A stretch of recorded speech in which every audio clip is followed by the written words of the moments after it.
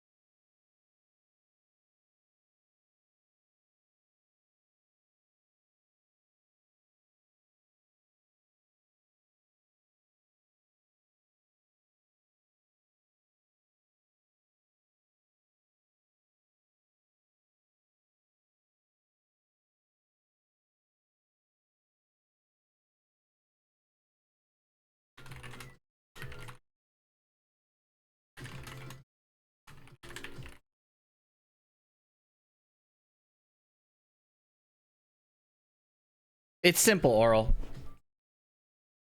It's so simple. It's actually not complicated at all. We cheer for Shadow. It's so simple. But you know, the knee foam fingers right in the closet, right behind us. You know what I mean?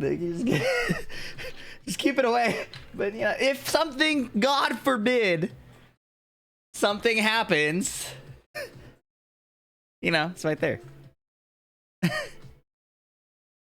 What's up, y'all?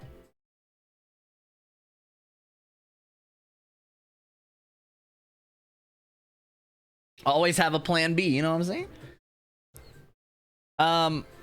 The finals, you guys were asking. I'm here to answer.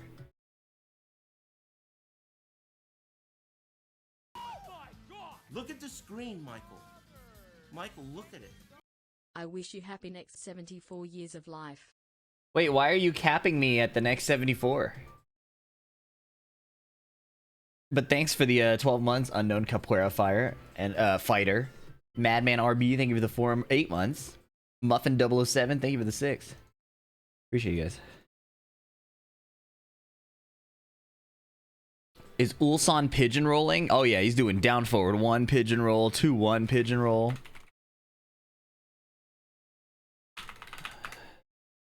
Jump online and do all kinds of different online activities, from ranked to casual to labbing together. And I think the game should support that and encourage that with its own kind of. Off the drank, a mocha.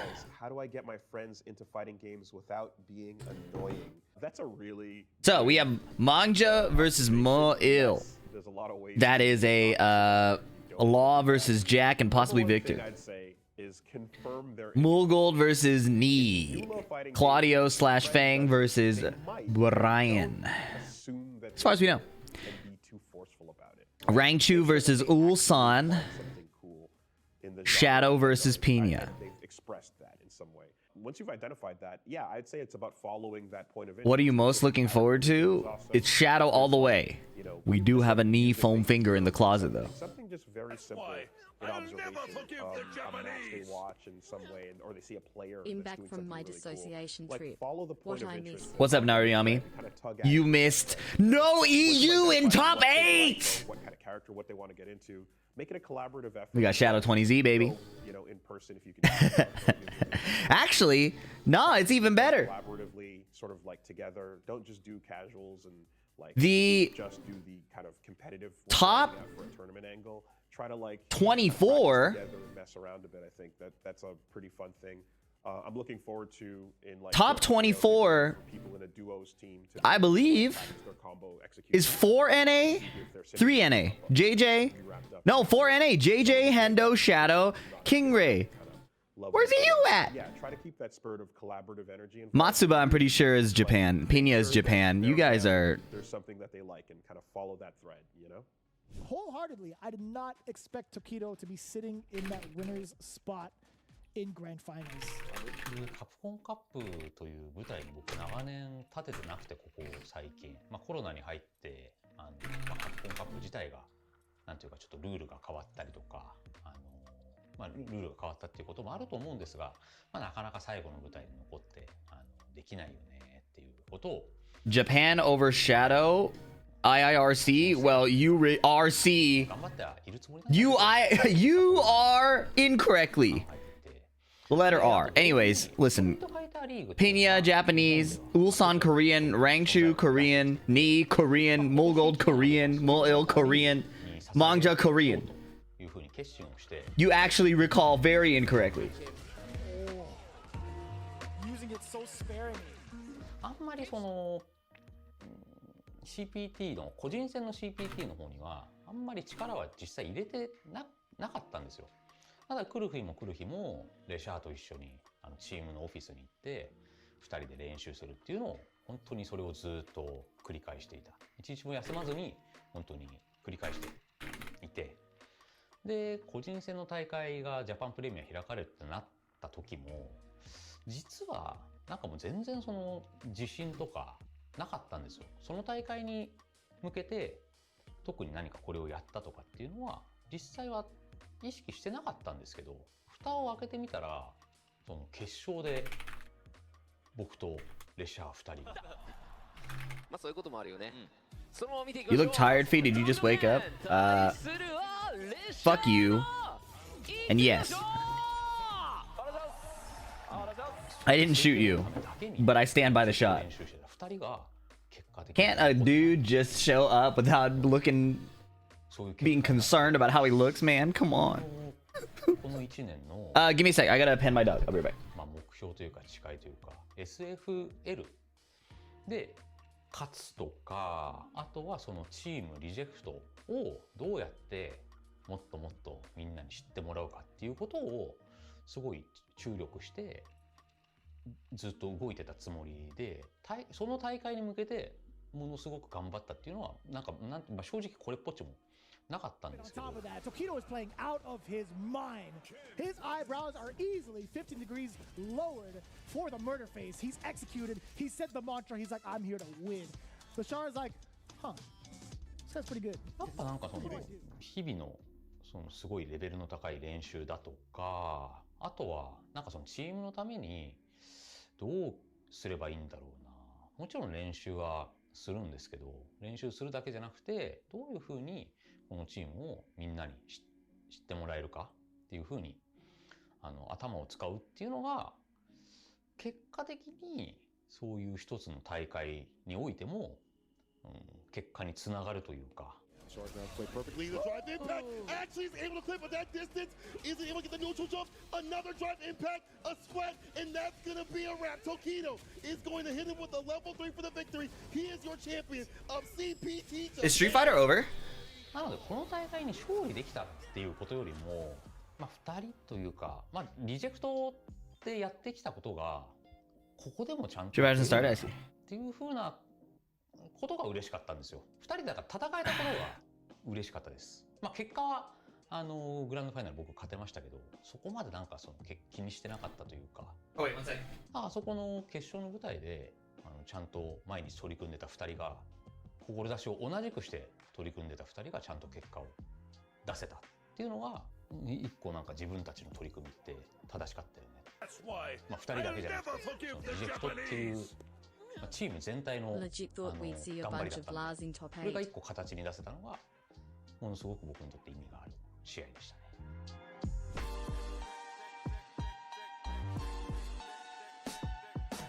SNK is one of the most influential companies in fighting games, with over 40 years of history in the genre, spanning titles such as Fatal Fury, Samurai Showdown, and The King of Fighters. On our recent trip to their headquarters in Osaka during EVO Japan, we were lucky enough to see some of this history firsthand with a personal tour of their in-house museum, featuring I want one of those. SNK-related memorabilia and artifacts. ハロー SNK のショールームへようこそ。今日はですね SNK 大阪の本社ビルの中にある SNK ショールームの中から非常に貴重なアイテムの数々。I'm definitely, thank you for the 14 months. And Rizzybun, thank you for the 19 months. Legit thought we'd see a bunch of Lars in top 8. The only Lars player I remember seeing, well, Lars is everything, and Nobi. But it appears that Lars may still be a variance character, even though they've skewed a lot of the variants in his favor. High level play likes variance control or management, right? There is no Pakistanis. That's not how you spell it, but yeah, there's like a war going on right now. How much more time? 12 minutes. You trying to run a chess game, Ali? Yes. Look at the screen, Michael. Michael, look at it. Hooray. I was playing speed earlier. Oh, I might get cooked then. All right. All right.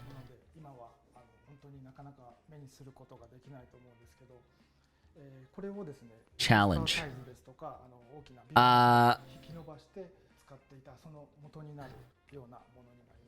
1510 seems crazy, but neither of us are using that much time. Well, we have 10 minutes. Fuck it. It's a 10-minute game. Let's go. No time regen. 3-2. All right, my fault. My fault. My fault. My fault. Ignore that.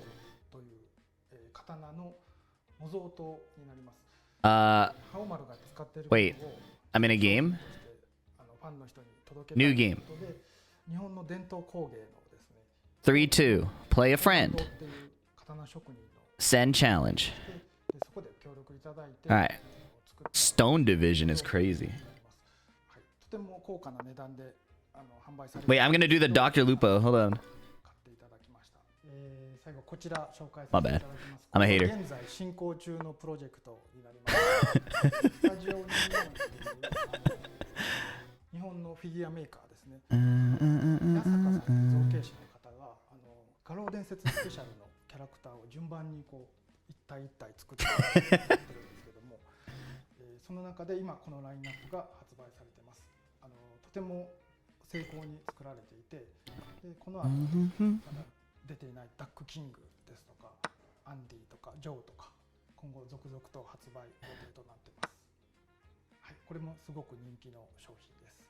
はい、どうでしたでしょうか。かなり貴重なアイテムの数々見ていただいたと思います。これからもですね、SNK どんどんいいグッズとか出していきますので、応援の方よろしくお願いします。ありがとうございました。This song is crazy to play chess to, but I fuck with it.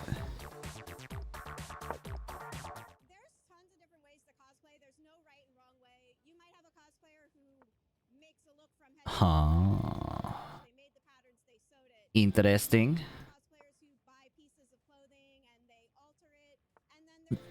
For reference chat, I was in chess club, but I sucked dick at the game, so.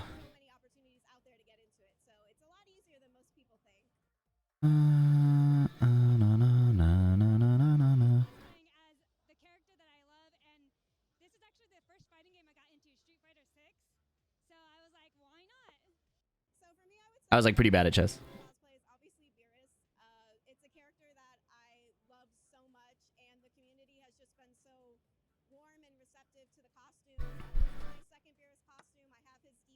Am I? Wait, hold on. Am I an idiot? I think I have special needs.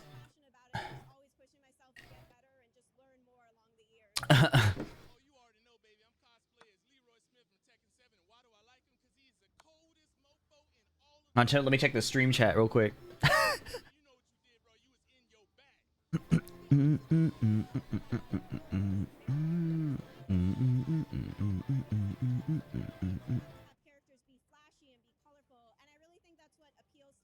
Wow, I'm getting my clock cleaned. All right. It's looking ugly for the boy.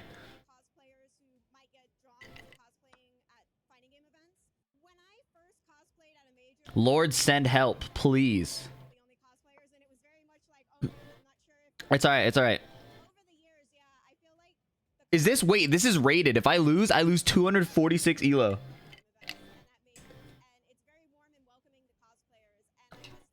My MMR, my elo is in the tubes, man. It's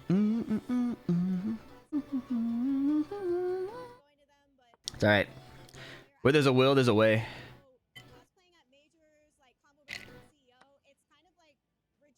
Not my smartest play. Can't lie. It's alright.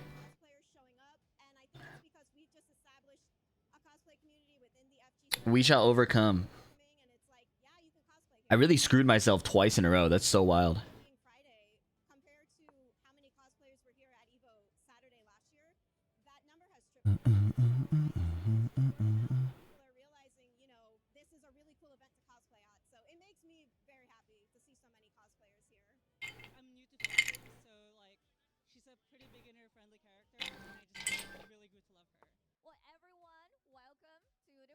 Yo, bro, chill on me, man.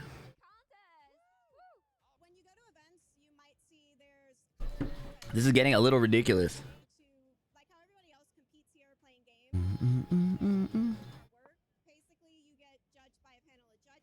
This guy's cheating is a crazy allegation.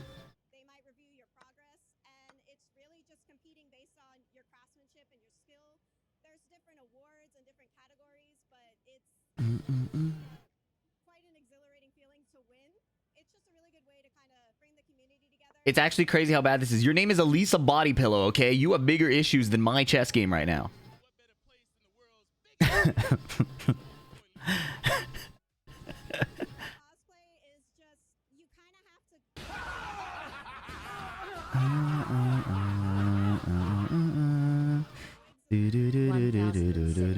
LO versus 312 LO. Why are you bullying this person?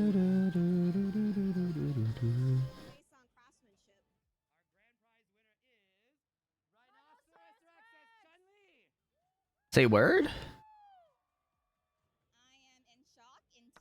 little bit of a mental fortitude type thing. Bug it? This might not be worth it for me. But I feel like that kind of recovery is much better than what was happening before, you know, so. Super worth it. Although, playing against the knight is like my least favorite thing on the planet.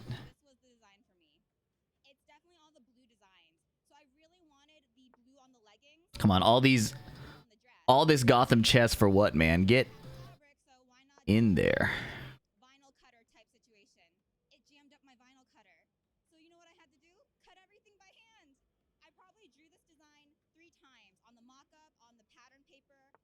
Yeah. What does Ryu say? I saw that. But I don't know what to do with it after. What is that guy doing here?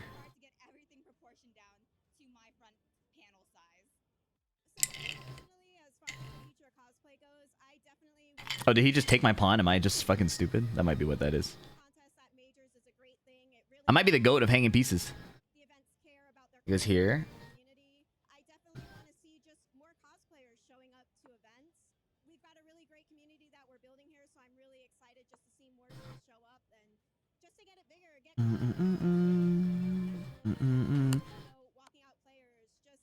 You gave up a free fork. You about to give up the ability to type ever again, Elisa Body Pillow. Think very carefully what you want to do next.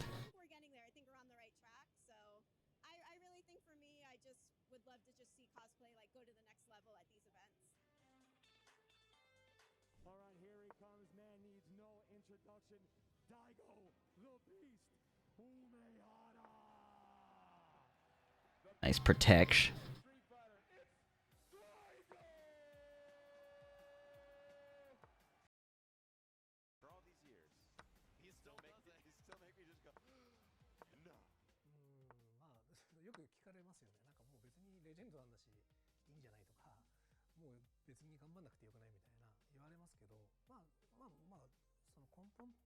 Yeah.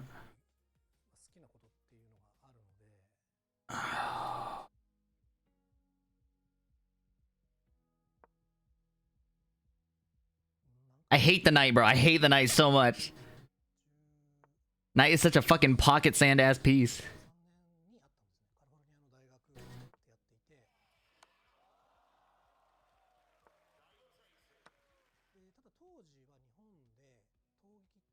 No, I'm an idiot! Oh, he didn't see it! Yes!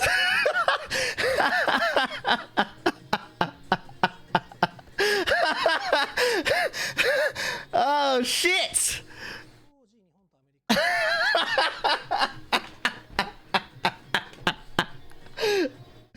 Okay.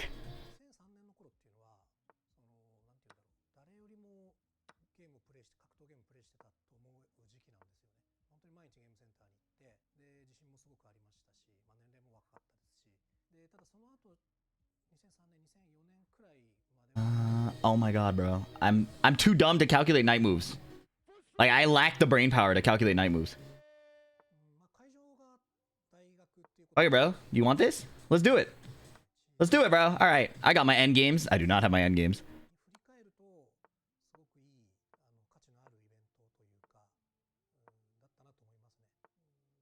Oh, shit! That was close. That was close. I almost sold. Yeah, get over there. Get in the corner. Walk him down. Walk him down. Yep. Fundamentals! Yeah. Oh, shit. Okay, hold on. Hold on.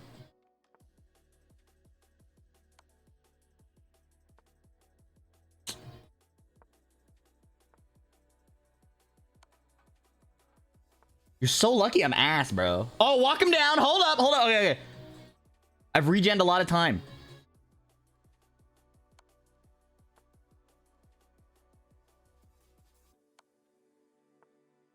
Oh, you're such a dick, man. I don't have the fundamentals to close out this game. Bro, just give it up. You give it up. Yes! Yes! Never surrender!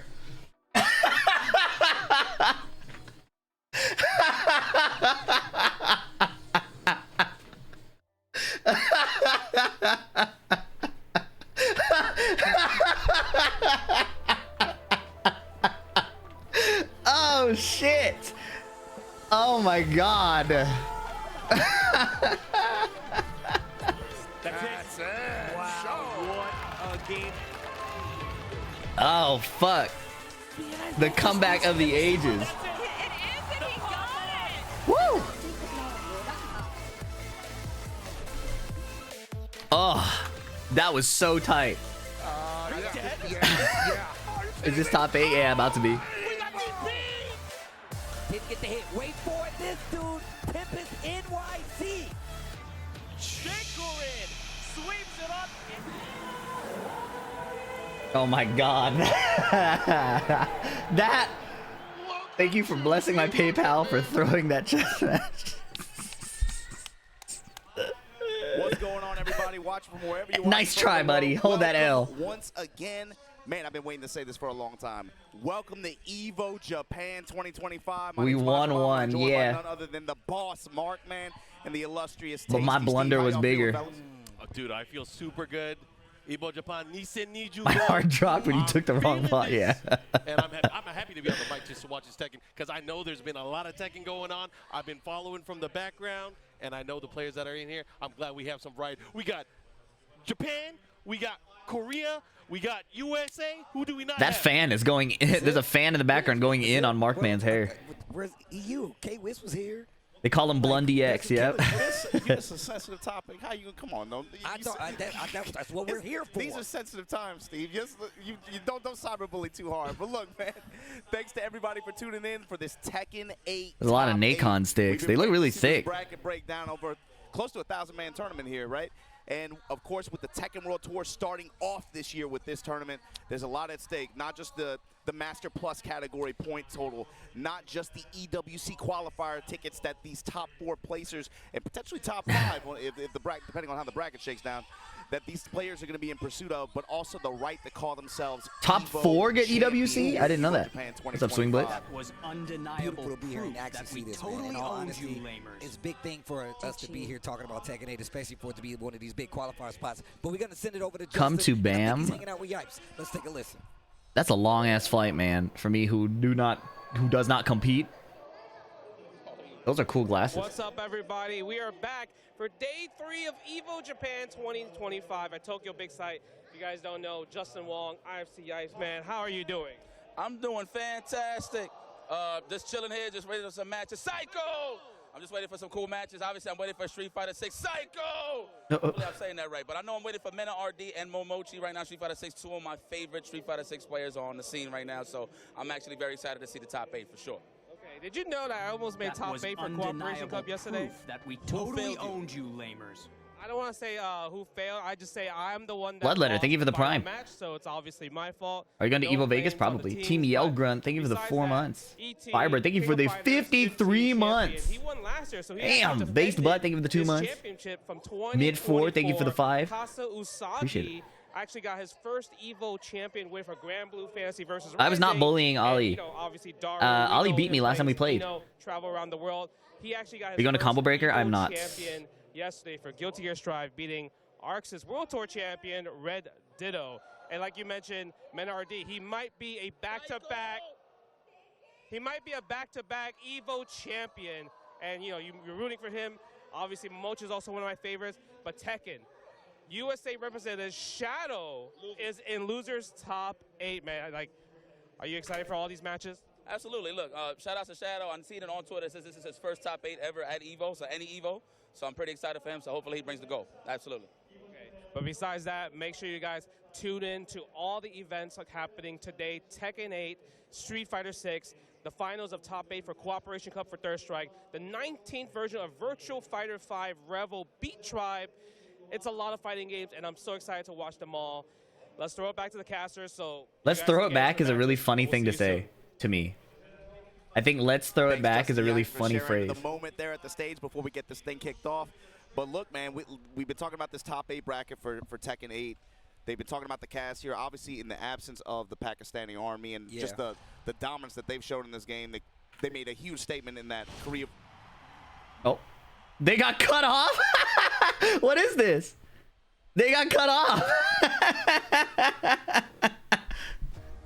Only one will grab the glory.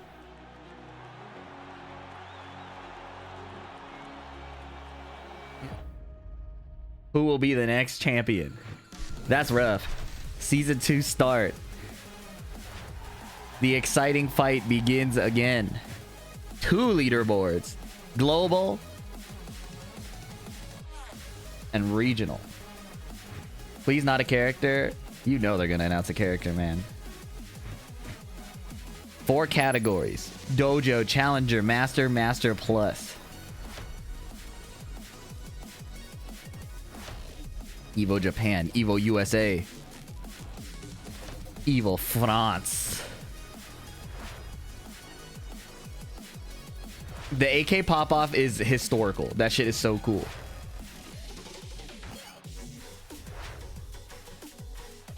I've never heard this song go on this long. This is such a Tekken 7 song.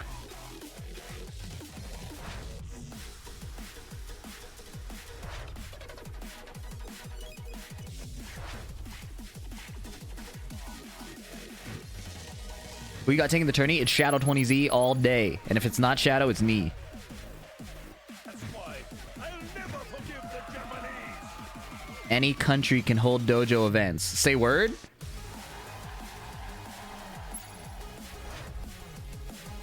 Truly any country? This is a 6-month tour. There's gonna be meta changing patches every month.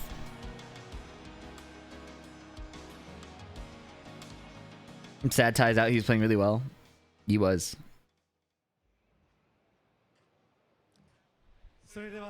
All right, we got the intro of the Tekken World Tour Season 2 kicks off here. Oh, he said we was good. I think he said we... Kind of a nitpick, but I think Master is a boring name for max rank. I really like God of Destruction. It's so over the top. You know what I like better? A good rank system. You could name that Poop Lord 69 or something, but if it's a good ELO system, I'll fucking fight for Poop Lord rank. Oh shit. Hold on.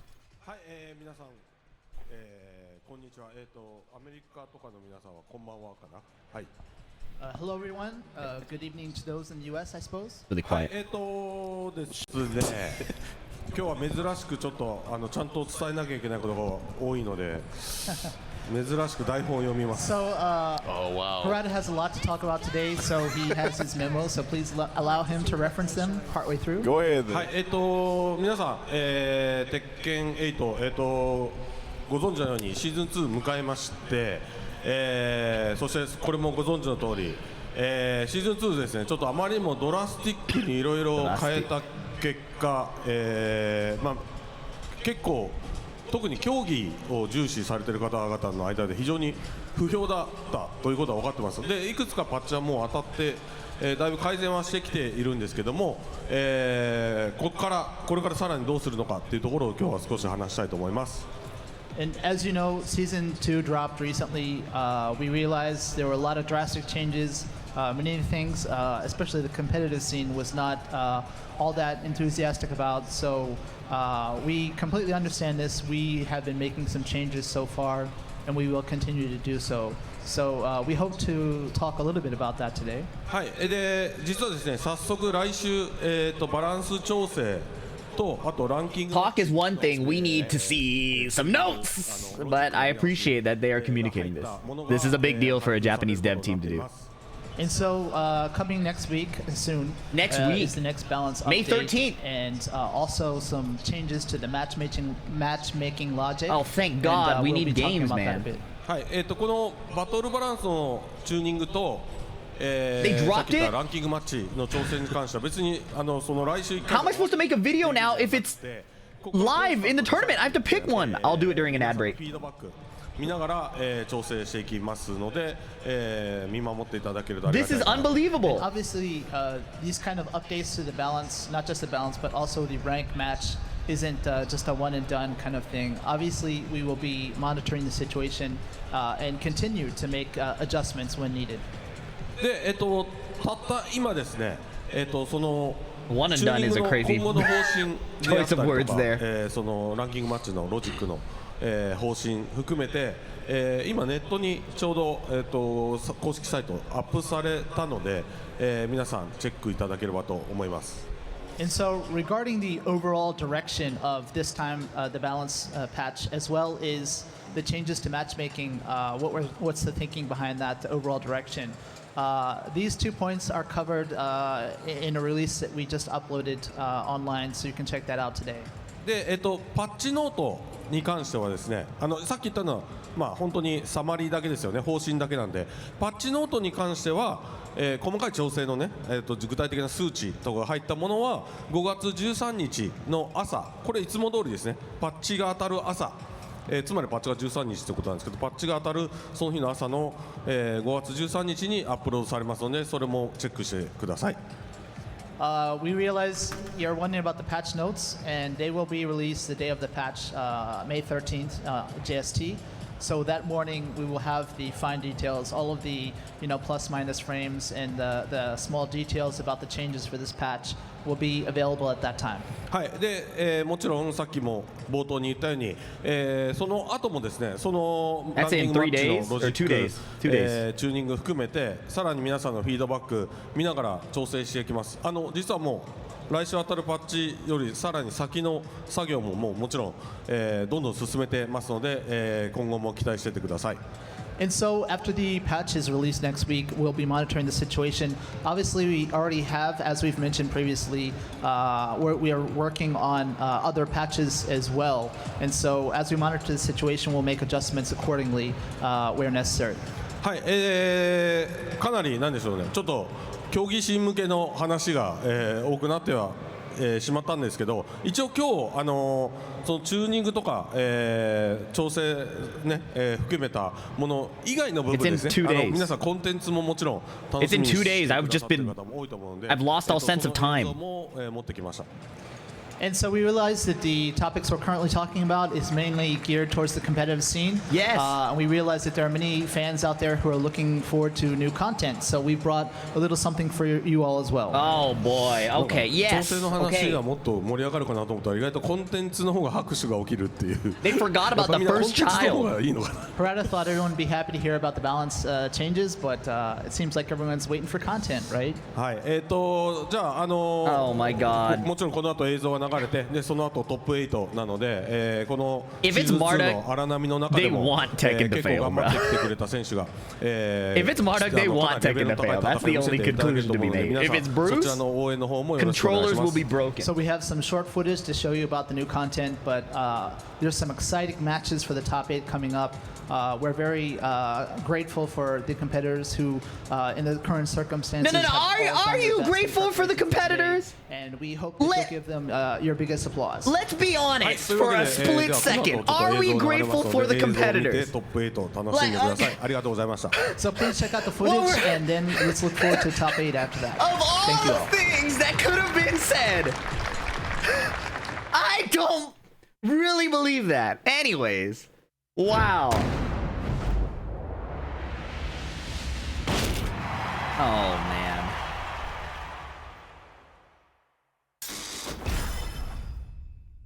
Gonna be a battle pass. It's gonna be a battle pass. It's gonna be some world tour. Yeah, see? I'm a genius.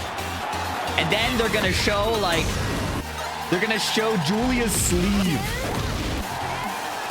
Or they're gonna show like a car flying across the screen. It's gonna be a Marduk teaser. The excitement continues. Update 2.01. Ghost Showdown. You guys are not seeing my ghost, bro.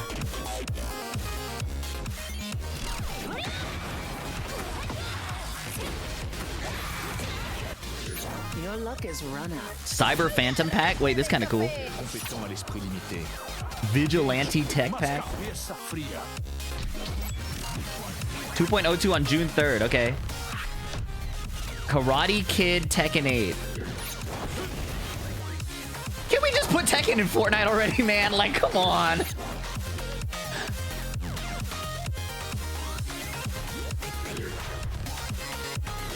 Here we go. Classic costumes. Okay.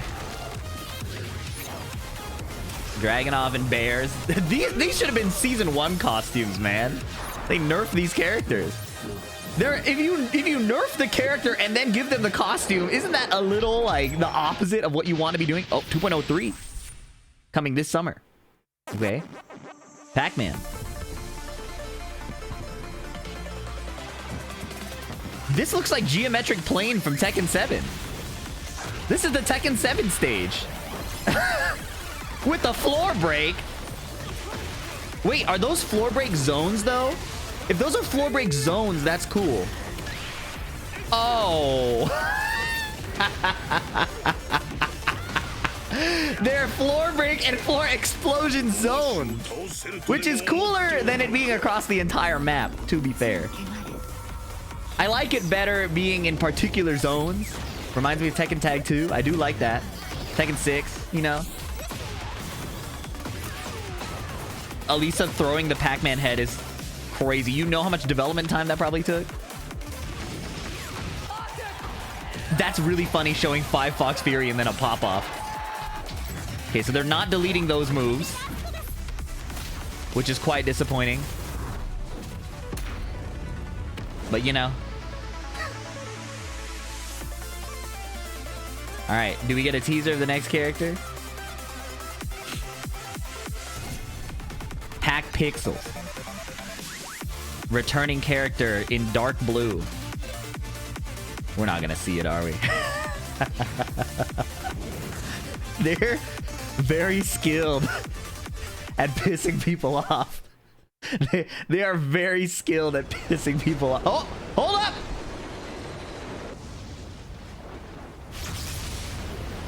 No! No! You're tripping! Oh no! No! You are kidding me! Oh my!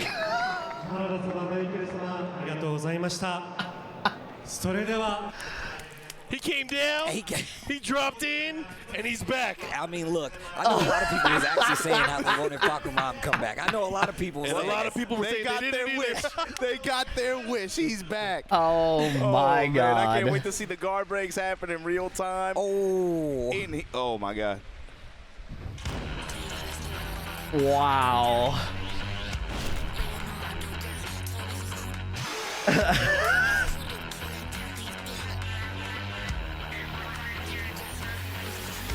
Wow.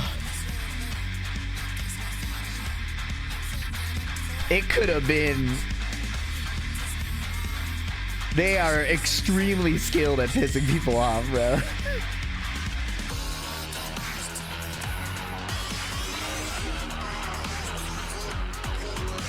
It could have been worse. At least it's not Marduk. You know, I'm not really trying to dumpster dive for Tekken characters, man. I'm trying to look for...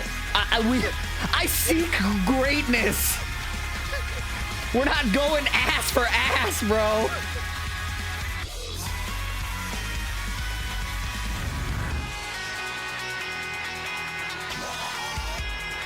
The Bruce mains are gonna be pissed. Oh my god. All right, top 8 about to start. Wow, okay. Let's talk about this top 8, man. It's top Once 8 again, time. we're in, YouTube, I hope you enjoyed that reaction right now, and bro. all the hype. That's Pakistan's house now. We But appreciate you. I will say it's a very strong showing. Thank you for supporting the a lot second of these channel. mainstay competitors that have been big names and big winners when it comes to Tekken in the past. So speaking of winners, we got one of the most legendary players of all time. Why? The first EVO Japan winner, Nii, coming up on stage. He was on the winner's side of the bracket. He is on fire this weekend. classic double thumbs. Yo, Morgul, this guy has been one of the up-and-coming players. We've been seeing a lot more. Recently started traveling in the last, few years. So he's really been one of these players that has really taken off multiple top 16s, multiple top 8s, and definitely taken out some heavy hitters throughout the entire competitive Tekken He's had scene. some crazy consistency streaks, too. And that's... Please get on City. You really not fucking with Rashid? On the top side of this bracket, Mao Il kind of was one of those players who had really good success early on in the middle of last year. Kind of fell off a little bit towards the end. Yeah. But he's not Rashid is homework. Street Fighter is also homework. I'm not in the mood for homework. Yeah. Jack, of course. That brother is It's summer. I was supposed to play with my friends outside. I was supposed to fly to tournaments from that top 4 to make outside. a return finish here on winner's side of the bracket. They gave me summer school. You know, he's another one of those players who kind of towards the latter half of the year, you kind of didn't see him as much, but making a strong statement here with that law. Pena on loser's side. This is, again, another one of those players.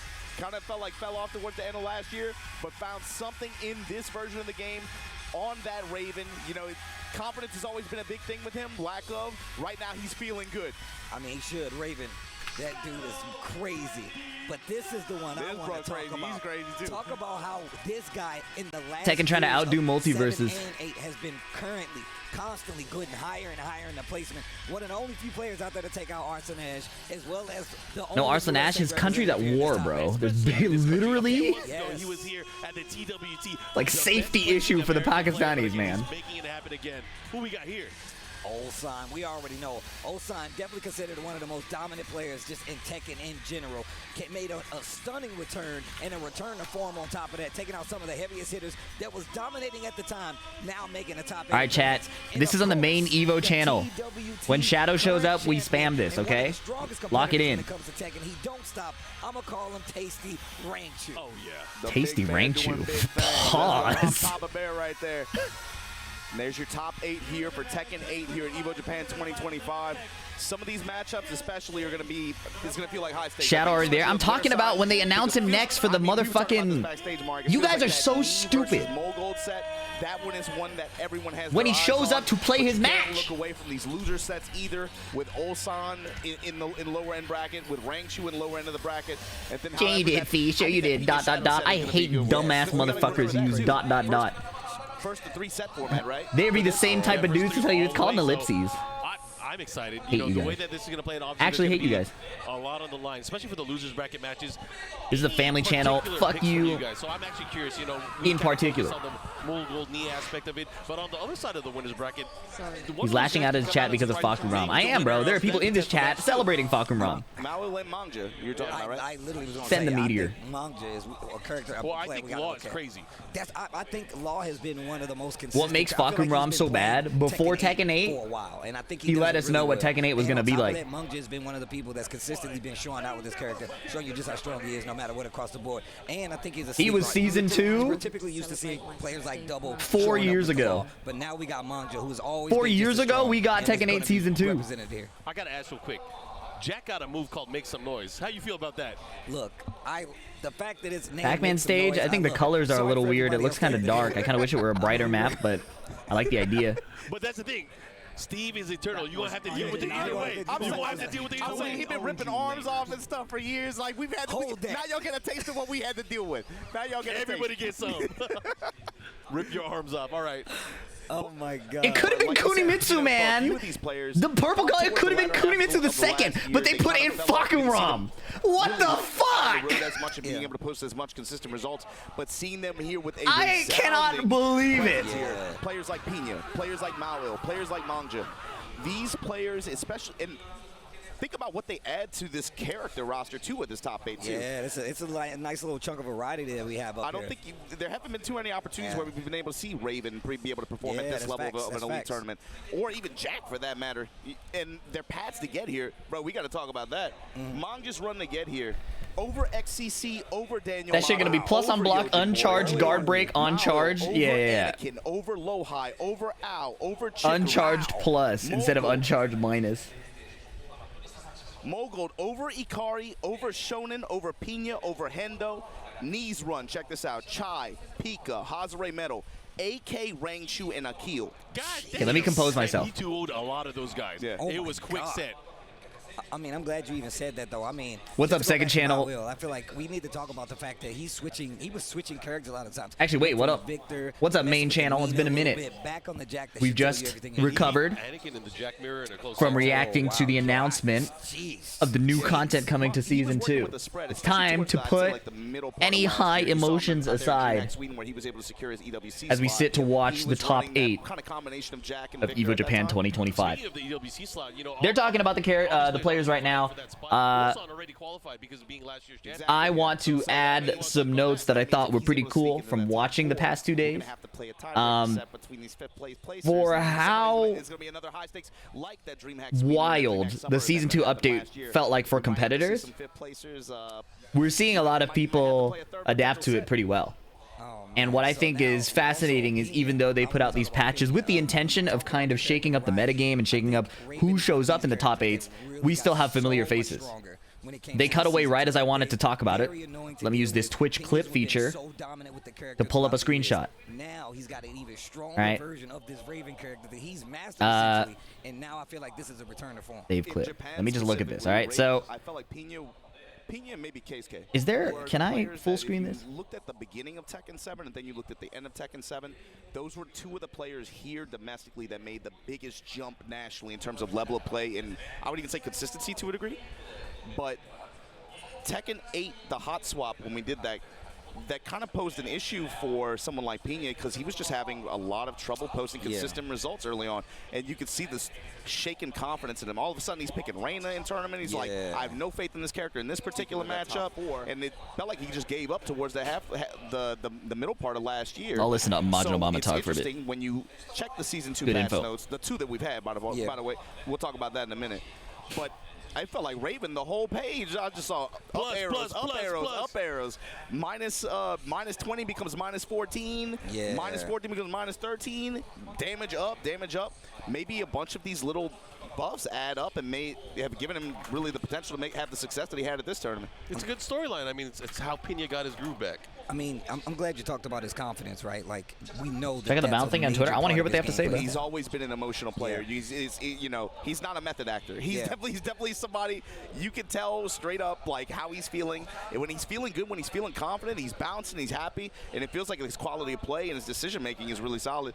But when stuff starts to not go his way, he ends up in scramble situations and things don't go his way. You can see he wears dread on his face. This kind of stage and him being back here on this kind of stage, I wonder how he's going to react to that, especially in a long set against someone like Shadow. But the thing is, too, this is his home turf. Shadow, on the other hand, you guys talked about earlier, had great success in his run at the finals in this same country not, what, 4 or 5 months ago, right? For him to be able to find a top 8 spot at this tournament on this stage like that again, that says something about there's something about Japan. I don't know. He starts eating some of the food out here. He starts feeling good. The performance adds up. I would say we point to I will go back further. The end of Tekken 7, and even like a little bit before that, Shadow has consistently been like cracking that top 16, cracking that top 8, getting into the TWT. He is also a student of the game. He will try out every single character in ranked, in tournament. He will try to learn the matchups and I will try to be the best player he can be. We've literally I'll probably boot up Tekken 7 and do a breakdown of why people didn't like Fakurama. Locals in other states with Yoshimitsu. Fakurama hard to play in Tekken 7? No. Just so he can learn how to get a proper understanding, and he would use that to his advantage to be a better player. 2 or 3 sub points to that too is obviously, you know, the Pakistan made a big statement, of course. I thought Fakurama was underwhelming post-final patch of Tekken 7. You know, to close out this game for season 1. It's his listen, bro. Obviously, the passport issue. All of the complaints we talk about. When I say we, I mean like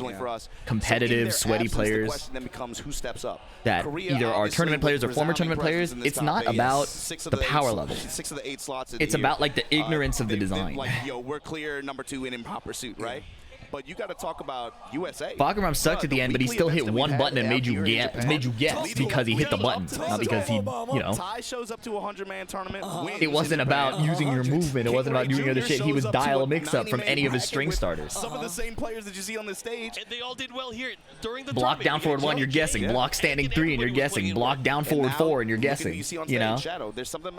The American players that have committed to traveling and have committed to the game, no matter what happened this patch or that patch, the players go and play, bro. The ones that show up and played, look at the success that they're having. And the ones that show up... Please lie to me and tell me it's all going to be all right with Fakurama. You can just take the voice clip of me reading your message.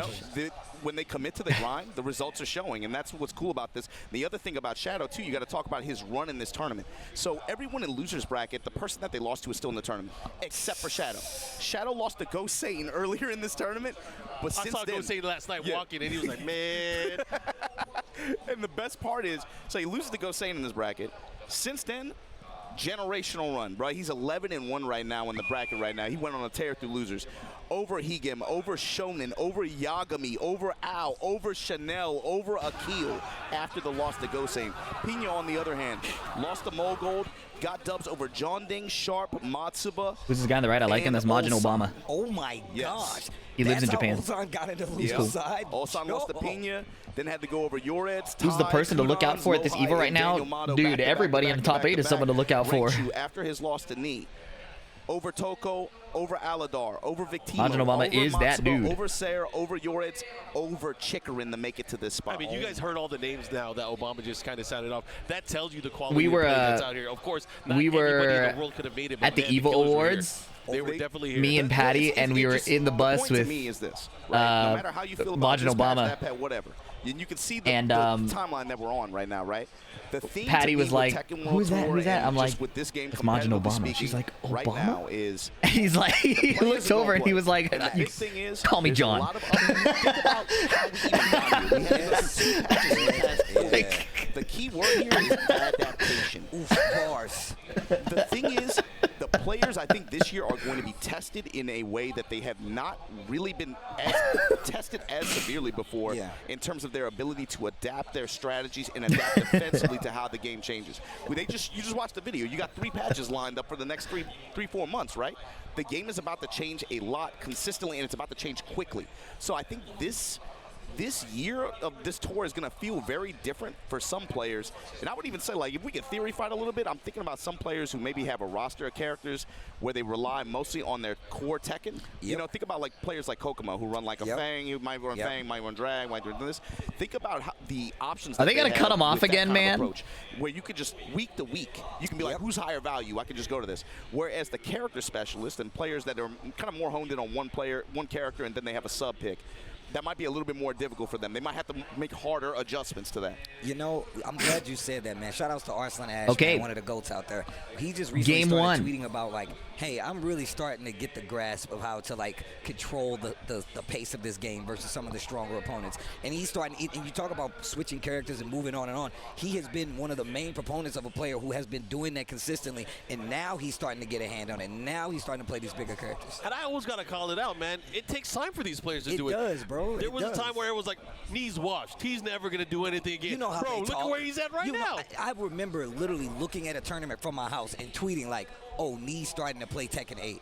Like, I remember. All right, welcome everybody. Game 1, Mangja on the left, Mo-il on the right. 2 Koreans, Mangja, a legend. Goes by a different name in every Tekken. I'm not sure if that's official or not, but in Tekken Tag 2, we knew him as Malgu. Well known for his martial law. In Tekken 7, he went by Nameless King online. Didn't really see him at many tournaments. At least in the late stage when I was active.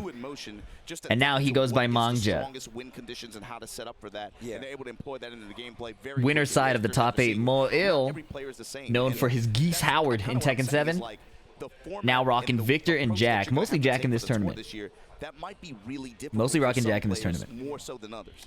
I mean, I'll go back to John Ding, right? John Ding not in this top 8, but he's one of the players that when he came. They're talking about the various players throughout the tournament. Something I found particularly interesting and even him having these backup is how many consistent players from Season 1 we see succeeding in Season 2.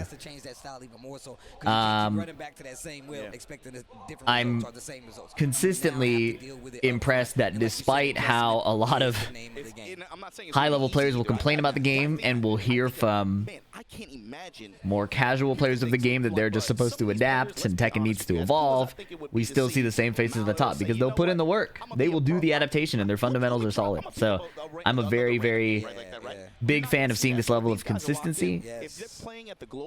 And I think this just lends credence to the argument that whether you try to take away power from the high-level players, they will figure out how to do it.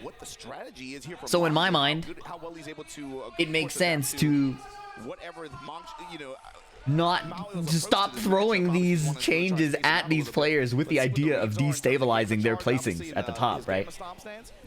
I think that makes more sense to me. I'm biased as somebody who really enjoys the high level of play, but in my mind, if it's more fun to watch and more fun to play at a high level, that enthusiasm trickles down. And it gives us something to aspire to and something to really reach for as people trying to improve in this game. But that's just my old man take. Let's get to the match. Okay. Mo-il putting out his buttons in advance. Mangja not able to find a way in. 2-1 counter hit. Or 2-1 counter hit. Full crouch down back 1. The throw break change in Season 2 where the 1+2 throws are easier to break using separate buttons now. Great change. A lot of high-level pros were missing the 1+2 breaks, and it's because they don't use a bind. Muscle memory, I believe, from the arcades is you hit the button separately, and there was a different input detection leniency or strictness in Tekken 8 versus previous Tekkens. So you're going to see the 1+2 throws get broken more, unless, of course, it hits an armor or a parry. Malgu does a down back 3 and dashes in, but he blocks and keeps it solid. It's really hard to hate on that kind of rage art. It's really hard to hate on that kind of rage art because success, whether it succeeds or fails, you have put in their mind that you are willing to interrupt their offense there. And in this version of Tekken, if you interrupt somebody's offense, it means you get to start your offense and keep going. All right, the Gamma House shield. When Jack is in heat, he gets the big G install. It powers up all of his Gamma Howl moves, I believe. Gamma Charge, Gamma Howl. Look at the reward here. This wall pressure, adding chip. Okay, down jab underneath the high from the stance. Slide into up forward 3, little mid mix up. Last hit. Runs the mid, kept running below. Now he runs the mid.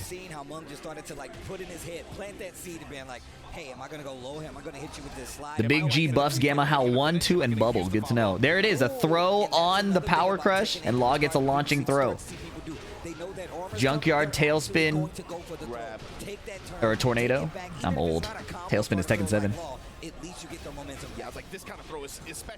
Law in Season 2 no longer has access to counter hit follow-ups after his while standing 4 into DSS. Specifically, the strong counter hit follow-ups like the DSS forward 1 into Heat Dash.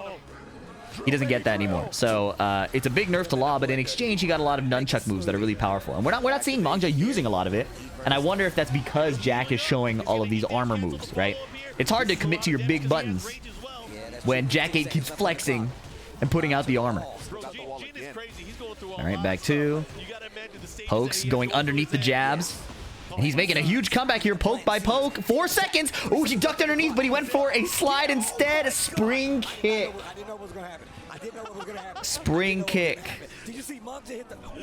There is a bit of a margin for error there. If the Law doesn't turn around and do the 1+2 on the right timing to get the nunchuck, he'll get like the back turn, back fist. But Mangja is not the type of guy to mess that up. Mangja not the type of guy to mess that up. For those who don't know, the format of this tournament is first to 2. However, winners final and losers final historically in Tekken have been first to 3. This version of the Tekken World Tour this year, they are adding the losers semifinal to that. So all top 4 matches will be first to 3 instead of just the top 3 matches. PS5! Giving a lot of lows to Mangja. That gives me anxiety when that menu shows up in a match, bro. But they're playing it out. Watch how they change up the spacing now. Sidestep to the right. Okay. Blocked to the forward 2, but didn't punish it. Going for the throw. This time it succeeds. I just gassed up the... No! Do some damage. Already? It's the first match, man. That's unfortunate. You hate to see it at all levels of play, but it seems to be a controller malfunction. We'll let the team figure it out here. But, man, as you were saying, again, going at it, Law having that scramble at the very end. Oh, man. I feel like Moyle had control early on, but, again, it's all about when you pull out, like, the particle barrier, right? You can see him using a lot of 2 jabs, you know? space out, at least trying to force Law out into, like, range 1.5. But then...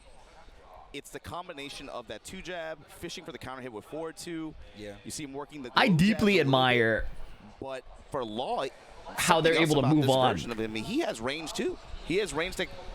Law doesn't. Yeah. He got this one and he got Mid that one. nunchuck, horizontal nunchuck. And you haven't seen Mangja going to it as much, and maybe particle barrier is kind of playing a role in that, trying to scare him That's off. what I was thinking. But I don't, in a first to 3 format like this, I don't know if Mao can keep first to running particle barrier like that. It's such a risk. Yeah. Right? It's such a risk, and you know he hasn't been called out for it yet, but he has to be cognizant that, hey, what if Mangja just chills?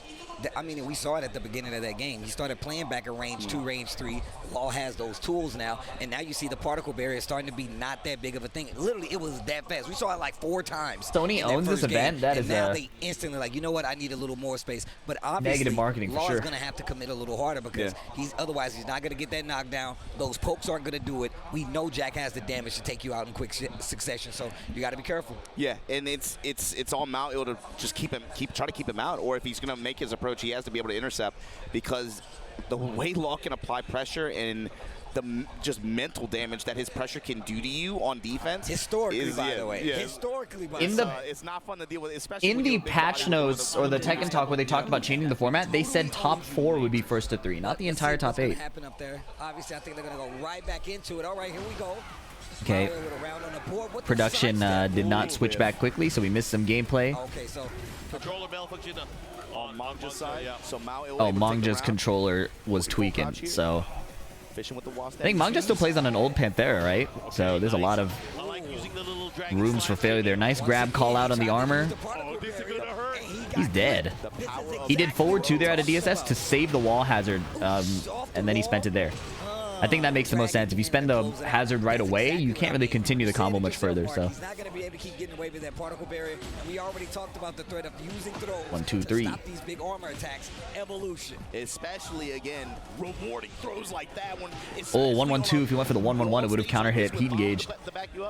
All these pokes adding up to permanent damage, around half HP. Moyo finds a forward 4, 1+2.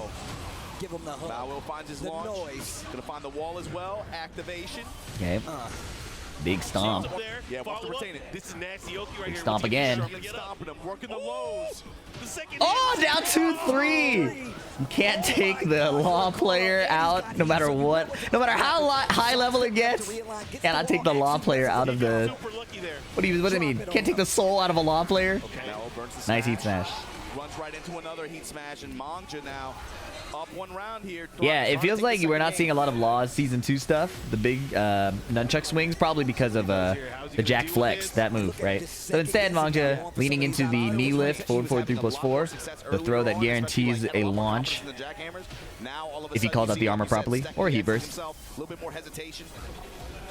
I love the delay. Okay, heat burst himself. This is what I'm talking about. I'm glad you called it a shimmy. Delaying the string, seeing what Okay, the they traded. reaction is. That's a trade. They traded again. Back to heat dash. Not much meter left. Ooh, no whiff punish. He gets the heat smash, gets a mix-up situation. Goes for the throw. That was so smart though, because he Wow. That was good discipline from Mangja. The throw whiffed in his face, and he didn't input the throw break, so you didn't see like the power crush or back 1+2. Youch. Low parry into Dragon Cannon. Explosion necessary. Challenge spin kicks Dragon Cannon. Oh, Big hug. That puts Mangja in contention for the top 3. Quite cleanly. Low parry was clutch. Yeah, it was very clutch. Man, you're seeing like natural And that was with the round deficit from a controller issue. And I love how it was kind of spelled out, man. You talked about the particle barrier. We talked about the throws and how to deal with it. That's one of Jack's best and strongest new tools. First to 2. Having that as an option. And on top of that, it really does make you second guess what ranges you want to play at and how confident you play at said range. Tekken does not run first to 3 until the top 3 matches. And in the latest Tekken World Tour, they have added the top 4 match, the loser semifinals, to the first to 3. Able to almost like use Jack's range against him. He kind of just like made Mao ill. Okay, if you're gonna keep fishing in that range, fine, I'm gonna wait just outside and then just get in on my terms, and it worked out. One of the things historically Jack has had an issue with is range, right? Like Law isn't top 10. He is a terror in red ranks, though. I'll give you that. He can move across. It takes. So, I mean, obviously he still has advancements. I think it takes Bandai Namco levels of out of touch to type and send that message right after a Law makes it into top 3 at EVO Japan. That is marvelous. You should send in a job application. Oh, go. I would say I feel like that set was, That was a lot very closer than impressive. It was what it indicated in terms of games. But again, with this type of game and this type of version of the game, everything is brutal. Like he just won. He just won. he just won. like it wasn't like 1 match after, 2 matches after. He literally just won. Let's go. It just happened in front of our eyes. Like I said before, I've literally been paying attention to Knee and how he adapts to the game. And obviously, like we said before, especially just the current state of the game where you have to adapt. I've been doing that. I've been seeing it with my very own eyes, and I know a lot of people have too. You can He tell said by the Law a results. terror in red banks because that's where he be seeing him. You know, it'll be a really fun moment of despair as you continue to climb and see Law players and experience that feeling doesn't go away. Once you're out of red ranks, smooth sailing. Law is chill. But once again, I'm glad you brought up at the very beginning. It's about adaptation. The Tekken 8 characters are definitely brand new spins of classic formulas. Does it get worse? Yeah, because the Law player learns to use 1-1-1. actually improve. I mean, we look at Pena, we talked about Shadow. I mean, Ulsan, he doesn't even have his original character, but still. They learned to start counter hit confirming the 1-1-1, bro. What works for them and making sure it's something that they can take it to a tournament setting and get the W. Which to me is interesting too, because I don't really consider Nee that kind of player in my mind. He's not. He's much more about like taking a long time to hone the skills, and then from there you see all the other gifts start to activate. So it's interesting for me to see a patch, like a couple versions where he comes in, and then this Brian, who was a character that was already quite gifted, by the way. Molgold versus Nee. Nee on the Brian. Brian has gotten some significant buffs throughout the lifespan of Tekken 8. And you know I am not downplaying Nee, okay? Let's get that out of the way. On no planet am I the one downplaying Nee, okay? Or shitting on his accomplishments. You would have to be a very new Tekken fan to believe that I am disrespecting Nee. However, Brian is very, very strong. And he was on point. And he was on point. Now, by the same token, they have given Claudio a charged up guard break string that blows up walls. What I appreciate about that too is, and nearly every match that I've seen Molgold on stream in EVO Japan, not every match, but on stream, he seems to get an exploding wall. I'm all about constructive on the Claudio. Like, I appreciate the with his charged up mid string, his homing mid wall splat, his low heat smash that blows up walls. He was basically saying you don't not reach the skill level enough to actually understand it. I want to see that situation come up. I want to see the God of Tekken defend against it, because that is some nonsense. Molgold keeps doing the partial charge. If you don't know what move I'm talking about, Claudio does a kick and then points his fingers like a ray gun. And he's like, I will win the tournament, and then I'm gonna sit there and Claudio partially charges it so that when you try to counter the full charge, he just shoots you. Brian also got a 2-hit charge unblockable wall splat. They about to go unblockable for unblockable. This is it, man. This is season 2.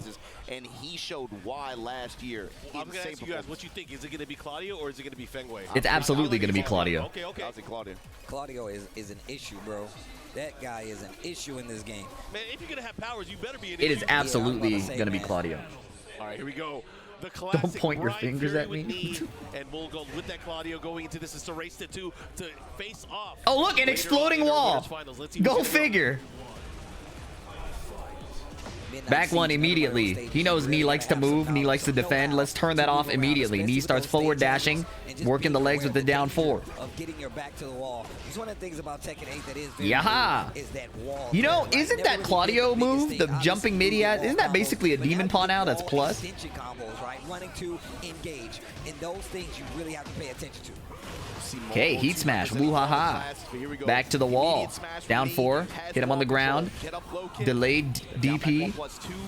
Getting a bit of regen off with the rest of his heat. He found the forward 1+2, 1+2. Rage art right away. I respect that decision a lot. The wall, there was an awkward wall distance to decide whether you were going to get a 2 or a 3-hit wall combo there, right? So just spend the rage art, keep it safe. VDX, you look like the character Hiro Nakamura from the TV show called Heroes for a real man. Save the cheerleader, save the world. Was a phrase I grew up with. I also dealt with similar levels of racism where we saw an Asian on TV and they said I looked like him. So, you know, thanks for bringing me back. Back one. QCB one. A little empty hop into duck. He will pick you apart. He will be like, okay, these lows are working. We're going to keep doing those lows. You're getting a little afraid. Now I'm going to hit you with this hop kick. Sidestep right, but he didn't duck the second hit. Trying to move around it.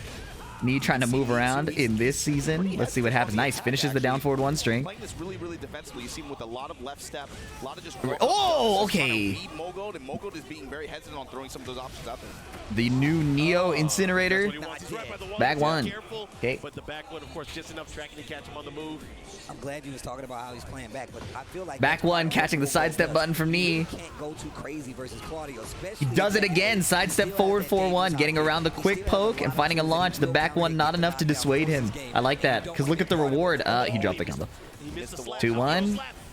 The new stuff. Okay, Brian in heat now. We're gonna see lots of defense. Apparently, he whiffed the heat smash. It would have blown through the heat burst. He had the right read, but the wrong spacing. And now Claudio has the wall. He pointed his hand. He didn't shoot. Well, he did shoot. He charged it, but he stayed down. They're so cheap. The new Neo Incinerator, is that what they call the tourney PS5s? That was a good joke. I respect that. Floated out of the up forward 2. Nice carry. Saving the wall. He wants to do some unblockables too. You can tell. Down 4. Get up. Oh, interrupted. Good choice. And now with no Snake Eyes, he can't go for the unblockable, but a down forward 1 is almost enough to kill. Knee not forcing the kill. He's working the timer. He had all that offensive pressure and sat still. Claudio did the new low that got sped up, but he didn't have enough time to mount the comeback. Knee maintaining control in one of the most high variance versions of Tekken that have ever existed. Partial charge, Knee just stand blocks. And now the Starburst is gone. Moving to the right, sidestepping to the right. He's been blocking, but now he has a great position with Mughals back to the wall. What a block while standing 3. Okay, now he's in heat. Mughal is almost outside. He spends his heat smash right away just to burn Mughald's timer. He's saying, let's just play some Tekken. Unfortunately, Mughal goes straight at him with a forward 1+2, 1+2, new wall ender. The middle. And then he started pointing his gun. 2 to 2. Even the wall combo damage is a little bit split. Okay. No throw break is rough. Just movement. He got his rear. Oh, but Claudio turned around just in time. Sidestep right, duck while standing 1. You love to see it. Remember last time we pointed out that he missed the duck on the high. Now he got it. Nice duck. Can't punish that in this game. Down back 3 while standing 3. Nice punish. Calling out Knee for not doing the second hit. Hatchet kick. Sidestep that has a lot of tracking. Oh, the DP caught him. He can heat dash to save this combo. No, he can't. DP hits on the ground. Nice block. Didn't go for the second hit. Partial string. 1+2 throw. QCB 1 plus frames. Oh! He got poked by the jab string and then down jab. Down to the wire. Oh my gosh, he got away with it. Listen, down to the wire. We talk about how Knee is sidestepping right towards the screen on some of these Infested. situations, and it has kept Giving him Knee some alive coaching. so long. Did not get him the game, but the defense is looking so good. His primary. Can you imagine being the guy to give Knee coaching? The whole time just dashing, like sidestep. He's looking for specific cues from Mogul. Like how much would the fans hate you if Knee lost after you show up to coach him? You know what I mean?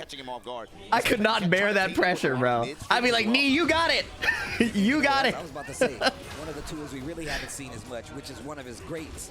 Back 1 from Claudio. Like obviously, every player can have a trusted coach that could actually help them, right? It's not like it's useless. I'm talking about just the optics of it. Obviously, Knee trusts Infested enough to provide analysis for him or tell him the right thing. Otherwise, he would say, get away from me, right? But for the nation of Korea to see you do that, oh my god, man.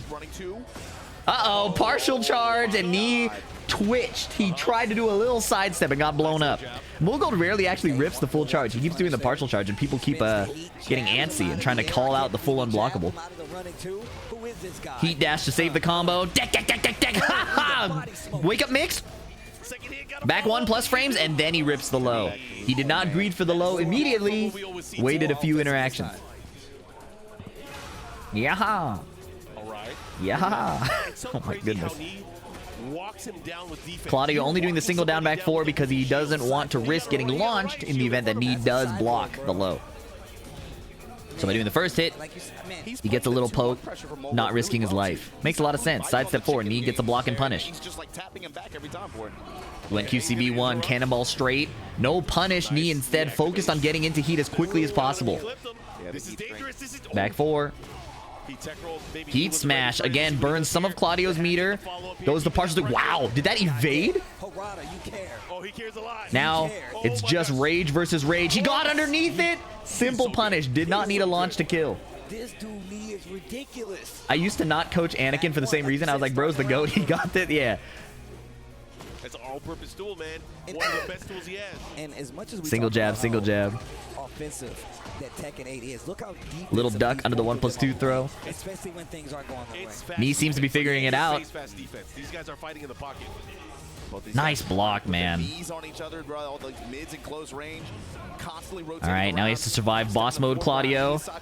He spends it all right away. He whiffed and just went for the extension. Knee staying solid. He said, I don't need to get the whiff punish here. I don't need to get the counter hit here. I'm just chilling. Are you able to kill me? Down 4. Wow. What's he gonna do? Oh, okay. One big hit. Hold on. Oh, he shot him. Okay, no, he's okay. Not natural. He went for it. Knee clean. That string has a mix-up. If you don't know, Claudio usually can do a high or he can go for the mid. Mulgold gambled that Knee would try to duck the high. Look how long that game took on both ends. Knee is ice cold. He's just defending, bro. Seeing how Mulgold is trying his damnedest to open up Knee and it's not working. I keep forgetting about that quality of life. All right, they're fighting in New York. Yes. It's like, man, this is fast. What's happening? I definitely forgot about that. I'm glad you said that. Yeah. Back one, whiffs. Knee just playing forward dashes. The information he could have received from that is that Mulgold is just standing there while Knee is dashing forward. Information on the timing, information on what play to make next. That might go on +2. Mulgold trying to find some that Tanvir magic with the mid. Tanvir is really a magical Claudio player. His special power is that his moves hit. Called out the charge. Nice call out by Mulgold. Not dead. Great carry. But you gotta be careful. Okay, cannonball straight. I love that move. It's just so sick. We haven't seen Okay, partial charge again. Knee staying cold as ice. Nice block. Whiffed. There are a lot of whiff punishes being missed. Is it the nerves? Is it the PlayStation 5s? The Neo Incinerator PlayStation 5s? +5 into homing mid. Knee again staying so solid, picking high coverage options, letting the opponent hang themselves. Look at that. He just stand blocked off the hop kick. Taking everything off the table for Mulgold and slowing this game down. He put him in a box. Knee's like an advancing wall, man. He really didn't use those tools that much. Orbital attempted. He had a decent read on the timing, but Mulgold did not bite. Down 4. Look at this. He's pieced him up. Brian has a character known for having not really the strongest pokes. He just took down Mulgold with a perfect in 26 seconds using pokes to put him down to a 1 combo situation. Got him to fold. This is why he's the god of Tekken. Also, just Knee's option of staying Okay, on the ground that sidestep 4 gets through. Mashes the down forward 1. 2 throws broken. Now he's got great wall positioning. Mulgold, nice block and punish. They gave Claudio that for some reason. Forward 1+2, 1+2. Back 1. Knee was prepared for the range. Sidestep around the jab and gets a heat burst. Oh, yeah, He's getting through Claudio's heat. Yep. Mulgold just not able to find any mids that stick. Full string. He's tricked some people with that before because it used to just be the 2 knees. The Knee will not be deceived. Counter hit. The Brian special. Unable to salvage a sidewall combo, but finds a heat smash and he's dead. Wow, the camera. Production was more confident in that kill than I was. I didn't know if he was dead or not. They just switched off. Like, all right, man. Better than me? Shit. Like at the very end, it wasn't close. It was a lot closer than it really was. It was mad confident. These guys were fighting up close. Was just insane. Bro, like, good stuff. Good composure off of the sideball, not connecting. That was cool to watch. I don't think I've seen many players use it how we've seen Knee use it here in this set. It's actually crazy. That was interesting too. Like early in the set, Mulgold was hitting a bunch of back 1s, right? And then eventually, Knee just started blocking all the lows. Knee just started. Knee was just correct. And he was out poking Claudio, which is fascinating. Once again, it's definitely really hot out here on these Tekken streets. Let you know just Good how stuff. big of a threat Knee is in Tekken. And Is Knee or someone else is struggling in Season 1? I think he just started figuring out Tekken 8 more and more, and then even with the Season 2 changes, that playstyle he figured out just carried through. Infested probably walked up and said, "You know what to do." Really played a big role in this. At what ranges and at what points in the matchups based He on looked health so deficit and solid. health advantage, Well, he there knew were missed whip exactly the tools punishes to look and for Mulgold. like It was stuff like that, but there was this he knew him better than underlying anyone else at some points of that. confidence in his approach. And the back Like one. It was every crazy. knee down 4 I was did not connecting. see right? He put out the while standing threes. Some of them got blocked and punished, and he just insisted. It felt like, yeah, like Nee just was unshakable. Whether or not you find the whiff punishes, even with, or, you know, drop the combos, things like that, he didn't look nervous at all. That was really cool. And it was like, it felt consistent. Stone cold. Consistent. Like, we was not letting him get away with anything. He literally took him. It was really noticeable too in like the low HP situations where you see like Mogul's back to the wall. He has like a pixel left. You know Claudio is a thief in the night. He's a thief in broad daylight. Claudio will do whatever it takes to rob the shit out of you, right? And Mogul is good at that too. He'll put out the twin piston, the down forward 1-2 if he confidently has a read that you're overextending, and Nee never gave it to him. Just doing a homing mid, single jab, and then he found an opportunity to go for like a down back 3 after playing the coverage. Giving people opportunities to become champions, and it's beautiful because it actually happened. People that came in through an online qualifier through their PS5 tournaments, they were able to win an EVO championship. It's pretty cool. It's great to have people not just be able to sit there at home and watch, and of course, and enjoy the matches that you guys see, the kind of competition that we have here. But then no new Snake Eyes moves though. He didn't need it. Watching he didn't need being a part of it, and then for some players, yeah, becoming champions. I gotta talk about EVO Japan, man. This is a nice little festival of fighting games. Nee won 2-1. Obviously, we can look at the bracket where we're at. We went through the winner's side. Of course, we know what our winner's finals is.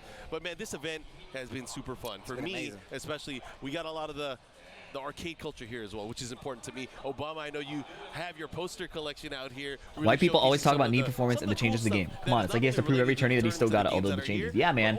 People like seeing, people like cheering against I saw some people the GOATs. You said somebody was talking to you for like an hour about it? He was talking to me like 20 minutes. Watching like, I played this game when I was like 8 years old. That guy make adaptations is a point of interest for a lot of fans of every level. 5 years, but I'm glad that it's back there in the arcade section too. That's another appeal of this event. You guys come out here, they have tons of VDX, I didn't play enough Tekken 7 to understand what made Falk a problem. What are people scared? I'm going to make a video on that probably. But he was Tekken 8 Season 2 before Tekken 8 was announced. It's not just about what you see. There's a ton that Falcon Rom was a Season 2.0 character it's really easy to just from the future. Get distracted and play something for hours. Even the fighting game cosplay competition yesterday was lit. The winner he had the first wall splat guard break in the game, in this franchise. Why did you stop going to tournaments in Tekken 8? You had a pretty solid Noctis in T7. The game is just very different. I was actually going to compete more this year. I was going to compete more this year, and then all of the work I put into Season 1 felt undid by the Season 2 changes. So, are you doing the adjustment notes video? I will once they go like to an ad break. Third strike. I saw that poster. I was like, oh, my man, he knows ball. The one where everybody's standing, you got the black background. It's like Fish Islands, and it's like a globe of fighters. That's one of my favorite covers. Dreamcast version, yeah, ridiculous. The lighting on it is really cool. It's so good. One of my favorite pieces. But yeah, there's a ton to enjoy out here. It feels like booth-wise too, booth and activity-wise. There's way more than what you guys can see on camera or just on stage, right? There's a ton of stuff to do out here. Oh yeah, you know what? Shout outs to Nacon. They're actually providing us the trophy sticks for this year. So everybody in the top 3 for each one of the terms gets just adapt like Nee did. The top 3 gets a gold, silver. You know, every time I put out a video the whole squad teaching you orange names, how to do a Korean backdash, teaching you how to block, teaching you how to sidestep. Every day I put out filming myself, trying to teach people the fucking basics of the game. You know, when I was doing that, Nee was grinding 6 to 8 to 12 hours against the best players in the world. Okay? I wanted to. I was. And it's here. So it's not really a comparable experience. I'm here in fucking America talking to Lee Chaolan fan 42, explaining to him that, hey, when you sidestep, maybe you should input a block. Fascinating idea. The left hand. The modern games, it's like a marriage of legacy and what. But if Lee on their screen isn't screaming and counter hitting every 2 seconds, they're losing their minds. It feels really unique. They're hitting Twitter. They're going to other people's replies. Brand new character reveals where you can play at Fighting GM, can you talk to Harada? Lee is unfunctional. Super Okuma tweets something. Hey, Super.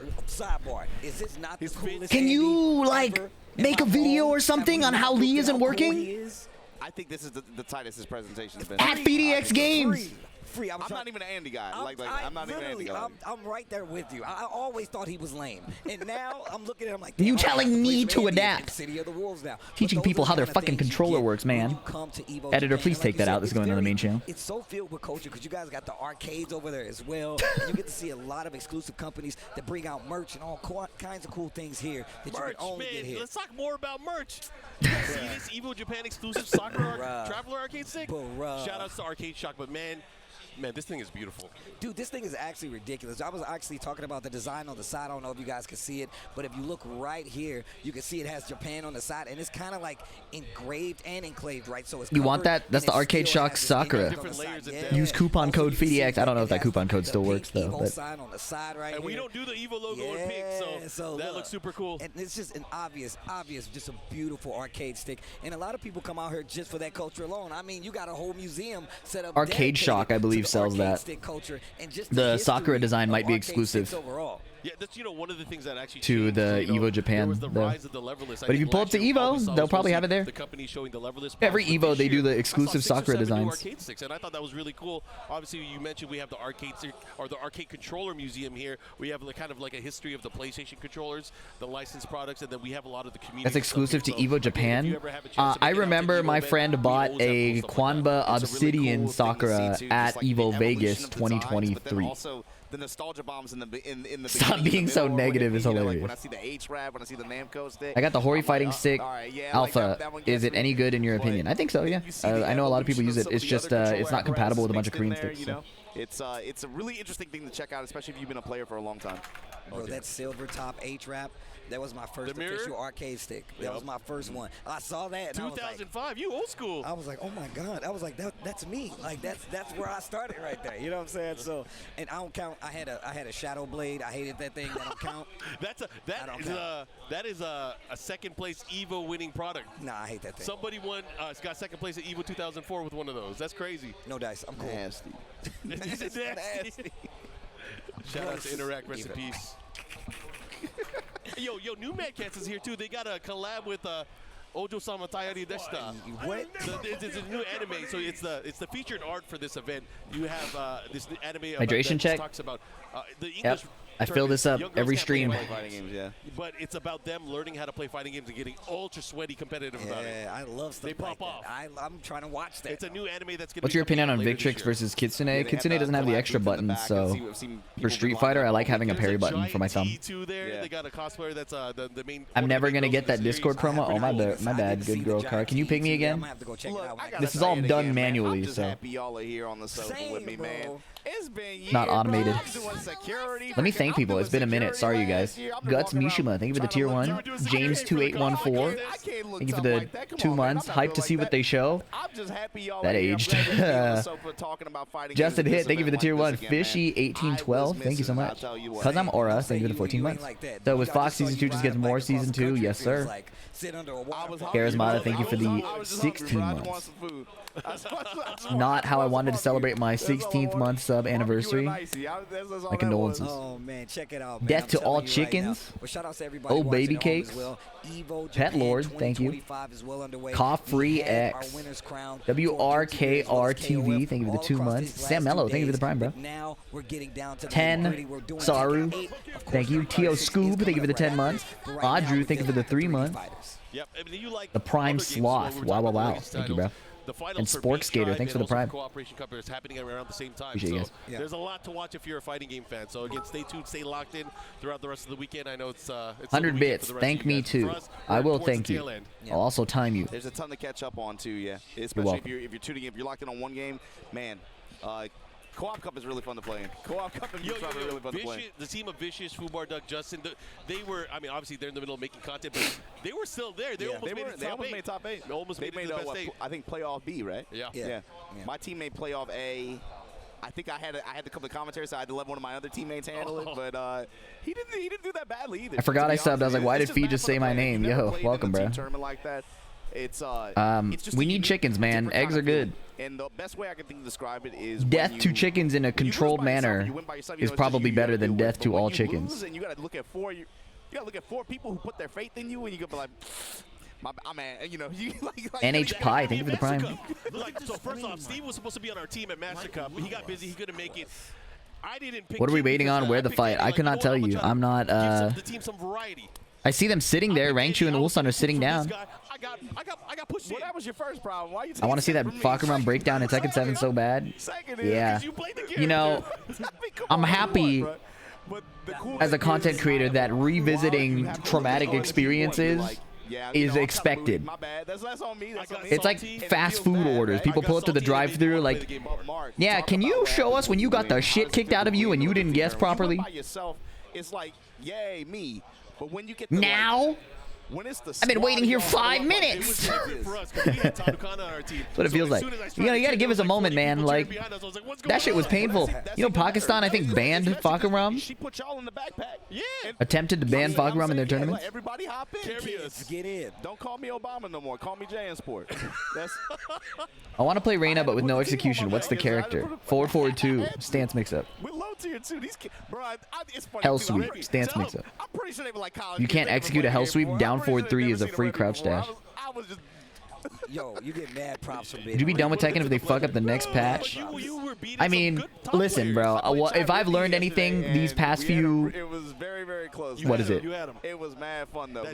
Past 5 weeks, I'm hopelessly addicted to Tekken. I just made like very, very small errors, but it was mad I fun to started play. playing Tekken when I was 4 years old. I am hopelessly addicted to Tekken.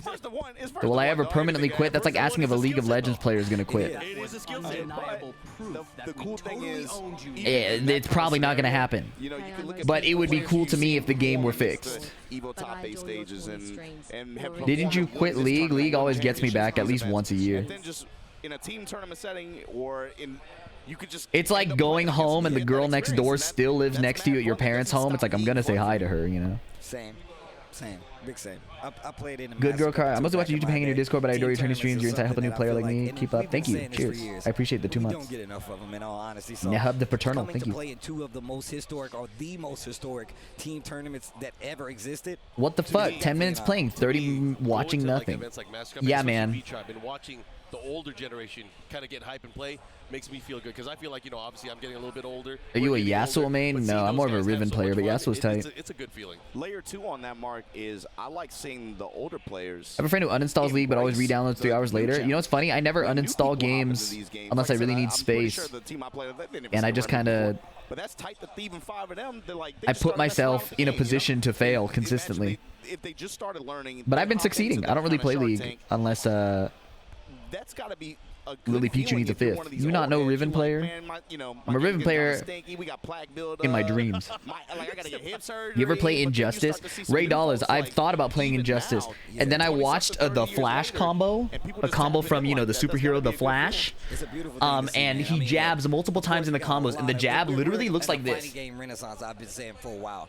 But you still got so his combo looks like games out there that have a lot of history behind them that you can take up and play. So I've never thought that game deserves a penny from me. And the whole 9, man. It's so it's a large part of fighting game history. If you've been traveling, you know what that is, and even more so for those people that are coming in just now, they still got something to look back at and learn new. But to transition, Steve, like you said, who's going to be in the driver's seat to move through this loser's bracket? This is another set that I think is going to be high impact on this bracket. Injustice is my first, Tekken Tag 2 is my second. I never stopped. Wow, that's a big turnaround. From Injustice to Tag 2. Can you go back to NRS games after playing Tekken games? Like from an animation perspective? Because I can't. I started with Tekken. Kind of bigoted. NRS can't help themselves. I think they do it on purpose at this point. Reigning EWC champion. This is reigning TWT champion. What's happening? In losers of EVO top, one of these guys will not make it into the NRS is not that bad. To that point, Mark, you gotta the consistency. Sweet summer child. D-Bay 2, thank you for the 15 months. Played like 10 hours of Tekken, but still subbed to you plogging. Hey, that's fire. I appreciate that. Losers, it's gonna be a little bit more. That much more difficult for them to find the win, especially. Pull up the Eris vid. Is it linked? Did you time him out for that opinion? Both of these guys right now vying for a damn, I need to save that clip. Stake their claim here. Like you said, Ulsan as EWC champion from last year, he automatically has a spot. They're trying to clean the PS5s. Bracket. So if he's able to get into this Terminator top down 3. No, it was Smoke. It was Smoke with the Leffen haircut doing his down 3. How about the previous 2 matches? Knee put on a clinic. It was cool. A champions. My man won TW. It wasn't like Knee was like playing as cracked as normal. Like I think this. I wonder if the setup's laggy or if he's tired or something. Like he wasn't super cracked, but he was kind of a wall. It was really cool. No, pull up. And my man be watching. He comments when all these other tournaments are happening. He'll go and talk to the other players that won or participated to be like, yo, man, you're so strong. He's like not even for his scene solely. He pumps up everybody, and he's just a player. My first exposure to FGC was watching 2017 Punk vs. Tokido in a Buffalo Wild Wings. You ask me questions about That's fire. y'all or like random North American or EU stuff. I'm like, bro, I don't know. Like, why you like? Don't worry about that. You know? Are they replacing the PS5? What is going on? No idea. That dude Rangchu is actually funny, bro. That's why he's the homie. Oh, okay. We're back. We're back. One of the bangers. Yo, the Kuma's coming. What's up, Verdoink? There's a tournament during this podcast. Yeah. He's been really running the Panda. A lot of people tell you, even Rangchu himself, that Panda's the superior. All right, Rangchu on Kuma, no Panda. I think that's exactly okay. Clean walk on the running 1+2. The bear propaganda lives today. They keep telling me just walk it, bro. Okay, counter hit launch. Here we go. Going into heat. Strong air of the tailspin. Big wall carry. Doesn't reach the wall. Nice jab float by Ulsan. Jabbing a bear is so brave. When I think of a bear, I think of my jab being evaded and my lows missing because their legs sit further back. So a successful. There it is. The jab got evaded. What did I just say? But you have to respect Ulsan for making that call out anyways. He'll adjust if his jab keeps getting evaded. He'll just adjust his strategy, right? Oh, down forward 1, pigeon roll. The jab's insisting. You know, it makes sense. Just jab better. If your jab's getting evaded, skill issue. I'm like not even really joking. Like the fact that he's still doing it is really impressive to me. And look at him just slowly pushing him to this wall. Down 2. 8 seconds left on 1-3. 5 seconds. He's got 5 seconds left. This is going to timeout. This is something Rip talked about before. They're like, why doesn't Tekken go first to 3? He said, what if Season 2 makes a change and the game slows down? And now we're seeing timeouts so much more frequently, right? So, like, it makes you wonder, did he know? No, I'm kidding. It's a fascinating change, though, and it's why adjusting formats is hard in a game that gets patched so frequently, you know? Here we go. All right, full crouch low. He's doing the bear stance shimmy. Bear electric. Haven't seen that in a while. Heat smash. That's why he's using it. Yeah. It's the heat smash. It's the heat smash, but it's probably also the jab evasion. Like the way Ulsan plays, like this control style with his movement, his defense, and the jab. The bear, Akuma specifically having the electric that goes under and the heat smash that goes under may be what he's looking for. What Rangchu is looking for. Wow, walked cleanly. Ulsan doesn't go for the 1-3-2 to start a combo. I wonder if that's a bear specific thing. Unbreakable throw that deletes gray health. One of my favorite mechanics. Back 4-3. Okay, look at that. Nice timing from Ulsan. He did run forward into nothing twice and then found a counter hit running 2. That takes a lot of bravery against the bear, who can launch you, who can pick 50 different ways to launch you, right? So he's very confident on having established that the jab is going to be in the way, and then he can run at him with the running 2 and find that counter hit. At lower levels of play, you will probably struggle if you try to imitate that exact style because people won't block for that long. Or they'll just really keep blocking, you need to hit them low. Definitely a high level thing, but it's cool to see. Big sidestep gets caught. Big sidestep again, and we love that. The Season 2 sidestep buff, immediately visible. Big fan of that. Big fan of that.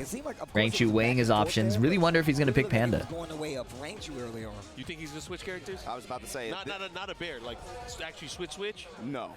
You don't think he'll go to, like, Lydia? They said not a bear, but the thing is, like, the bears are pretty different. He's been running other characters, especially and, yeah, Rangchu does have a Lydia, so.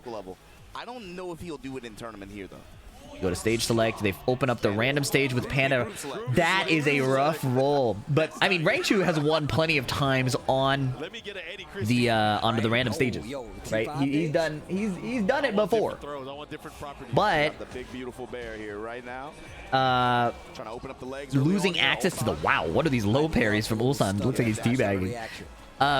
Panda has the heat throw that's unbreakable that gives a guaranteed wall splat if you position change. So if Panda's back is to the wall and he does the heat throw, you get wall splatted.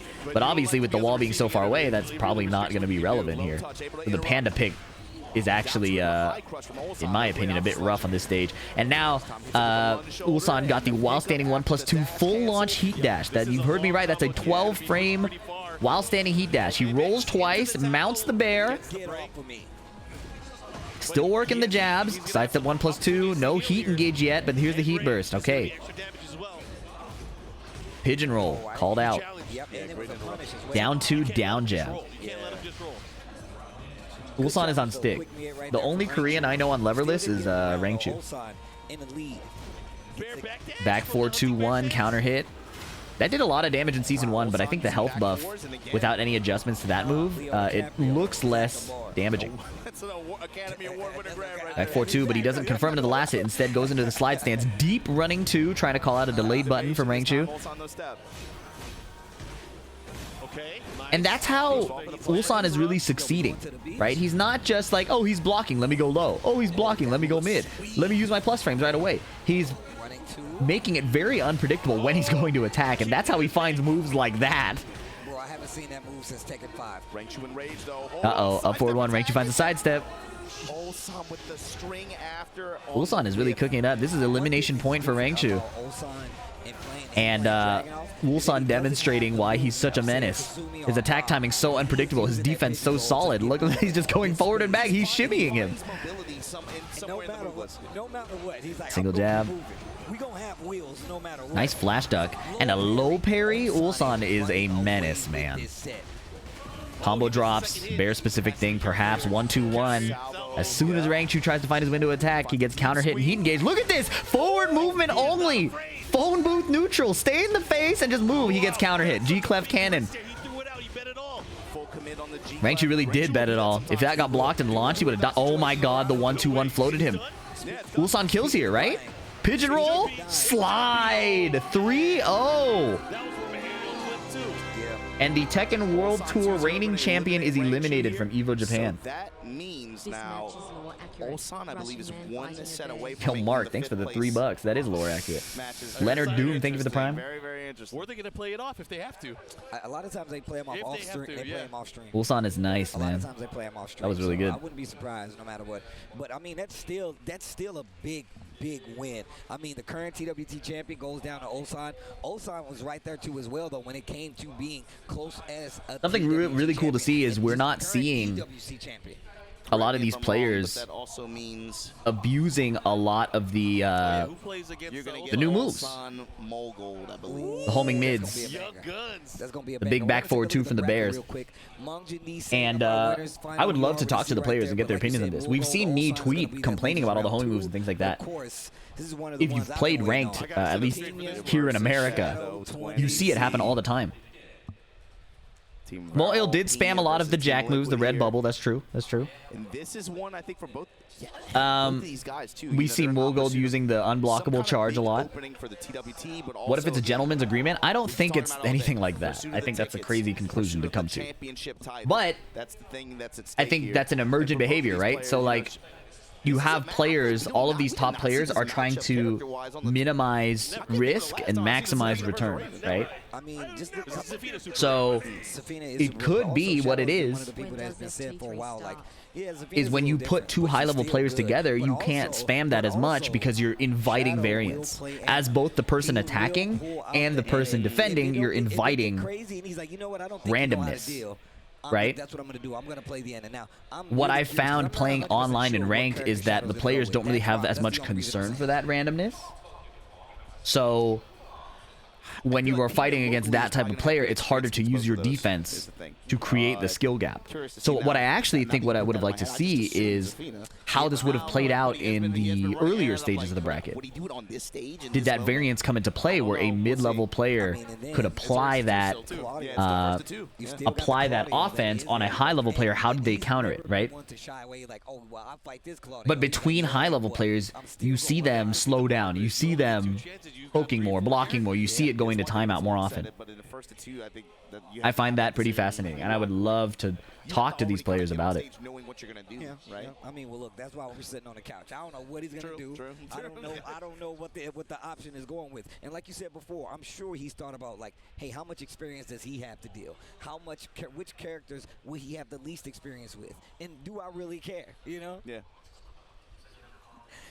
Well, look, guys, we're going to take a quick break, but when we come back, more of the Tekken 8 Top 8 here from EVO Japan. Okay, they're going to a break. Let's look at these patch notes, shall we? All right.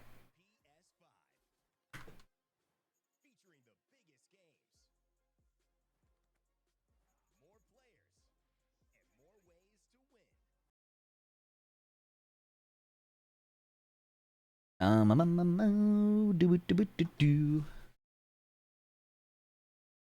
All right.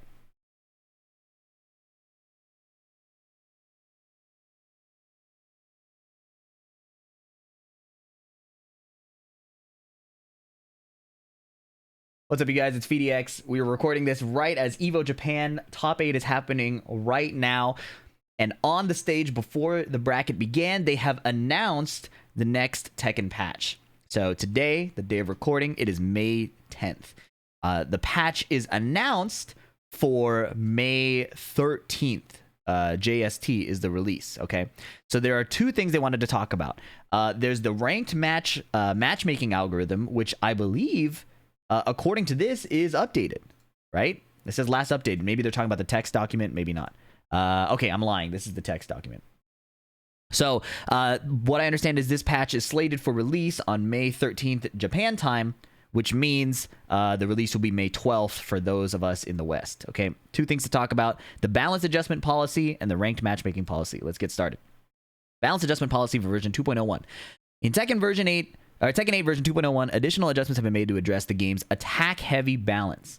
Alongside the previously implemented fixes for issues that could be addressed quickly, this update also begins to tackle longer-term issues, such as reducing air combo damage and reworking heat burst performance, which were raised frequently by players and required more time to evaluate. I am on the side of, I don't think combo damage is necessarily too high. I think that it's a bigger problem that combos last really long and every combo gets to the wall. I think there should be more decision-making on whether you're going for damage or going for wall carry. Previous Tekkens have really high damage, but how you access that damage is like context specific. It depends on, are you aware of your wall position? Are you aware of the max damage route? Do you sacrifice damage to get to the wall, right? So we'll have to see how they specifically implement it, but blanket combo damage reduction I don't think is necessarily what's best. Gradual adjustment of moves with excessive return. Now this I'm excited for. Following the previous update, balance adjustments have been made with a focus on the following points. Adjustment of moves where the return is disproportionately high relative to the risk involved. Adjustment of high performance moves that easily create consecutive advantageous situations and lead to one-sided developments. These are the two biggest changes. This whole can they save Tekken narrative that you may hear from more competitive players or people being negative about the update cycle. This is where most of that concern lies. You're talking about characters going into stance off of a running move, Victor, Leo, Jin are probably characters you see most commonly who do this, although it's a problem across the cast. Through these adjustments, the goal is to achieve a more balanced playing field across all characters and foster an environment where diverse strategies can thrive. Additionally, moves not targeted in this update will continue to be reviewed based on player trends and feedback, with further adjustments implemented as necessary. We'll have to see the details. This all sounds very good, but as we know, talk is starting to be cheap compared to what actually comes out. Reduction of aerial combo damage. In consideration of the current trend of increasing overall combo damage, adjustments have been made to the damage of moves that contribute significantly to particularly powerful aerial combos across all characters. Across all characters is a good point. It's a cast-wide issue. These changes are intended to increase the opportunities for offense, defense, and tactical exchanges, while also addressing the excessive disparity in damage potential between characters. Aerial combos will continue to be closely monitored, and if instances of excessive damage are identified, additional measures will be considered as appropriate. They talk about opportunities for offense, defense, and tactical exchanges. I think this plays in a combo length. I'm a fan of combo artists. I'm a fan of combo expression. I'm a fan of having fun doing combos. I think we've gone too far to one side where you get a launcher and it's a 10 to 15 second cutscene where the defender is really just forced to watch. And let's keep reading the patch notes. I'll talk about like new defensive mechanics, things like like say like a heat push block or a heat parry. Why I am not a fan of those, I'll talk about that after we finish reading the patch. Adjustment to heat burst performance. In light of the fact that during exchanges surrounding heat burst activation, it was often difficult for the defending player to evade the move with sidesteps even when anticipating the activation. The overall tracking performance of heat burst against lateral movement has been reduced. We've already had a nerf to heat burst tracking. Specific characters had egregious heat burst tracking after that nerf. This happened maybe I think in the 4th or 5th patch of Season 1, so back in like May or April. So they're nerfing it further, which I think is really good. The adjustment is intended to make it easier for the defending side to respond through movement or evasion, thereby enabling more interactive mind games that reward defensive techniques. This is good. Being able to sidestep things is a good thing. 3D game. Reduction of chip damage from heat smash. Given that the increase to maximum health has already lessened the impact of chip damage overall, this update limits adjustments specifically to heat smash, reducing its chip damage output. Rather than implementing a broad revision to chip damage at this stage, we have opted for a targeted response. Moving forward, we will continue to monitor match environments and player behavior and consider additional adjustments. This is interesting. They call it a targeted response. To me, this feels like a blanket response. All heat smashes, less damage. That seems very non-targeted. I mean, obviously, it's better than a full uncontrolled adjustment there, or like a huge blanket adjustment. But to me, the problem moves are specifically to the characters, like characters with charge moves, like Asuka's charge full crouch down forward 3, the Bear's specific running 1+2. There are particular moves that have way more chip damage, and I think that while chip damage is problematic, I would rather see those moves hit rather than all heat smashes. Future adjustments. The next update is scheduled for release in June 3rd. This update will include adjustments to certain character-specific moves that consume remaining heat timer duration, as well as balance improvements through targeted character tweaks. Building on the outcomes of the previous and current updates, we will continue our efforts to enhance the overall battle balance and ensure a more refined and competitive gameplay environment. Thank you for your continued support of Tekken 8. This is good. They acknowledge that the competitive environment is less than stellar for the people who are really serious about the game. Specific things about the heat timer moves I think is good. They have successfully put me back on the hook in terms of hoping that the game does get better, and it's hard to have an estimate of when it will be done. Again, we'll have to see the actual patch notes because the words that come out and the adjustments that come out have not always been in alignment. But next, let's look at the ranked matchmaking changes. I'm not actually going to look at the ranked matchmaking changes yet because the EVO stream is back up. So we'll have to look at that again in the next ad break. Man, just playing in the tournament, to be honest with you. Playing in the team tournaments, I had a great time. How about you, Steve? I would say watching Guilty Gear Strive and commentating it with Ranger Sajam. Last night was wild. Yeah, no, for real. And it mostly because, like, we have a format where we can just sit, chill, and talk. And as Ren said, he's like, Sajam and him are my Guilty Gear children because I got them, I put them on. So it was dope to actually be on the mic with them talking about Guilty Gear Strive after they did Arc World Tour and just being a fan of the game. So feel like you was just hanging out with the kids. Yeah, I was watching the kids play in the yard. No, now. Hey, you be careful, don't trip over that water hose. You gotta come on in when the lights come on. Come on in when the lights come on. You know, for me, it wasn't even at EVO Japan. It was a little bit before, but when Justin and Yipes went out to Big One to play against the local scene. That's real. For me, that was really, really dope to see. That's real. That's real. That's real. And like I said before, shit, I'm just happy y'all. I'm happy everybody's here, man. I'm happy everybody's here. We can do this the way we've been doing it this weekend. It feels nostalgic in some ways, but it just feels good again. Feels right. Yeah, that's the one. Feels right. Bro, look, don't get me wrong. We were doing this from SF. You were over here running the grounds, hiding. You know what I'm saying? Playing security guard. But now we over here taking it in with you. I got to see a job again. Right there. They literally stopped me. They was like, yo, Steve, bro, what are you doing during EVO Japan last year? I was like, I'm going to go to Japan. They were like, can you not? I might need another coffee, man. Why? I want to be there. So the fact that we're back here or a sip of some liqueur. I get to hang out with the boys. I get to see the games in all their glory. Experience this. Not liqueur, of liquor. Stuff, man. Y'all know me, man. Hey, Fee, you're not as bad as I initially thought you were. Stuff that we love. So yeah. Especially for this event, because I don't, you know, I was talking to Mark about this too, but this event it's getting bigger. This event's getting bigger. And that's really refreshing for me as somebody who's been out here for as long as I have. I've consistently, I've seen some events pop up, and over the years, I'm constantly, as a player and as a You're community member, where to watch without FeedX. I'm looking for the growth. I'm looking for the expansion of it. And some events, you know, if this, you know, it didn't work out maybe for some, but I'm glad that this one so far, the way the community. That's funny that you said. Rallied around this. What did you say again? Like I said, legacy communities, but also new communities as well. The fact that people just be coming out. And Maybe it's a good thing. This is my streamer brain adjusting. I forgot what he said already. And maybe that's a good thing. I always talk about when I go to tournaments, the big EVOs. Maybe that's a good thing. People telling me they're coming to stuff for their first time. I met a dude. But I was about to say that I like you less now. I didn't even know EVO. So while your opinion has started to improve, mine has only diminished. No, we're going to EVO. But because I forgot who you were and what you said, I will not time you out. Hope you enjoy the stream. Crazy, like Norway or something. Like it's interesting to see people being able to travel to something as big as EVO, and it doesn't have to be. He's self-reported, bro. All right. I will not tolerate that disrespect. But it's a short timeout, 69 seconds. And Vicarious Tim, next time don't jump in front of him, okay, and take the bullet for him. Like this. But we're gonna take another look at the bracket right now. You can see right now we're on this loser side. Of course, winners finals is already signed, sealed, not delivered. Mool Gold all signed, gonna be round 2. But of course, Moil waiting.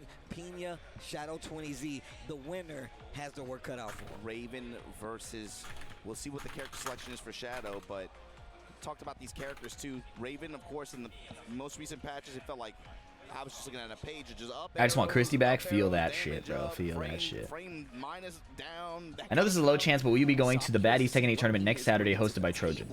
No. We went over the path that these players went to get When here. Season 2 dropped, my competitive plans went down the toilet. No slouch himself. Shadow went to losers early, right? Yeah. 11-1 to make it here. Let's go, Shadow! Stone Cold Shadow! Everybody raid the Evo chat with Stone Cold Shadow. Get in there, get in there, get in there. This is so important. I just think about how This is so important. All right, ready? Paste this in. His Master Raven was. Does everybody have the Evo chat open? The changes, like you said. Twitch.tv/Evo. This character be getting All right. out here, bro. I'll be scared. I'm like, bro, stop. 5 what seconds. you doing, you know? You know, going from the Pina step, the 5, you know, movement techniques. 4, He was someone 3, who, especially 2, like later in 7, 1. like was the main Stone Cold Shadow. representation of pushing Get in this there. character forward. Oh yeah. In terms of combo recipe was awesome, especially some of the stuff he would come up with. Also movement techniques. Curious to see how he represents in this version of the game. In early, he was kind of wavering. I remember he was using the Bears in tournament. Yeah. He even used a little bit of Lydia, but he was I got timed. yeah, now that he talked about his a bit blessed, there was a lot of positives on his side. I feel like he is. Whoa! Blame FeedEx for the spam. Is that guy in this chat? Or anything like that, like you saw last year, right? And the other He's not in this chat, but if he shows up, write his name down. Write his name down. When your teammates are so successful, players like Al, players like Rangchu, and Unbelievable. Unbelievable. That's actually unbelievable, bro. When everybody else is having that kind of success, Holy snitch is insane. Kind of quit halfway through. I think for him, there's a sense of expectation and a sense That's of so pressure that crazy, weighs bro. on his shoulders a bit. But looking at him on the stage, like I said, with him, emotion and the moment is a big deal for him. In Narc.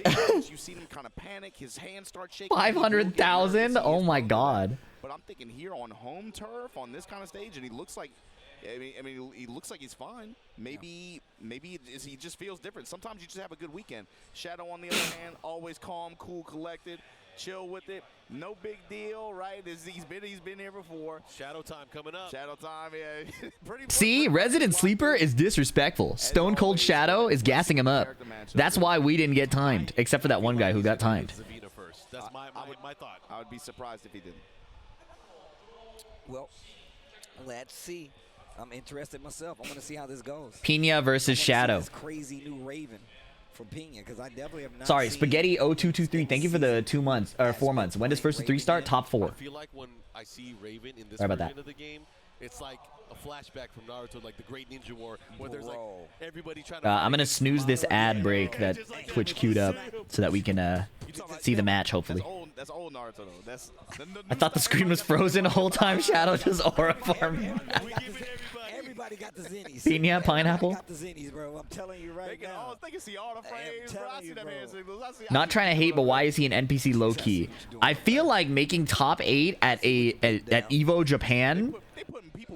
Fuck it, top 8 at any offline disqualifies you from being an NPC. I feel like you just wanted to say that. How you gonna put a man in a tree like that? That's crazy, bro. Yo, just kill me. Don't Like, I feel like making top 8 at a major is the least NPC behavior possible. What you mean fruit comes out of the tree? Where does it come from? Chakra? What? I want to gamble. NPC is definitely not the word, yeah. That story that cuts deep. Like, I feel like as I'm new. Why doesn't Shadow smile? It's scary because he's stone cold, bro. Yeah. Unshakable. Conversation about Bleach. I'm not gonna say specifically what the Bleach conversation was, but you know what I'm talking Being about. one of the best in the world makes you an NPC, apparently. There's something about brothers from Tennessee. They love Bleach. They got a Bleach church in Tennessee, bro. They got a Bleach church. It's just Tennessee, bro. You be out anywhere. I was at Coachella. Dude walked up to me. Yo, you like Bleach? I can't explain. Like, where you from? Where you from? Tennessee. Memphis? Like, what is it? What is it? There's something in Tennessee. I could have probably read the ranked matchmaking thing. All right. Pinya got the headset on. He's trying to lock in. Shadow don't need none of that. Shadow, I'll be smiling if you do some funny shit in casuals. Yeah. They got the thumbs up. Finally got the okay. Let's see what it is. It is what we Ain't shit to smile about for him in tournament. Yeah, not this season either. Sorry, I'm hating. All right, Infinite Stage. Yo, the classic. Raven versus Yo, that's wild. Zafina. Bro. She got a whole monster in her arm, dog. She's a little freaky with that. And this is a whole What did he just say? Forward, no knockdown anymore. Both these characters going to be throwing a lot of stance pressure at each other. Okay, hell sweep. Shadows. Oh my goodness. Sidestep and then gets parried and then hit in the rear. That was not Obama. That was Markman. I think early on we're going to see Pinya putting him in the blender like Swept again. Trying to just go crazy, especially first to 2 format. Running 3 here. Shadow Clone's going crazy. Okay, sidestepped. Knows it's minus 13 now. Yep. Down 4 1 strings in response. Down 3. Sidestepping. Shadow trying to retain wall control, but Shadow has all the resources still though. Yeah, the new move. Use that, but that move is good. I love how he Homing mid. Oh, he got swept. Okay. Goes for heat, but this knockdown ain't gonna give you anything except for a round for Pinya. Pinya has always been Okay, counter hit while standing 2. Hold on. Pinya kind of cooking. I fought Pinya in the CEO top 8, and he was a menace, bro. Really effectively down 4 there as well. Second hit whiffs for some reason, and Pinya gets Shadow's back again. Big low. Shadow mashes. The self chip is adding up a lot. The self damage, that really stacked up really quickly. Pinya breaking his ankles. Yeah. Nice counter hit. Guaranteed follow up with a heat engage. No more full launch. Stance cancel into hell sweep. All the lows. Shadow finally blocking low. Finds a combo off of that. That was cool. Side swap. He's got Azazel's power. But of course, he coming into play here. Counter hit from downtown. That was so far away. I think Shadow did a back 1+2, and he must have hit like Zafina's arm. He missed. The big low.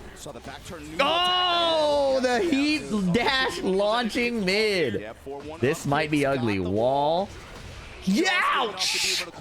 Fast 3-0. Pinya is feeling it. It's on Shadow now to adapt. Man, that was 3 hard rounds straight. Yeah, you man. Shadow here, what are you doing? Are you pulling out? Whoa. King Ray Jr. So coaching. Yeah, we do have the 1-minute timer up, but amazing. Pinya opened this up very offensively. He thinks first to 2 format. I'm gonna throw everything but the kitchen. King Ray Jr., I trust his advice if Asuka's not on the screen. Because he's known to downplay Asuka no matter what. But in this situation, no Asuka on the screen, I trust his advice. With the Ravens, it's like you let him get started, and it's That's a lot of words, though. I think they're exchanging a lot of information. Or especially with the way this game is like, oh, you're gonna give me the opportunity to get started. But the question is, does Claudio come out, right? Does Anna come out? Don't mind if I He's stuck with Zafina, I think. Him at this point, the best defense he has is Okay. unstoppable offense. Yeah, he has to go in. The lows were all everything Pinya did was working low key. So I think I want to see more Zafina stuff on the screen. Down forward 1, good start. The new low. There you go. Here we go. What do you got? Oh, look at that. 2 wave dashes into the mid, which is homing. Heat dash launching, homing mid. Nice small sidestep on the power crush. Stance cancel, and he baits the parry. It does that on counter hit? Yes, it does. Okay. Heat smash. Nice. Shadow putting his buttons on the screen a little more. It's what you got to do in Season 2. It's what you got to do. If you're sitting there blocking, you're in a disadvantageous state, right? And Pina is making sure that Shadow is the one blocking. So Shadow pays it right back. It's a little backdash. Big low. Counter hit. Raven players want one thing, and it's disgusting. It's to crouch and hit a button. While standing two, the new double punch. Yeah, he does not want to be in that corner. Not having an area Pina. to move, you know, obviously Zafina having great movement, but Thriving. Nice. 2-hit string. Counter hit. Backflip out of there. Running 3 into pressure. That self chip adding up, but now counter hit. He's going to regen all that with this combo. No clean wall combo. Poking the legs. Orbital over the second low. Zafina goes for the slide and gets launched for it. Strong aerial tailspin. Every character gets wall. He did not get wall. He got close though. Down forward 1-4. Raven's clones in heat with the orange clones -3. Or they changed the frame data. The purple ones are -13. Somebody will have to clarify for me what the gold ones are now. Season 2 changed it. Down forward 1 pixel. Harada's magic pixel. Nice! Blocked the keep out attempt. Gold are still -3. Okay, thank you. Okay. The mid and Shadow stood up just in time, but gets orbitaled by a different launcher. Late wall splat. Pina gives up the combo, goes for the power low into the homing mid. Duck, duck, goose. Sidestep 1+2 heat dash launcher. And now Shadow fighting for his tournament life. He put out more buttons on the screen. Pina started countering those buttons. Pina also flowing into his offense a little bit faster. It's paying off. The new low. The homing mid. We can do it. Pina picks him up on the wall. Needs to be careful. Huge plus frame. Shadow goes for a parry, and the low goes through it. This is an ugly situation, and the heat smash should do it. Now, I spent the winner's side gassing up Season 2, and I feel personally that we got to see the other side of the spectrum. We got to see big power low, be able to try to use his ability. big homing mid. Get some of these defensive call-outs. And that's not to downplay what Pina does. Pina has been a Raven expert for a very long time. But Shadow's defensive playstyle very clearly getting run over here by the development changes. You got to be proud of Pina, though. Pina has been sticking through it. In Season 1, he basically lost his character. Pina was trying out Kuma. He was trying out other characters, trying to make it work. He was still a sponsored player, and he didn't believe in the Raven. And now with this version of Raven, he gets to shine. He gets to flex his expertise. So very exciting for Pina to have that opportunity. Instead, does the new attack out of back turn, touch him low. Then what do I do after that? Windmill. Then I go with the dash 1+2 double. Stop downplaying Season 1 Raven. I don't think I ever downplayed Season 1 Raven. I said that Pina did not believe in using the character. That's a Pina thing. So of course that means Moyle is going to be facing off against Pina then. Yeah, so you're going to get a Raven versus Jack. When is the last time you've been able to say that? Once again, I don't know if I saw that at all last year. Both of those are rare characters, so it's going to be fun to see. Why is the mid homing, man? Who's going to pop off more? Why is the mid homing? Characters that, we've been getting in the last few tournaments. It's just been really good. Like the lowest stepable with the mid is homing. What's the point? You're still guessing anyways. You see there, winners final, Mangja versus Knee. Both of those players at this point. Is it scary to duck Raven? Almost all the lows hit. Well, yeah, like he killed Shadow twice with the heat dash launching homing mid kick. These might end up being pretty important matches, especially that Ulsan Mogul. Remember that one. Oh yeah, that's gonna be big business. That's gonna be big business right there. Is the home mid safe? I like that. I like that abbreviation for homing mid. The home mid. He's a threat to Yora. And just the same. That's funny. Ways, but I really want to see how this goes. I'm pretty sure it's safe. Approaches this matchup of potentially fighting a Dragunov from Ulsan. Mogul Ulsan too. I want to say check the patch notes. There was like a 3-week stretch where they were in grand finals at like 3 different tournaments, man, on 3 different continents. Wasn't it, I believe it was Korea. Somebody put in precisely crafted working mix-ups in the cover letter right now. Oh boy. 2 grand finals in 3 weeks. I know Or it something like was. that. I know you're talking about the ATL one for sure. Yeah. And I think you're right about Sweet DreamHack Sweden as well. I'm going off of memory. It just, Yeah, no. Hey, look, trust me. I'm never the one to say you're wrong, but I'm just saying I definitely remember a Super Tournament ATL that happened in Korea because I was there, and I was like, man, Morgul, this dude is going crazy right now, and he took some names at that tournament. It felt like early on, especially in the initial version of the game, he was somebody who just jumped out in front and just made a very Mix-ups don't work if you can step it. My fault, man. My fault. Claudio, I guess, but he hit the way I his gameplay apologize. is and the results too. He just made a very smooth transition. I mean, and this is why I was talking about it earlier. Like, that was one of the big things because Morgul had not been traveling at all before that. So that was his first year really going out there and being like, hey, I'm going to. Like, What's the make button? this my thing. Is it back-facing opponent? Here, especially, you know, Did they say new heat engager It's maybe? not like super common, but they were like, no, Here, Morgul was that dude late in 7 when he still wasn't traveling. Or it was always a Once heat he engager, got wasn't it? The cuffs taken off and he starts going everywhere. I mean, yeah, While it makes a standing lot 3 of plus sense when you 4? see the success that he had. There we for a go. lot of these players, especially Yeah, like, it's made safe. Like, -9. The first time they go to like an American tournament and they have to deal with the crowd, that's always an eye Speed Kicks is on my side. Jin is low tier now. Or to kind of block that things out, or use it as energy to kind of propel you forward, right? Like John Ding. Yeah, that's cool. That's cool how some players ride with it differently. You know, like some players ride the wave. That's funny. Other players they try to like block That's it out. funny. But it's cool that you see that like diversity and approach to solving for that problem. It's a unique problem too, right? It's a very different kind of energy in certain regions versus others. But for sure, Mogul is definitely one of those ones that This is an educational moment. Keep it calm himself down, lock in. I wanted to kind of comment as well. I know there's a lot of guys that are first time into Japan, first time at an EVO Japan event, international players. I know JJ Breeze from ATL Nice try. out here. He did some work. He beat a lot of international players. Ty as well. And we were talking about that. JJ These Breeze, guys. King Ray Jr., Hendo. Who else was? It's essentially using someone's prestige or perceived expertise to bypass critical thinking. Like this. I'm trying to see him back for a Master Cup. And you know the fact that Jin was in the statement that he is indeed trying to bypass critical thinking. Y'all need to go to Master Cup. Like, we need a Jin team player. Master Cup of like a USA team. Editor, please take that out from the main channel video. Thank you. That's good for some of those newer players coming in to come and see. Have that experience. Yeah, you want it under your belt. I'm telling you, it really does kind of change the chemistry of how you play the game. I only play casually. I've only played once in season 2. How's my main Lily now? Lily has her sidestep is even more egregious now, which is cool.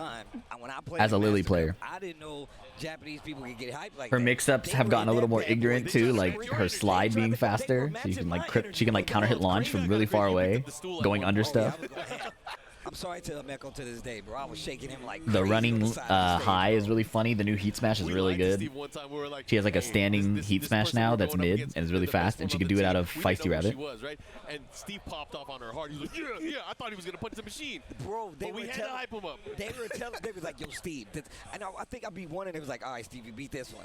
But For me, this EVO feels boring and empty without the people from We Pakistan. said something like, yeah, she's taking God rank. You got to deal with her. I think it's valid. And I went to like, I'm trying to kill. Like, it was literally. Steve, you probably scared the shit out of that girl. I think it's valid. She's probably scarred right now. I got PTSD and everything. No, she was here. She's still playing the Yo, game. Speed, there's a lot of cap coming through in your name. Chill, though. I mean, but look, all I'm saying is I'm like, down to shoot. Just you let me don't know. Get there by yourself. Like, obviously in my head, I'm like, let's go off. Bro, it sounds like I'm glazing, man, but I'm being like genuine. I'm being dead serious. It's okay to glaze things that are fun. Daniel Moto. It's fun, bro. Y'all be crying about all this other. Bro, can I have fun? What happened to fun, man? Can we have fun?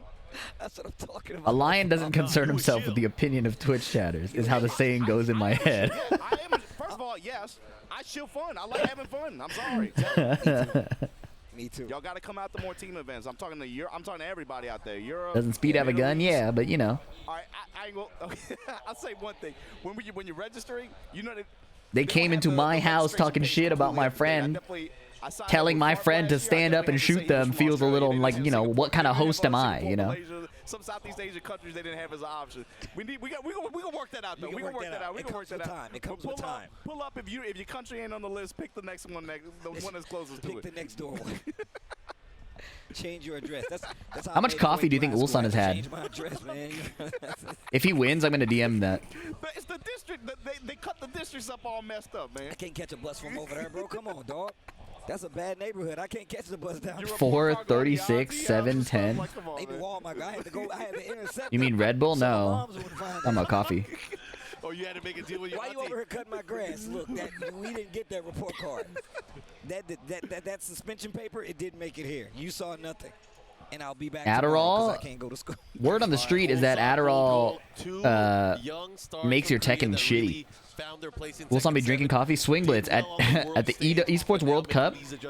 He played the grand finals on 8 cups of coffee. The best of the best out of Korea, but only one of them can move on. This is a losers bracket elimination match. This is gonna be scary, and this is when you see Ulsan. Ulsan starts off and he just builds be up. stressing me out. He do, man. Not true. His mannerisms. I spoke to him about this. What the fuck do you mean not true? You're telling me I should not believe what I spoke with Ulsan about and watched him play and watched him tweak on the stage versus an orange name in my chat?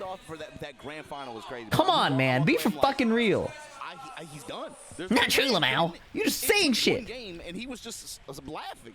He was just laughing. He was having fun. Ulsan versus Mulgol. Here we go. He's still rocking that character too. Are there a lot of Dragon players left, guys? I feel like we've seen a lot of people kind of leave the character. Yeah, these pros ain't loyal. They not. Exploding wall again. Dude, Mulgold has found the secret sauce. He picks Claudio and one of the walls will explode when he points his finger and shoots. Or kicks you in the legs and shoots. Or kicks you in the head and shoots. Small sidestep, jab. DP underneath the delayed running 2. Nice call out. Esparici, round 1. That was quick. Gold's gonna play this match because I'm already seeing the difference in how he fought me. Look at how different this will be. Tasty Steve saying it'll be different from when he fought Nee. I'm curious what he means. They bang against each other pretty well. Yeah. Dragunov obviously not the same counter hit character that Nee is, or I mean that Brian is. I meant to say Brian and I said Nee. Can you imagine? That's so cool, man. That's so cool to have a character that people associate with you so much you mess up the character's name with their name. Ulsan rolling around, yeah, bro. You know Bandai Namco's best-selling. Oh, guard break, wall splat. Should have rolled, buddy. You know that the Bandai Namco is one of the most successful video games is Dark Souls, right? So like, of course he's rolling around. It makes the most sense. And one of the reasons I even pointed that out is because we saw how. You got Noctis. People did say FDX instead of Noctis, which I think is pretty fire. The frequency of attacks that we're looking at here in this matchup comparatively for what we saw him playing earlier. Oh my god, these dudes make Dark Souls no wonder. I'm saying, bro. QCF1. Oh, he tried to sidewalk. He got it that time. Blow up the wall. Take it away from him. Yes. Immediately just harassing with every low in the book to open this round alone. Here we go. Ball combo from Ulsan, though. Right back at you. Activate. Snap it with the back 4. Okay. Mulgold survives with a lot of gray health. All that he was in heat when that whole thing happened to him, right? So everything is gray. That could have been worse. Okay, no starburst. We got some raw Tekken for a little bit. Never mind, homing back one. In the back 4, the close out. That was disingenuous of me. Homing moves are Tekken, and the changes to back one feel pretty fair. I feel like he has options. I know he's It's still a crazy move, though. Does he need a different offensive tool? That's a, I was gonna say, was it Reina? Because the thing is, Reina? man, like, I don't know about that. You said this. He likes to move. He's like, my characters need wheels, baby. I need an office chair of options. This is a 3D fighting game. No cap for the longest. I thought Fee was Phil DX. You see what I mean about the orange names? They just keep doing it. Reina! Ooh! I need more horsepower, baby. Sometimes having that presence of either the forward 4-2 or the... Wait about the Heaven's Wrath 3+4 his way into a dub. You know, how your opponent respects you. Yeah. Wait till you hear the static electricity. Wait till you hear it. It's just movement, baby. That's just movement. That's my skates. Zoop, zoop, zoop. Don't complain. Dude, they got the stage with every wall exploding. How does he keep doing this? How does he keep doing this? He got Claudio on the Mickey Mouse Clubhouse stage. Immediate difference in terms of the first game from the last game from Okay, jab interrupt on the Sen 2. You see him with the dashing. Okay. 1-1-2. Get those stances running. He didn't go into stance. Down forward 2 raw. One of the crazy differences too, if Reina lands a launch, she's gonna put the hurt, especially. Okay, down forward 1-1, second hit. Catching the sidestep block. Mulgol did take a page out of Tanvir's book, bro. Sidestep 4, everything hitting. Ulsan finds a heat engage. Down 2, new stuff. She's regenning heat in Unsoku. I didn't know that. Didn't spend the rest of his heat with that down forward 1-2. That was good. Oh, partial charge. If you try to stop the full charge, you get wall splatted. That was sick. Dangerous whip there. Okay, up 2. Down 2-2. Nice block. Little punish. Goes in the stands. Will go. Forward 4. A few plus frames. Trades with a down forward 1 here. Forward 4-2 connects. Hell sweep. Mid. Ulsan working tons of pokes. Down, counter hit down forward 1. The new low. Into stances. Uh-oh. Sidestep wall splat. Clean defense. Her back's to the wall. He's going to point the gun. He shoots. Spending the heat. Bit of regen. Homing attempted. Nice duck in the second hit there. Electric. Uh-oh. Counter hit sidestep 4. Sidestep 4 again. Wow. Working the legs non-stop. And Ulsan is running out of opportunities to save his tournament life here. Whiff from a distance. Jab interrupt again. 1-1-2. Then 2. Sidestep 4. Over and over. 1 block, but is it enough? He's just going to try it again. Getting some chip damage. No wall splat, so less damage. He's rolling! Oh! This is the Dark Souls company, bro. No! VDX combo! Oh! Sidestep electric! Doesn't miss a beat. You mess up, it's on to the next play. Step on him! Nice! That was sick. That sidestep electric was fire after dropping the combo. I would have been tweaking. Ew, in the rear! But oh my god, the recovery is so fast. War God kick. Running for the mid. He tried to hop kick out of there. Oh, spin to win. Cancel. Oh, running 3 got anti-aired with the get-up kick. Back 2. The gun. 4-4-2-3 flow. Down forward 2 to pick up. Yep. Oh, step on him. Nice. Down forward 1. Hold on. He's figuring it out. Big round, of course. Ulsan needs this to stay alive. Let's see what he does. Counter hit jabs. That Claudio move is ridiculous, man. Nice duck. Full crouch. Down forward 4. Wall splat. That went so far. He finished the string, and Mughal got wall splatted. Forward 4. Forward 4 again. Running up. The new down 2. The new low. Oh, we getting stances. Running 4. Oh, the stomp into the War God kick. Ulsan finding the momentum he needed. Deep breaths. Deep breaths. Well played. I already knew what was gonna happen. He was like, nah, bro, I'm fighting in mud. I can't move. We gotta change. And now it's 1-1. That all turned around because Mughal went for the running 2, and Ulsan was ready and waiting. Hit him with the big crouch kick. Boom. Fighting in New York. No exploding wall. And the exploding walls didn't come into play in the last game. They didn't get a chance to get down to the Mickey Mouse Clubhouse. The deck is shifting in Ulsan's favor. Back 1 hits airborne. Yaha! Running 2 to the face. Running 2 again. Shoot the gun. Sidestep 4. Ulsan is picking up on it. He's starting to block, but the forward 1+2, 1+2. Strong aerial tailspin, making this combo go on forever. Running 2. Running 2. Yes, noob. Oh, he blocked. Unblockable. He builds some space, gets a knockdown, gets to activate heat. No, he's waiting. He's rolling. Partially rolling. Running 4. Step on him. That's now plus. Sidestep heat burst. Down forward 1 counter hit. New stuff. Heat dash. He's equalizing. No more starburst. Waifu over and over, and Mughal does not bite. So confident. Whiff punish. Single wave dash. Mughal so poised. Doesn't bite in any of the wave dashes. Just finds the 1-2 and then the down back 4-3. All of that movement for what? Why are you moving? This is season 2. Oh, no launch. War God kick. That up forward 2 is so crazy, man. Why did they give him a low evading demon paw with frame advantage? The gun. Of course, he gets starburst now. Hell sweep, no lows, no lows. The mid, duck duck goose. Full charge guard break. Oh, nice. He survived and he gets a float.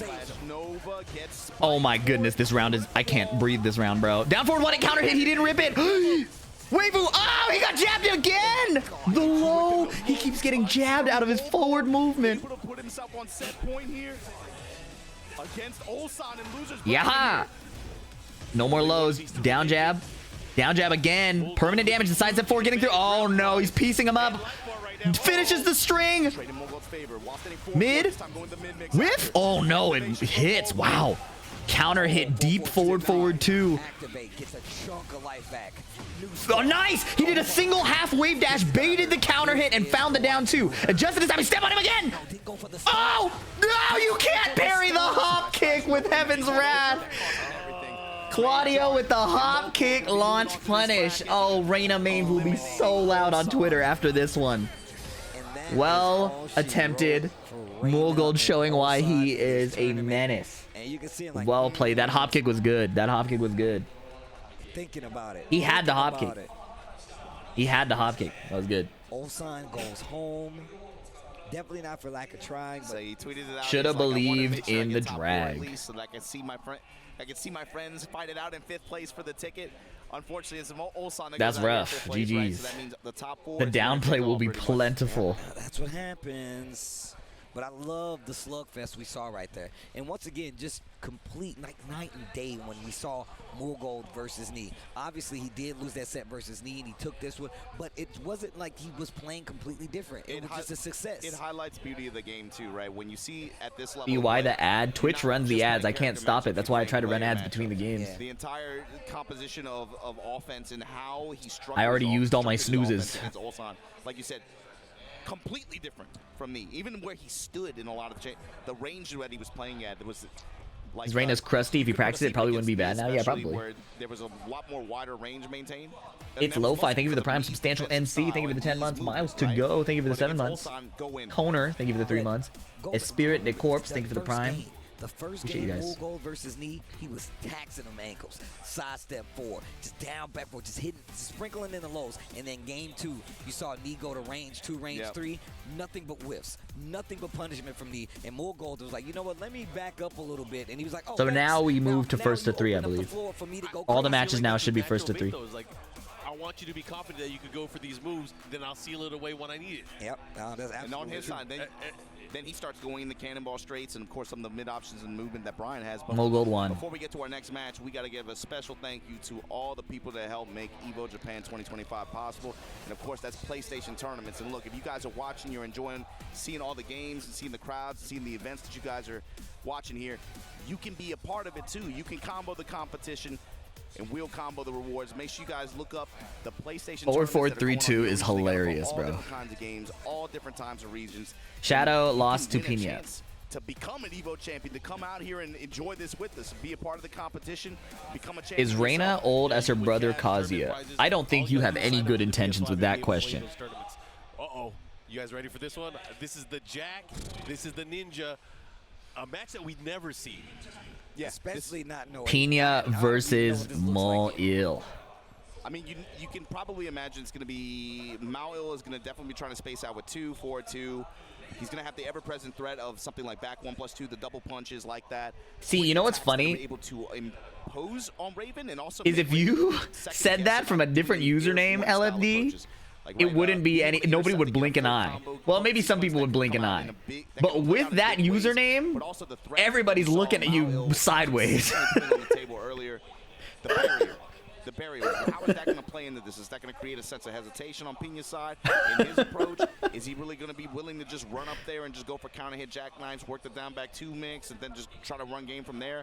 Is he going to try to open with Soul Zone, back up? I don't know what this looks like either. This comes down to ninjutsu science, man. What is stronger? Is it the chakra? Is it with this username? They're looking at me sideways no matter what I see. Yeah, but you do a great job of making it worse. Ninja science, bro. I don't know, man. We're gonna geek out on this all day. Yeah, you know, we look. First off, us just sitting here on the couch, I know we can go down a deep anime hole, but we're not gonna do that. Do we need to tap up Tennessee boys right on this one? I feel like that's the whole discourse. They like, talk to me, Obama. Talk to me. All right. 1,000-year blood war. What happened? Bruh, there's something about that state. But anyway.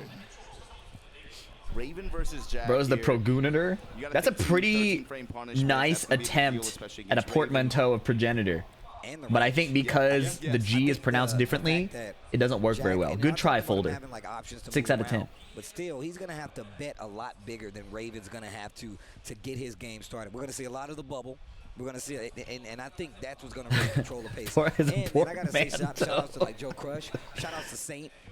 who really kind of put Portmanteau into the mix, man. It's Like, where they have you really been like, hey, integrate other words this is a part of our game. And on top of that, they've into. changed it to a point where, like, It's where you integrate other shouldn't words, use it, like especially in kind of the like a season pun, where, right? Like you said, you can't sidestep for real with Jack. You really have to overcommit in some situations, especially matchups like this. It forces every Jack matchup into a chess matchup. It does. You have to So it's like if you have shitty anti-airs, I might call it a Dante air. You know what I mean? That's a shitty portmanteau, but you get the idea. He has to be very careful. He doesn't want to get clipped on the back of the head, because if he gets clipped on the back of the head with the make some noise, he is going to get destroyed. That is a ton of damage, raw damage before the launch.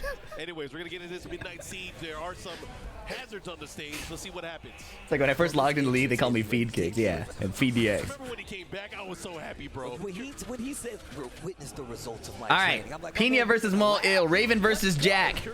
Will we see noise made? Counter hit, crouch throw. We'll find out. Let's see. The big bubble, little punish there. Counter hit while standing 2 off of the crouch dash. If you're a Raven player, literally just do that move. I promise it'll just start working. Up kicks into activation here. Yeah, keep the mix. Okay, wow, clean sidestep. Oh, I thought he's about to do it. Nice break on the 1+2. Nice break on the power crush after. The Jack players like using that throw. And one thing that's important to know, I think, especially if you're a newer player, is it's not just, am I doing the throw and is the throw hitting? It's how can I play the situation after the throw with the different frame data, with the different spacing. And Jack players love doing that throw into the power crush, that wall splats. I love the fact that he has like a So keep that in mind. It's not just the throw itself connecting or not, it's the gameplay after the throw as well. That's something I was curious about. Stuff like running 3 All right, is an he's got the big G. Hell sweep. The Soul Zone not being -15 anymore, the low, is a wild change. Down forward 1-4. Pena is running through this bracket, man. Pena right back in here.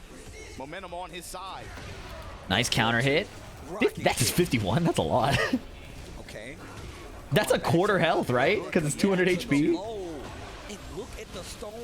I think it's fine. I think high damage Tekken is fine, but that is a lot of damage.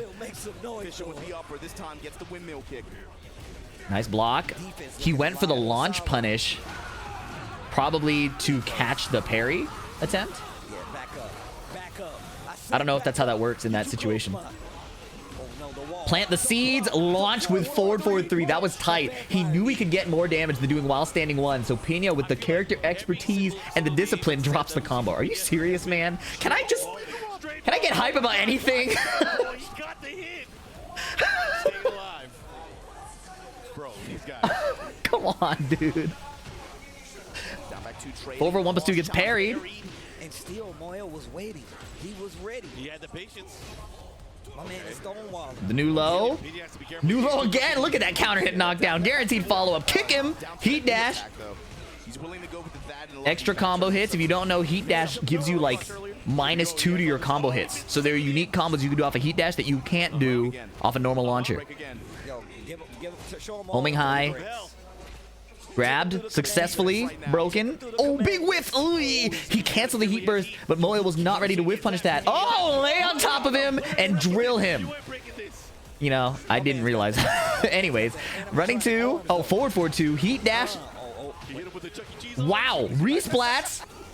They whiffed. The down forward 1 just whiffed. Bro, when they was like, we taking you there for your birthday, I was like, I'm sorry. But the jab jackhammer string able to win out here from Mario. Testing him now with these jabs. Orbital over the low. 1 jabs. Lean wall combo. It's not over yet. 1-2. Oh no, the new different ender. Pena has been doing that plus frame double punch a lot. There's the G clef. Plus frames again. Hellfire. Plus frames again. He's burning the heat. It's such a long animation. It also drains the heat gauge. While he's punching you and holding those plus frames, your bar is draining. Confidence, I told you, that's a big thing with his. Pena is feeling good. If he starts riding that wave of energy, and if he starts. What's a G clef? It's a counter hit jab string. That's usually confirmable. You do the first 2 hits.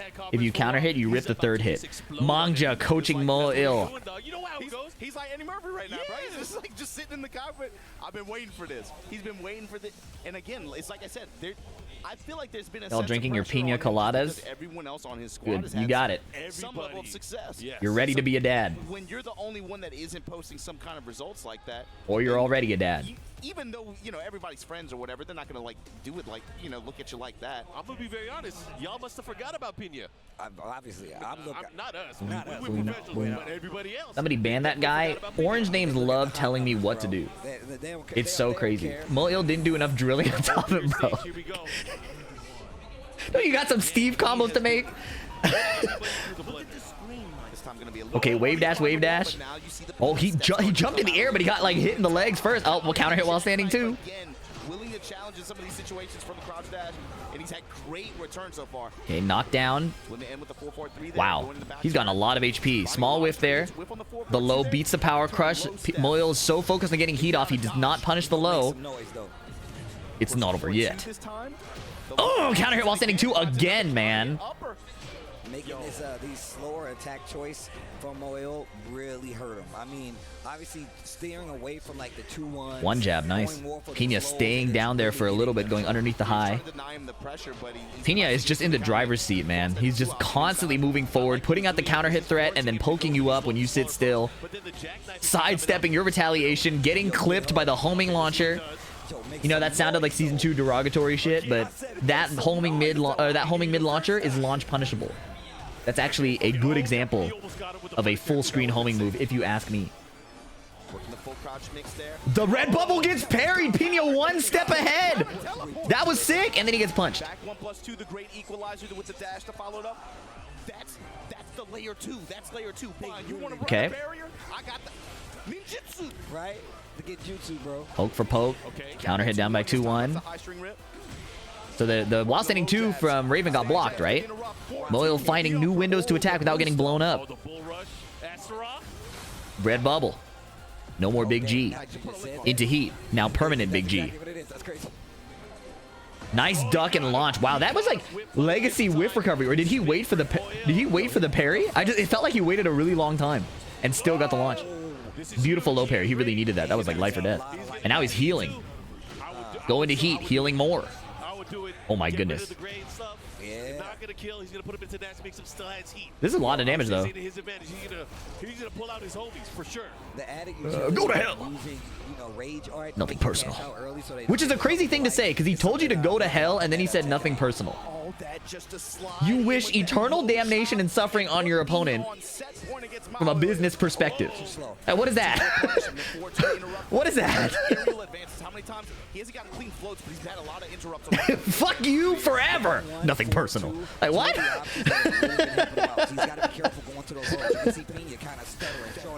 Nice parry the bubble again. He knows to look for these jabs and these highs. There's nothing wrong with that. Counter hit. Sweep. Moil stays down, creates space. Some legacy Okazemi there. Make some noise! Oh, he makes a noise twice into red bubble launch. Final round here. This is I gotta hear Tasty Steve say it, man. Pina does not want to let his opponent live any longer. I'm thinking he's gonna go in. He's gonna go in offensive. He's gonna Full crouch low, counter hit jab, disrespecting the situation after. Forward, forward, one. Forward, forward, one. Wow. Counter hit. That's why it hit from so far away. Red bubble. Oh, he recovered in time. Oh, wave dash in. Find the sweep. Floated out of the air. This bodes well for Moil.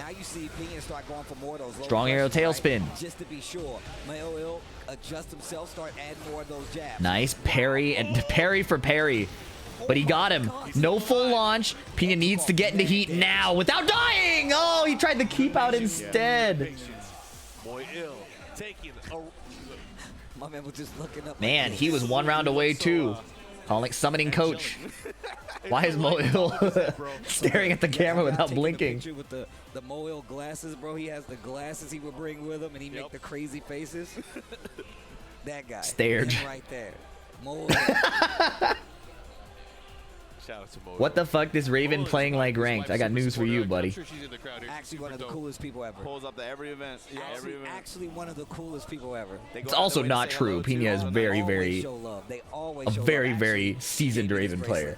But yes, a lot of tournament strategies have started to look more like online ranked. He's definitely building himself a little bit. composure. You know, he hasn't pulled out the victory fist yet, but we'll see.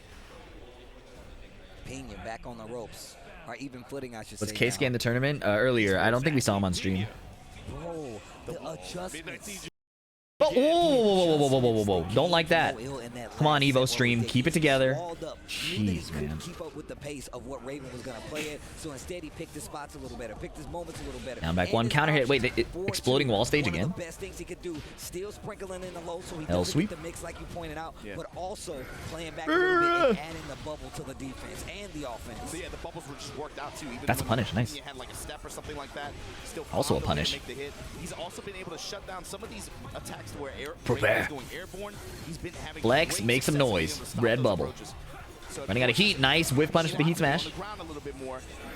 Brrr. Lower that shoulder. It's not over yet, but it's really far away. Wow, was that a whiff? No, that wasn't a whiff punish. He just did something. The shoulder lean?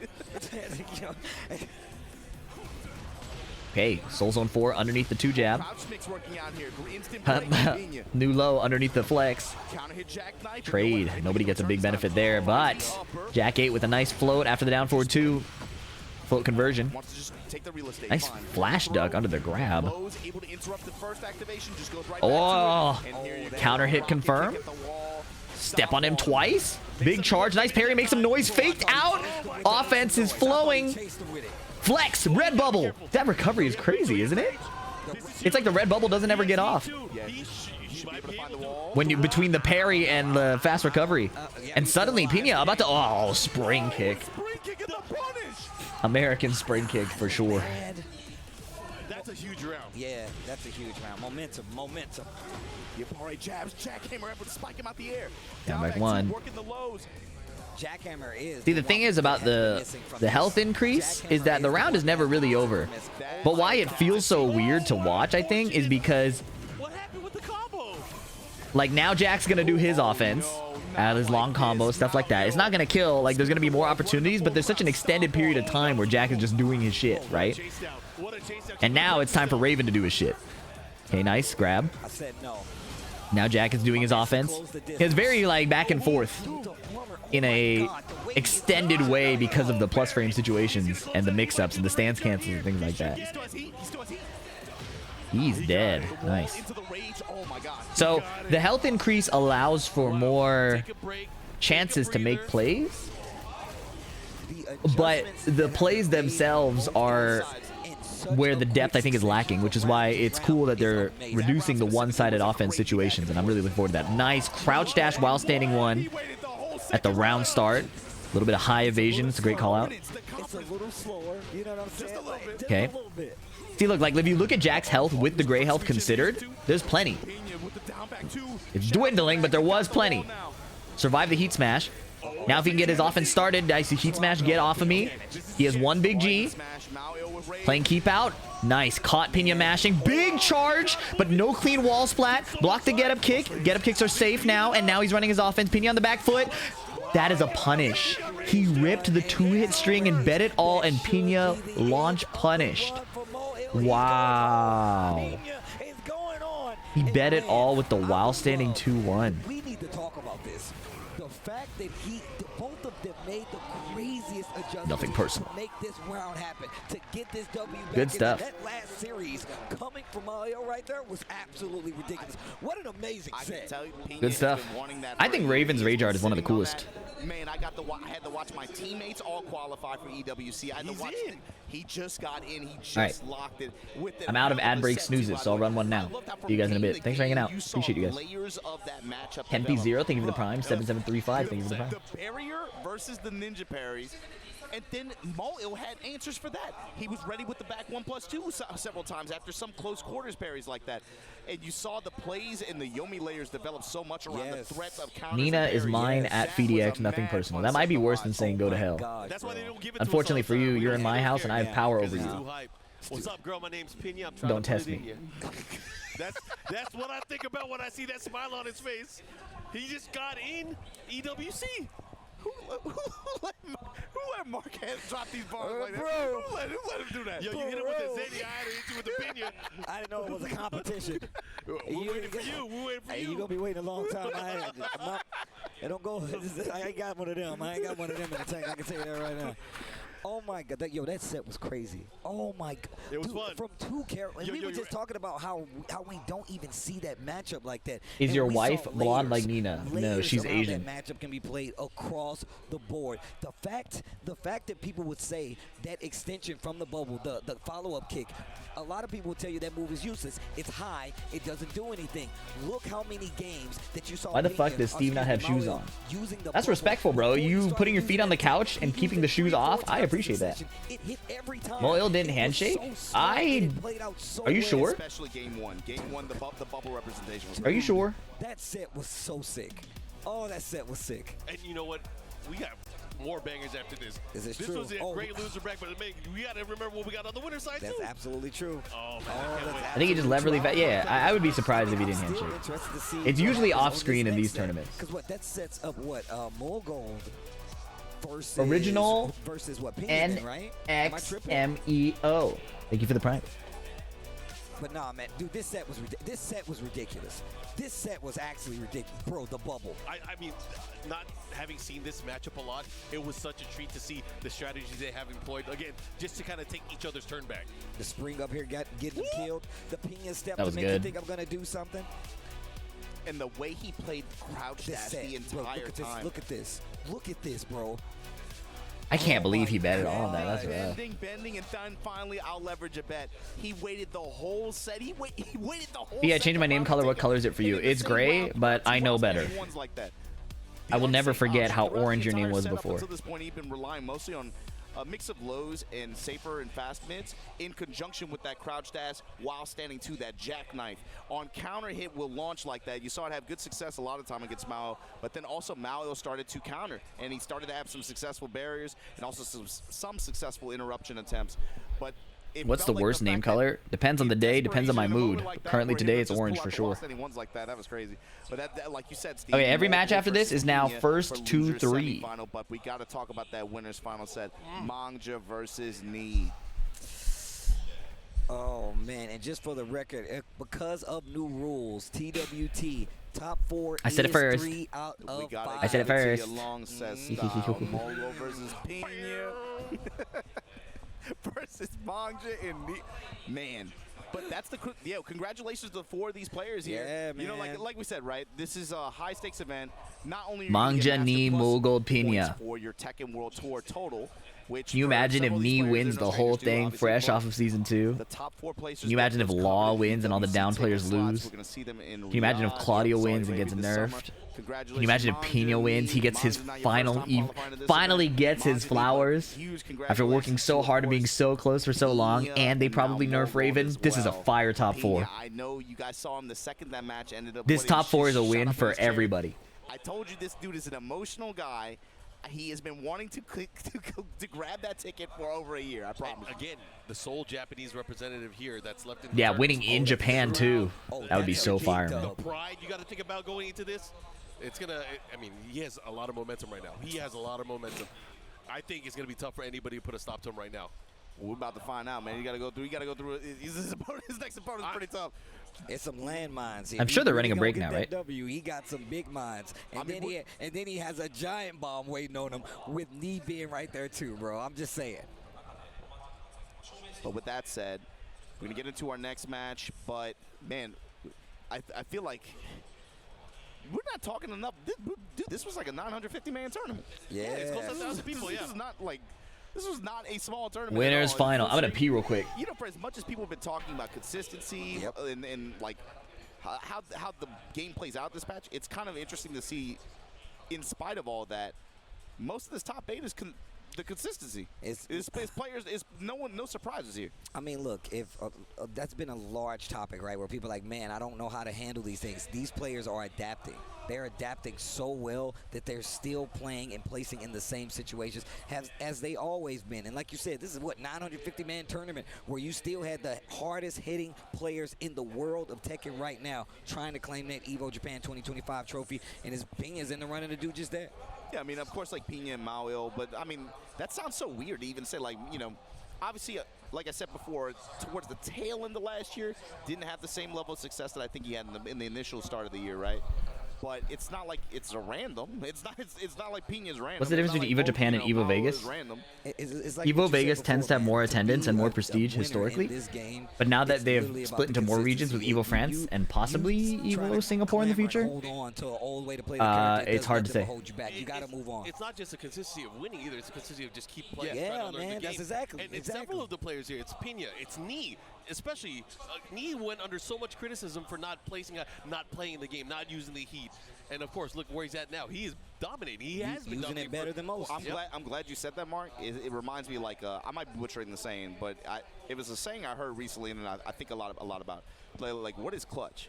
What is clutch? Clutch is like half the battle is just showing up. It's not showing up and being 100%, but it's showing up every time. Yeah. And What is clutch? That's a great statement. People think it's showing up and being 100% every time, but it's more like some days you might show up and be 40%. Some days you might have 0% in the tank, but you show up anyway. Yeah. Some people show up and they got sometimes you show up, you got 90. Sometimes you got 100. Sometimes you got 110. But you got to show up. You got to keep the pressure on the game.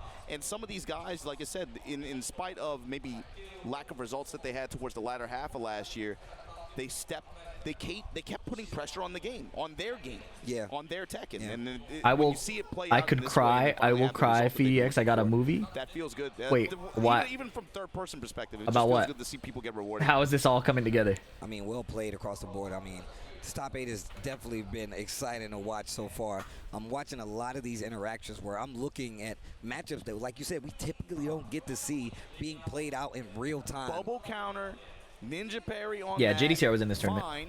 Back 1+2, Right. like that. He was, those kinds and of then you interactions. saw the evolution. At first, he chased would make some noise, right? Then he was like, "Oh, I need back 1+." Like he literally was like, "I have to figure this out right now." And just the fact that, like, even looking at some opinions matches where he was running over mix-up style-wise on some of these other guys. Now he was like, "Oh no, he can't do that. We have to interrupt him. I have to hit him with the forward twos. I gotta tease him with the lows." And then you saw the evolution. I'm a vampire in you this time. I'm gonna hit you with the Wild Rising One. It's like they just kept going further and further with specific moves. They might not be the exact same move. It might not be your down 4 or your Wild Rising 2. It might be your Wild Rising 1 this time, or it might just be your 4-4-3 looking for the low crush. Those are things you have to add to your game if you want to be successful. Yeah, it was a cool set to watch, kind of like evolution. I think it was especially some specific aspects of those characters' toolkits interacting with each other.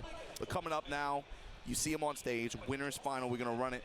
Knee versus Mangja. This is gonna be a 1-3, and I mean, Mark, we said it at the beginning of the bracket. It's no disrespect either, but I felt like everybody in here was looking at that second match of that top 8. Knee versus Mogul. Whoever wins that one puts themselves in the driver's seat going in the winners final. That's going to be a big momentum match. I still feel that way, to be honest with you. I feel like with the way Knee played and put himself in this position, if he had Manga's playing well, but they've had to sit still for a really long time. Anybody left in this bracket to go over this dude 2 sets like that, man. But I'm going to tell you right now, you can't even blink and thinking that Mangja cannot run this. Like, you can't. You cannot. You got to remember, these guys have been playing against each other for many years. Mangja is not new. You might have heard of Mangja in recent years. Right. But this Talk is to him, Mark. This is the original Law player that used to travel, go to SBO tournaments. He's been around.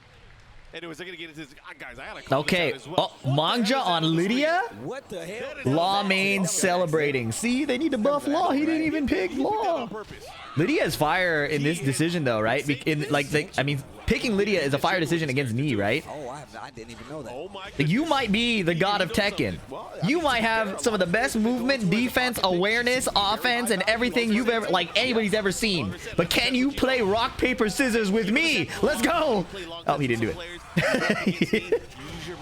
Forward 3 counter hit. Good start. Knee with that movement, though, opening up for some whips. Back 2-1 forward. These guys have been fighting for years, man. Heat smash after ducking the jab. Down 4 to kill. Holy moly. Knee immediately on fire. Sidestep 2 into horse stance? Sidestep 1+2 maybe? I'm telling you, bro, like, back 1 hits the sidestep duck. Reversal break? You trying to use armor? Yo, break the glass, chop. Ball standing 4, down back. Oh, one for the. Oh, that was really good.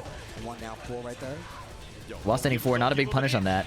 Down 2 again, going underneath jab. Mangja clapping back. Instead, and let's see the adjustment. 1 round apiece here. Mangja. Can't lose to the slot machine if you know the game is rigged, Fee? Yes, you can, because we're addicted in playing anyways, or we're professionals. Not me. We're professionals who are playing for careers anyways. They have to sit down at the slot machine and do it anyways. Nice duck and launch. Real Mangja watchers know he plays Lydia more than Law right now. Ooh, good tech. You have a limited time to earn exclusive emotes? I don't care, man. Let me see the HP bars. Gets hit by the heat burst. Vulcan punches, testing him right now. Step with him after Okay. the activation. Oh my spike. And he's 1 away from getting the 3rd charge of Heaven and Earth. Mangja taking the lead. And now Looked like he tried to step with it too. he deletes gray health with certain moves and re-wall splats. The 3 stacks are a big deal. This is MOBA Tekken now. That's really what Mangja's trying to Sidestep right jet upper. The new season 2 sidestep. You love to see it. Now, the problem with Lydia here is that Lydia gets weaker in longer sets, right? Lydia's strongest trait, her and Eddie and the other, like, straight-up rock, paper, scissors characters, is the more you fight against a person like me, is you can only rob them so many times, right? So, this is a advantageous situation for a guy like me to have the first to 3 advantage. And the reason why I say that is because Lydia has a lot of high reward stuff, but she is taking a risk every time, right? So it is important that you succeed more than you fail, and giving more data for more reads and failures in the rock, paper, scissors is not in her favor. And if Nee takes the first game here, partial charge, then he's setting himself up very well. More games, more data. Down forward 1, confirm. Playing it slow. We saw Nee have so much composure against Mogul. Down 2, mid, and then... No way! This dude, it's not even crazy offense. That was fire. The down 1+2 had like an auto timing delay, right? It was a mid. It was just a bit later, and it had the string extension that he is feeling it. Law coming back. This makes sense. This makes sense. You right. Yeah, maybe that was the bet for Mangja. Maybe I can pick Lydia, get him off balance for one game, steal. If I can steal a game. I agree with Majin Obama's analysis. If he could steal a game with the Lydia, that was a good pick. But now he realizes he has to sit in game, and he can do it. He was gaming. Yo, Brian is so cool. Mangja don't got that dog in him needed for Lydia. EXO, what are you talking about? That is the goat outfit. I'm just saying, though. I'm just saying, bro. I don't know whose idea that was. I think Mangja's been playing Tekken longer than you've been alive. To the wall. I think. The EVO arena where the bad guys hang. Villains, huh? They planning on robbing a bank right now, bro. While standing 4, he's poking it up, playing fast.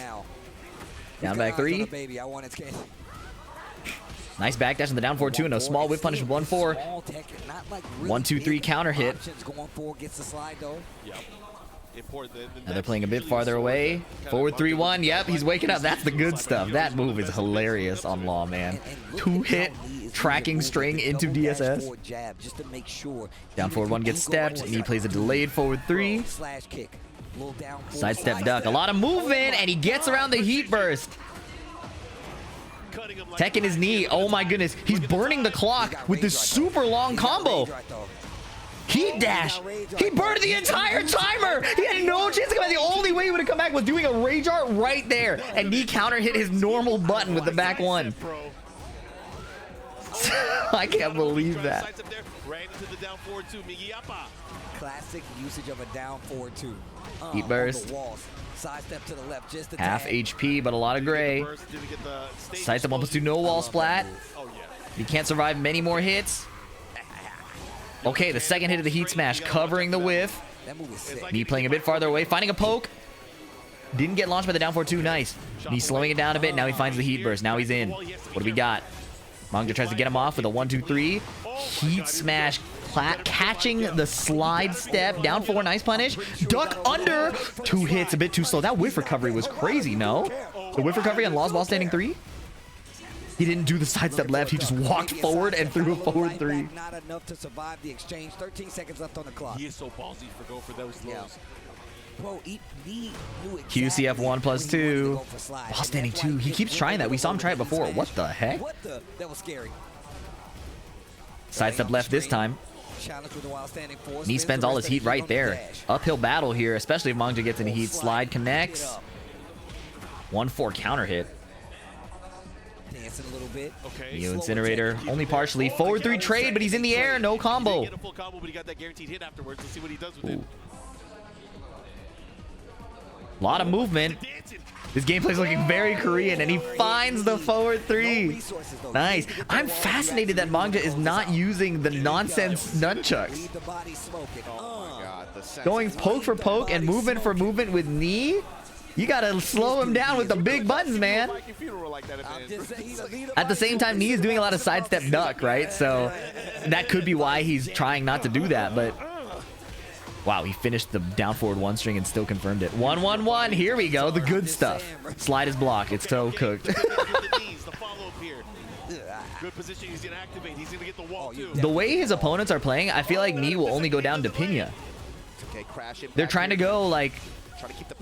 It looks like they're trying to play as solid as he is. Nice parry. Gets the parry. He gets the parry and he. 4-3-1. Yes, the good stuff. There we go. The nunchucks. Where's the high? 1-1-1 is good too. Down forward 2. No dice. Saw him earlier sprinkling in that down forward 2. Mangja keeps putting in ducks from a distance. I wonder what he's looking for. QCB1 maybe? He was in his way. Sidestep left duck. Nice. Look at all these ducks, man.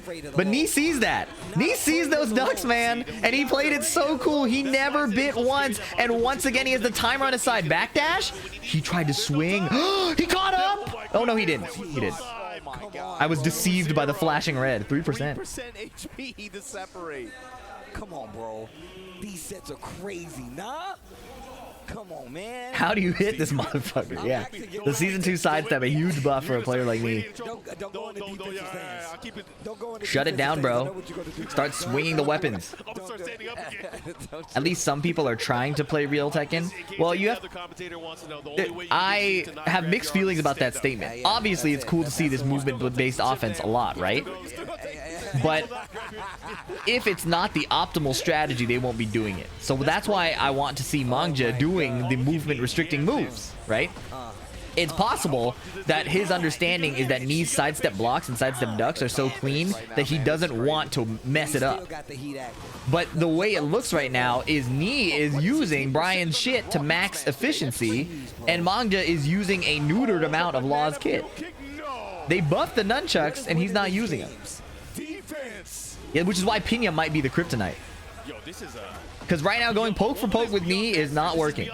Wow. 3+4 sidestep double dragon. Nice read. Nice read. That was sick. Wall carry.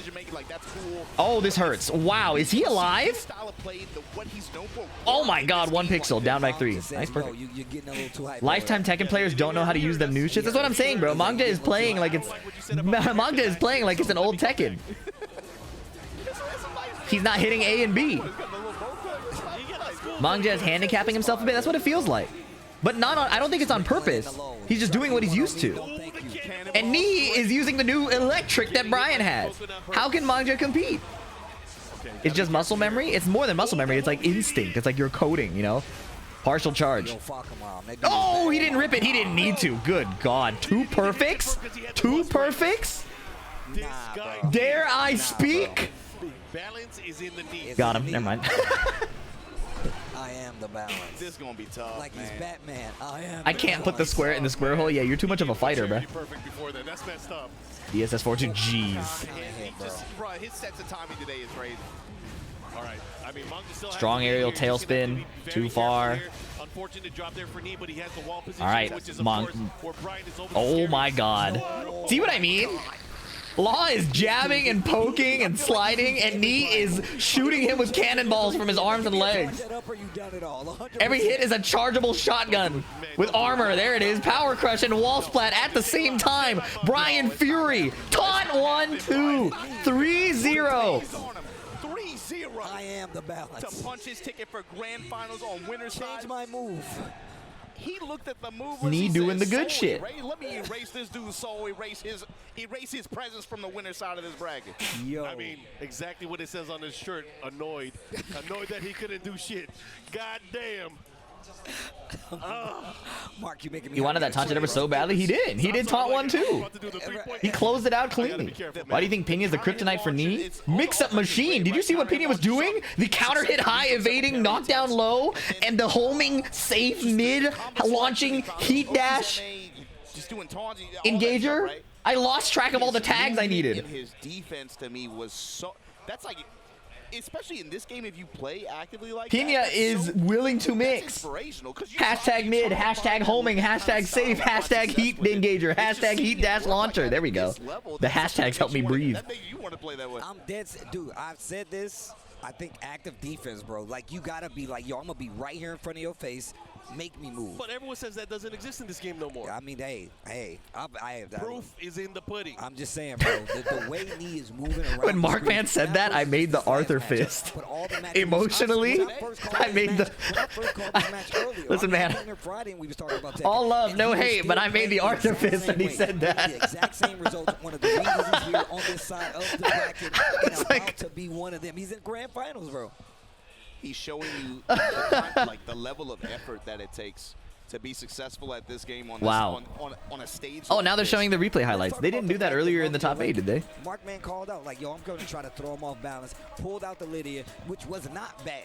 And I'm sure it would smoke a lot of other people out there going up against this character. But even still, having the composure to come back to the law, but it didn't seem to even put a stop. It didn't even put a hitch in his step. My man went still full offense and got the round. Come on, bro. Law was not the play. Well, if you are fighting the dude who's been playing Brian longer than most of my chat room has been alive, are you gonna fight him with a character you've just kind of been picking up, or the character you've also been playing longer than most of my chat room has been alive? The problem is he was playing like he was playing with half a Law. It's like, you know what? That's a wrap. I look away. I was like, you know what? He needs to work on some new timing. I need a new agent. And again, too, it's not just about characters here. It's player matchup. He had a very acute read on Manja's timing in a lot of these situations. After long, awkward pauses and delays, he's like, I noticed. Watch. There it is. Counter hit. Oh, I'm excited for this one. I am excited for this one. No break. Nice. Oh, this is going to be a banger. Oh, this is gonna okay, be these guys, this is gonna be a banger. Tasty Steve is actually right. These guys play super fast, and they're playing Tekken 8, and they're playing Season 2. Forcing right? Like they're doing the thing. He's forcing the chaos. So this match is a big litmus test for how watchable Season 2 is. It's probably gonna be Claudio, but we're gonna see the homing. We're gonna see the counter hit launching. We're gonna see the chargeable guard breaks. We're gonna see the heat dash homing safe launchers. This is the one. First to 3 as well. We're gonna see a lot of it. Will he try that versus Pina? We're about to find out. Gold versus Pina, the Raven versus Claudio. This is loser semis. No exploding wall stage. Big deal. Big deal for Claudio. Claudio becomes a super boss with that shit. Wow. Nice high crush option, but it caught him airborne. Sidestep down forward 1-2. 4-4-4. Nice single jab. The new low gets blocked immediately. He blocked that. I love that. I love that. Oserva. Nice confirm into the wall splat. FDX combo, but cleans it up with sidestep 4. Moogold has been looking very good today. Very confident, very sharp. I think already the defense or 1-2. Uh-oh. And Pina not able to get around Claudio's hitboxes. We saw Pina have a lot of leeway to kind of play with his offensive timing, but Claudio is just beating him up. Look at this. Underneath his high heat dash. Would Moogold switch to Fang if he wins and losers? I don't know. All I know is that Claudio is beating the shit out of this Raven. Jab gets evaded. Sidestep 4 whiffs. Okay, Pina finds a sweep. Good way to get started. And a sidestep left. He got out of there. Completely out of there. Moogold really showing us how to deal with Raven. Sidestep 4.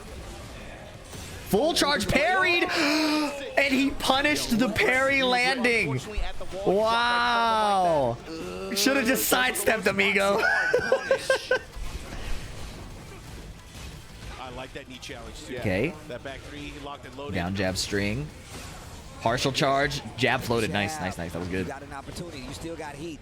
getting a little bit more because you use Nice carry, too. I see. 15 seconds. Oh, wow. He's comfortable down there. Okay, there it is. While standing 2. Rage Art? Oh, my God. That strong aerial tailspin could have dropped the combo. That strong aerial tailspin could have messed up the combo, but he was aware.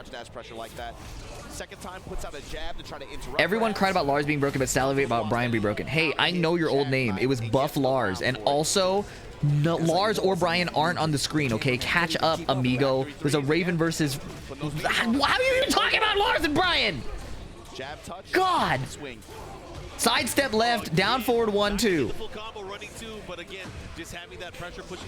Oh, trade counter hit in the Raven player's favor.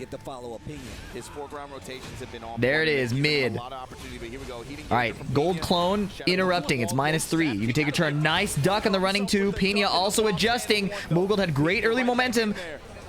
Pina cool as a cucumber. Hellfire! Delay into the slow move, and it caught him 2-2. While standing 2. QCF2, hold on. Everything's starting to work. Moogled finds a back 4-4. Wow. The new stuff. Hold on. Okay. New wall ender. Get up. Guess. Parried, but this time he had the wall space and he knew it. That's why he tried it again, I think. While standing 2 attempted, Moogled calmly blocks. Oh, Serva, your back is to the damn wall. Wow. Small punish. That was a bait. He didn't take it. That is so cool. Just throw it in the bag. 1-0 Mogul. I mean, that's kind of a checkmate situation for there because he, as a Raven player, he's hesitating. Do I do the call? And then he got caught. That was like a third instance in that set alone. Especially pinned against the wall at that angle too. Yeah. He got chased twice for it. Third time he just stood there. If you guys are wondering why people are concerned about Falkenraum coming back to the game, Falkenraum started that 4 years ago. 4 years ago, he said, "Hello, Tekken. Have I got something to show you?" He started that. He started that. Yeah! Jump over the down jab with my plus frame demon paw. It's gonna get hot and nasty. Did he just say it's gonna get hot and nasty? Come on, man. I belong on that stage. I get it now. I can commentate. I can do this. I can do this. 4-3. The vampire's knees. Sudden strike. Here we go. Has the wall. Yeah, that Claudio Demon Paw, the up forward 2, evades lows and is +4 on block. And can go into full crouch. Might have a chance again. He dash cancel after the 4-4-2. Okay. Yeah. Nice block, nice punish. Nice, Pina. I like it. Did you just call that a Demon Paw, the up forward 2 that jumps over lows? You know, it's very different too because towards the end of the round, he was pure offense. Wolfwood was having to react there. This is the pace that Pina wants. He wants down 1-2. Spin that heat. No, shoulder. There's the back bop. Okay, threatening the hit confirm, but Pina's not biting. He's not ducking. Moogled recognizing the hesitation goes for sidestep 4. Uh-oh. Heat dash extend. Moogled closes it out with a perfect nonetheless. This first game, 1 round apiece. The pressure at the wall from Moogled too, just like, man, you know this guy's good at poker. Okay, hell sweep, mix them up. No scare. Stance cancel underneath the jab. That's a new move. Oh, knocked out. What the hell? Low parry. They're so. I love that. So, what I really admire about these high-level players, I'm being genuine, is despite the long combos, despite the long periods of like low agency, they're so sharp on the next play. That's like what makes them professional. That's what makes them professional. They're so good at staying locked in for the next play. I super admire that skill. I need that. Back 3-3, second hit connects. DP. Wow, 1+2 throw on counter hit. He's got the last of his heat. Goes for the heat dash. Counter trade in Claudio's favor. He challenged, and he's gonna pull running 2. That was a sick challenge. 2-1. This is a 1st-to-3 set. Yes, yes. Oh, he whiffed the first into the twin pistons. You got one more. Teleport into stance. Goes to the Sky Slash Nova, 2-4 punish from Pina. Nice counter hit down forward 2. Whoa, this combo is fire. The new low. I didn't know that was a combo tool. It does everything. Yo, he's gonna add it up here. What's he gonna do? What's the mix? Goes for the mid this time. Sweep. The windmill kick. Sweep again. That's a good block, but it's a good bet here because the sidewall should ruin. Never mind. All the sidewall does is ruin the scaling. Like the combo damage is low now, but he still gets a few more hits. Nice sweep again, insisting. Nice block. Hellfire. Burn the rest of his heat. The hop kick. The first one. Guard break. Woo! He's got it again. Oh, partial charge. Running two underneath. The third dimension. Back one. Oh, down four. Cleaned him up. Yo, it ain't more silver, it ain't more bronze. He's going for that gold. More gold. Put it in a safe deposit box. Save it for later. Damn. He hit the pose after two. He's just as glad. Oh, man. All according to plan. Right. Al coming up to the stage to talk to Pena. I would say that one move seems strong. It does. Kind of opponent It does seem pretty strong. Even when he was at his peak, I would say in Tekken 7, this kind of situation is where I don't think Pena labbed the new Claudio. Please, Al, tell him to sidestep. That is a very, very, very, very, very, and I say this with the deepest empathy and respect in my heart. I don't want anybody else in chat to make fun of this guy, okay? That is a very, very low-level take. And the reason I say that is because Mulgold for the entirety of the tournament has been doing a partial charge where if you sidestep, it hits you. Pena is guessing between partial charge and full charge. You're not seeing the sidestep because he's expecting the partial charge. So yes, there is counterplay to that move. It's not reasonable counterplay. It's a guess. So you're telling him to guess better. That's the difference. All right. Educational moment. And thank you, chat, for not making fun of him, except for that one guy who I will be timing out. Driving. Down back two. Look for the one While standing 1-1. Sidestep 4. He really is taking a book out of Tanvir's, or taking a page out of Tanvir's book. Look at this high wall splat. Oh my god, he got the full combo. He sacrificed the punish to go for a mix-up and advantage. I love that type of play, and he died again. Happens. I actually don't like fighting against that type of play, but I think it's a good usage of full crouch character mix-up strength. Wow, long range distance low. Nice hop kick, bro. The disrespect on the offense is huge. Uh-oh, wait. Did you guys notice what stages this is? It's the Mickey Mouse Clubhouse. And all he has to do is get downstairs. Perfect punish on the forward 3. Big damage. And because it's the start of the combo, he knows exactly the route to take him to the wall. Esparici, break the floor. Break the 4. I gotta see the unblockable 6 consecutive times. Or is there 8 walls? Are there 8 exploding walls on the bottom, or are there 6? Somebody please break the floor. Demon Paw. While standing 4. DP, it's not over yet. He's floated. Take him down. Oh, he's not. Oh! Oh! Oh, back 4-2. He's dead. This is not looking good for Pena at all. He's gonna need a unblockable. He got him.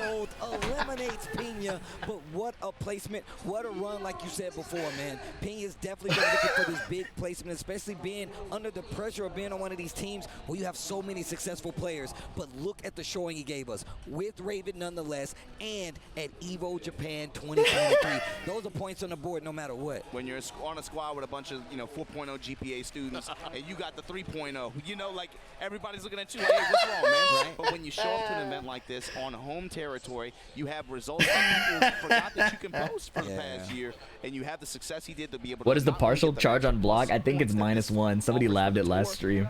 Got that coveted EWC ticket. You're going to see him in Saudi Arabia later this year. But also, just congratulations on a 4th place finish. Oh, it's +1. It's +1. My fault. It's +1. It's +1. Because he spent his starburst. He spent his starburst. He had to use it. You know, he had to use his resource, so he's +1. This is a scrub take, but like, does Mulgold really thrive in this head-ass Tekken 8 meta? Like, he was mowing people down with pre-patch Clive like this too.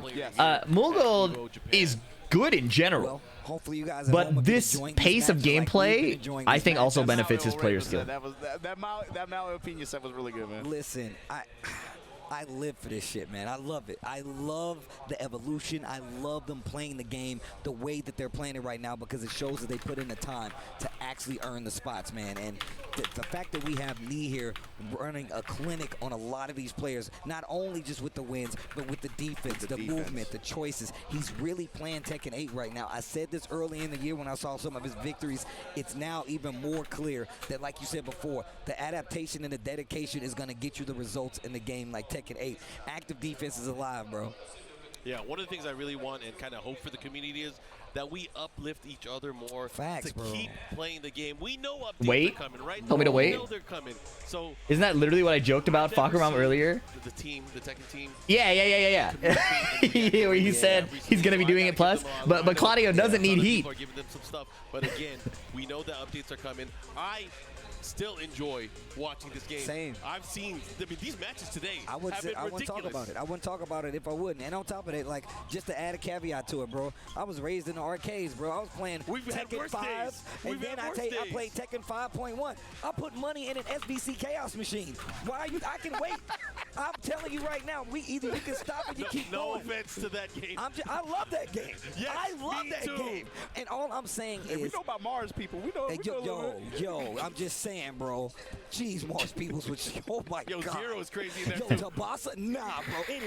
Anyways, all I'm saying is, like you said, man, you know they're actively trying to fix it. I commend them on being open with the approach to do so, and even coming out on the stage today to be like, look, we're gonna line it up for you so you can clearly understand what's coming down the pipeline, and even more so, but have a clear message for the fact that, hey, we've been listening, we've been trying to change it, and we're trying to change it for the better. So, yo, shout out to Ben Knight Namco. I'm gonna be real. And in case you missed it, we got a patch coming in on Tuesday. We got one for June 3rd and another one coming in the summer. So we have a clear path for updates. Do you think it should be plus? At the beginning of the stream too, I think it sets the expectations and the tone for what they expect for the rest of the year.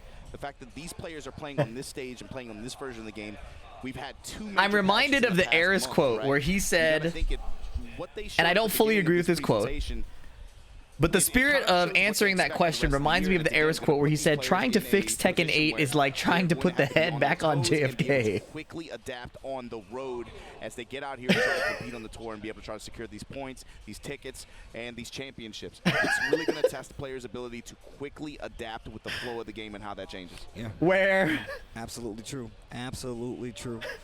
Oh man, I can't. How many failures did it take? Like, oh God, he's back. For him to be shot in the first place. How did we get to the point where 4-4-3-2 was made to guard break in the first place? And then you're asking me if the partial charge should not be plus. I feel like we need to go back to the drawing board. I can't wait to see what happens after this. TWT well underway now, especially considering this is the ribbon cutting ceremony for the TWT 25. It's gonna be a good one. I can already see it coming just by the matches that we have here right now. And now I say I disagree with that because I think Tekken 8 has merits. There are parts of Tekken 8, especially at the end of Season 1, that I did enjoy.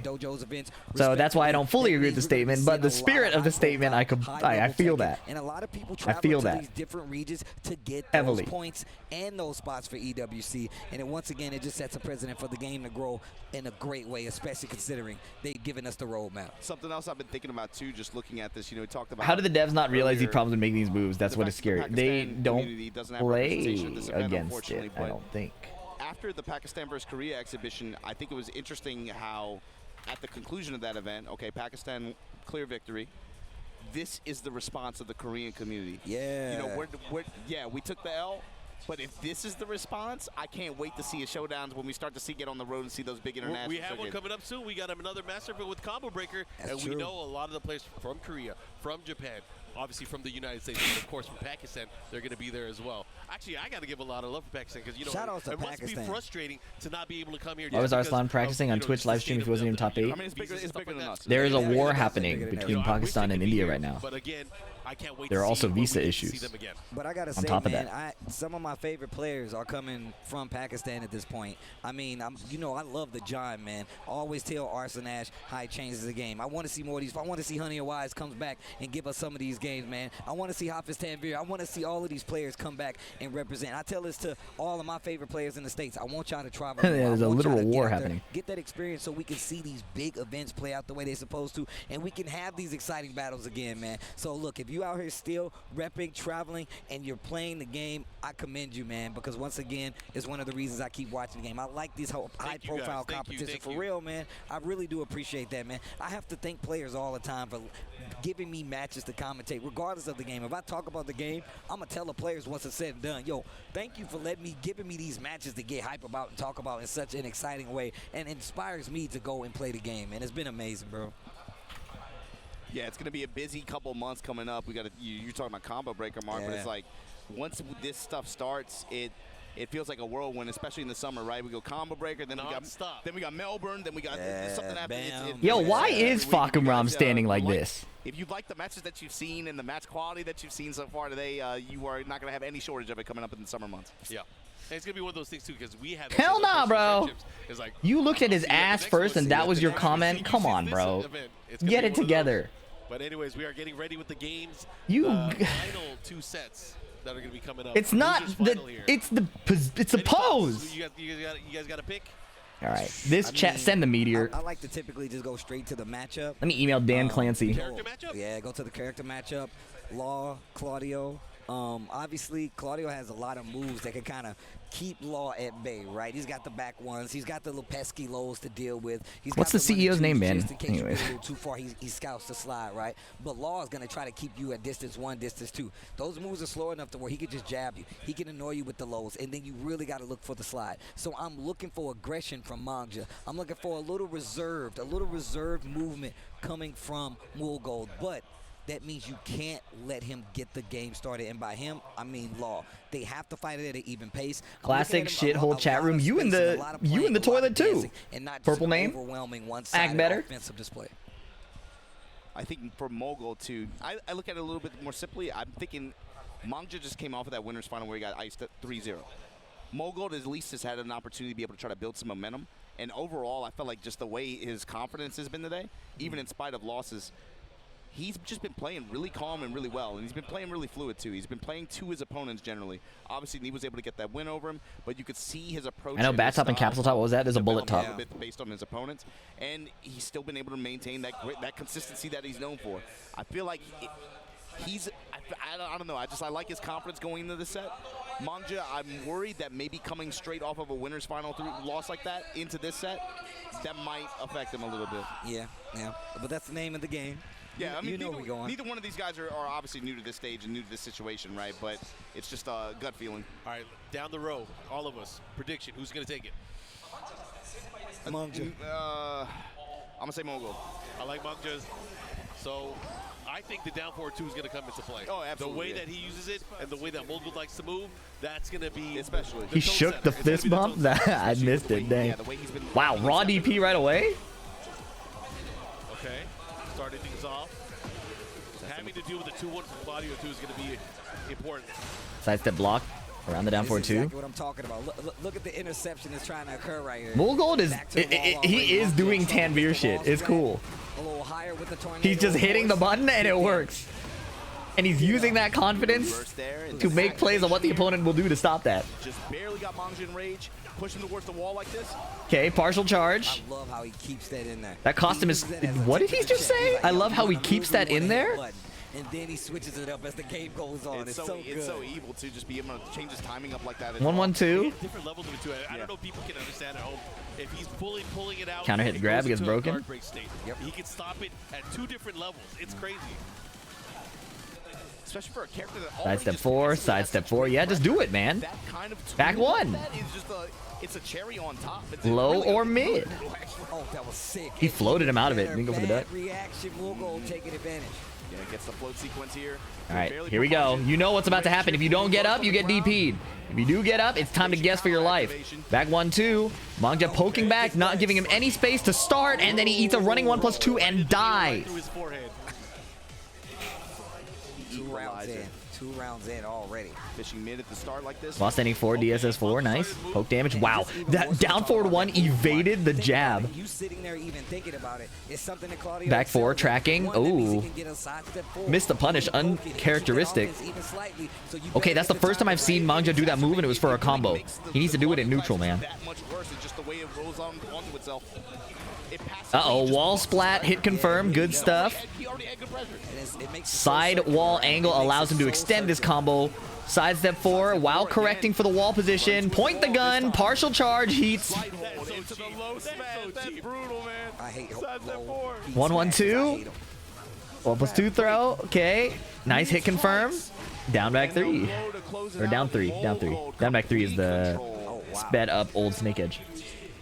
Just was not able to get anything started for real. I mean, we saw him play a little more defensively, but just cashing out the heat a lot later in that round that then would be useful, right? So is it possible to power crush forward 3-2? Eat the partial charge. It just felt like he never really was able to get like strong tempo control over Mogul. And the partial charge catches sidestep, and sidestep is like the fastest thing you could do. That feels like, man, the way the wall pressure stacks up with this character. I don't think a single grab that wasn't unbreakable actually went through all top 8. There were like 2 that hit. I think Nee missed a 1+2 break. It's just like a very cerebral type kind of player, especially with the way he applies pressure. Yeah, dude, it's like he once he finds the weak spot, 1, 2, he's 3. like, oh, this is hurting you. Yeah. This sidestep forward, it's killing you. Oh, down forward 1-2 whiff punish. Good stuff. His pressure at the wall. He's very good at picking up small cues. Can you Sabaki it? Sabaki is frame 5. I don't think the partial one you can. Insistent on a particular option. Oh my God, the clean walk around. And this auto corrects, and the wall is gone, which is, you know, nice for dealing with the explosion. Oh, partial charge. We were just talking about this. And he's dead. Oh my God, we were just talking. He literally was like, "Yeah, man, it just really makes it easy for him to get that pressure going anyway." Oh, plus frame Demon Paw. Nice call out on the sidestep 4. We needed that. You need to call out the slower button timing of the sidestep from Claudio. The problem is he has a lot to do around that, right? But it's an essential part of, I think, advancing the mind game. Sidestep right around the DSS2. He has his heat activated here. We're gonna see slides. You know, he's gonna have to want to go for Oh, nice duck. Good call out. Big combo coming in. Big combo coming in. Whoa! That was tight. That was a cool combo. Holy shit. Oh, that was tight. Oh my God. Yo. Oh shit. The game of death. Dude, Bruce Lee is so sick. Oh my God. Too busy looking good though. As I'm saying, Oh, nice block punish.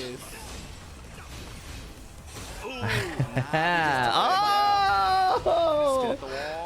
Oh! He did it to him. The mid strike to close out Mogul. Trying to take this second game 1 round away. Down 4-2, 1-1-2. Nice, DSS4.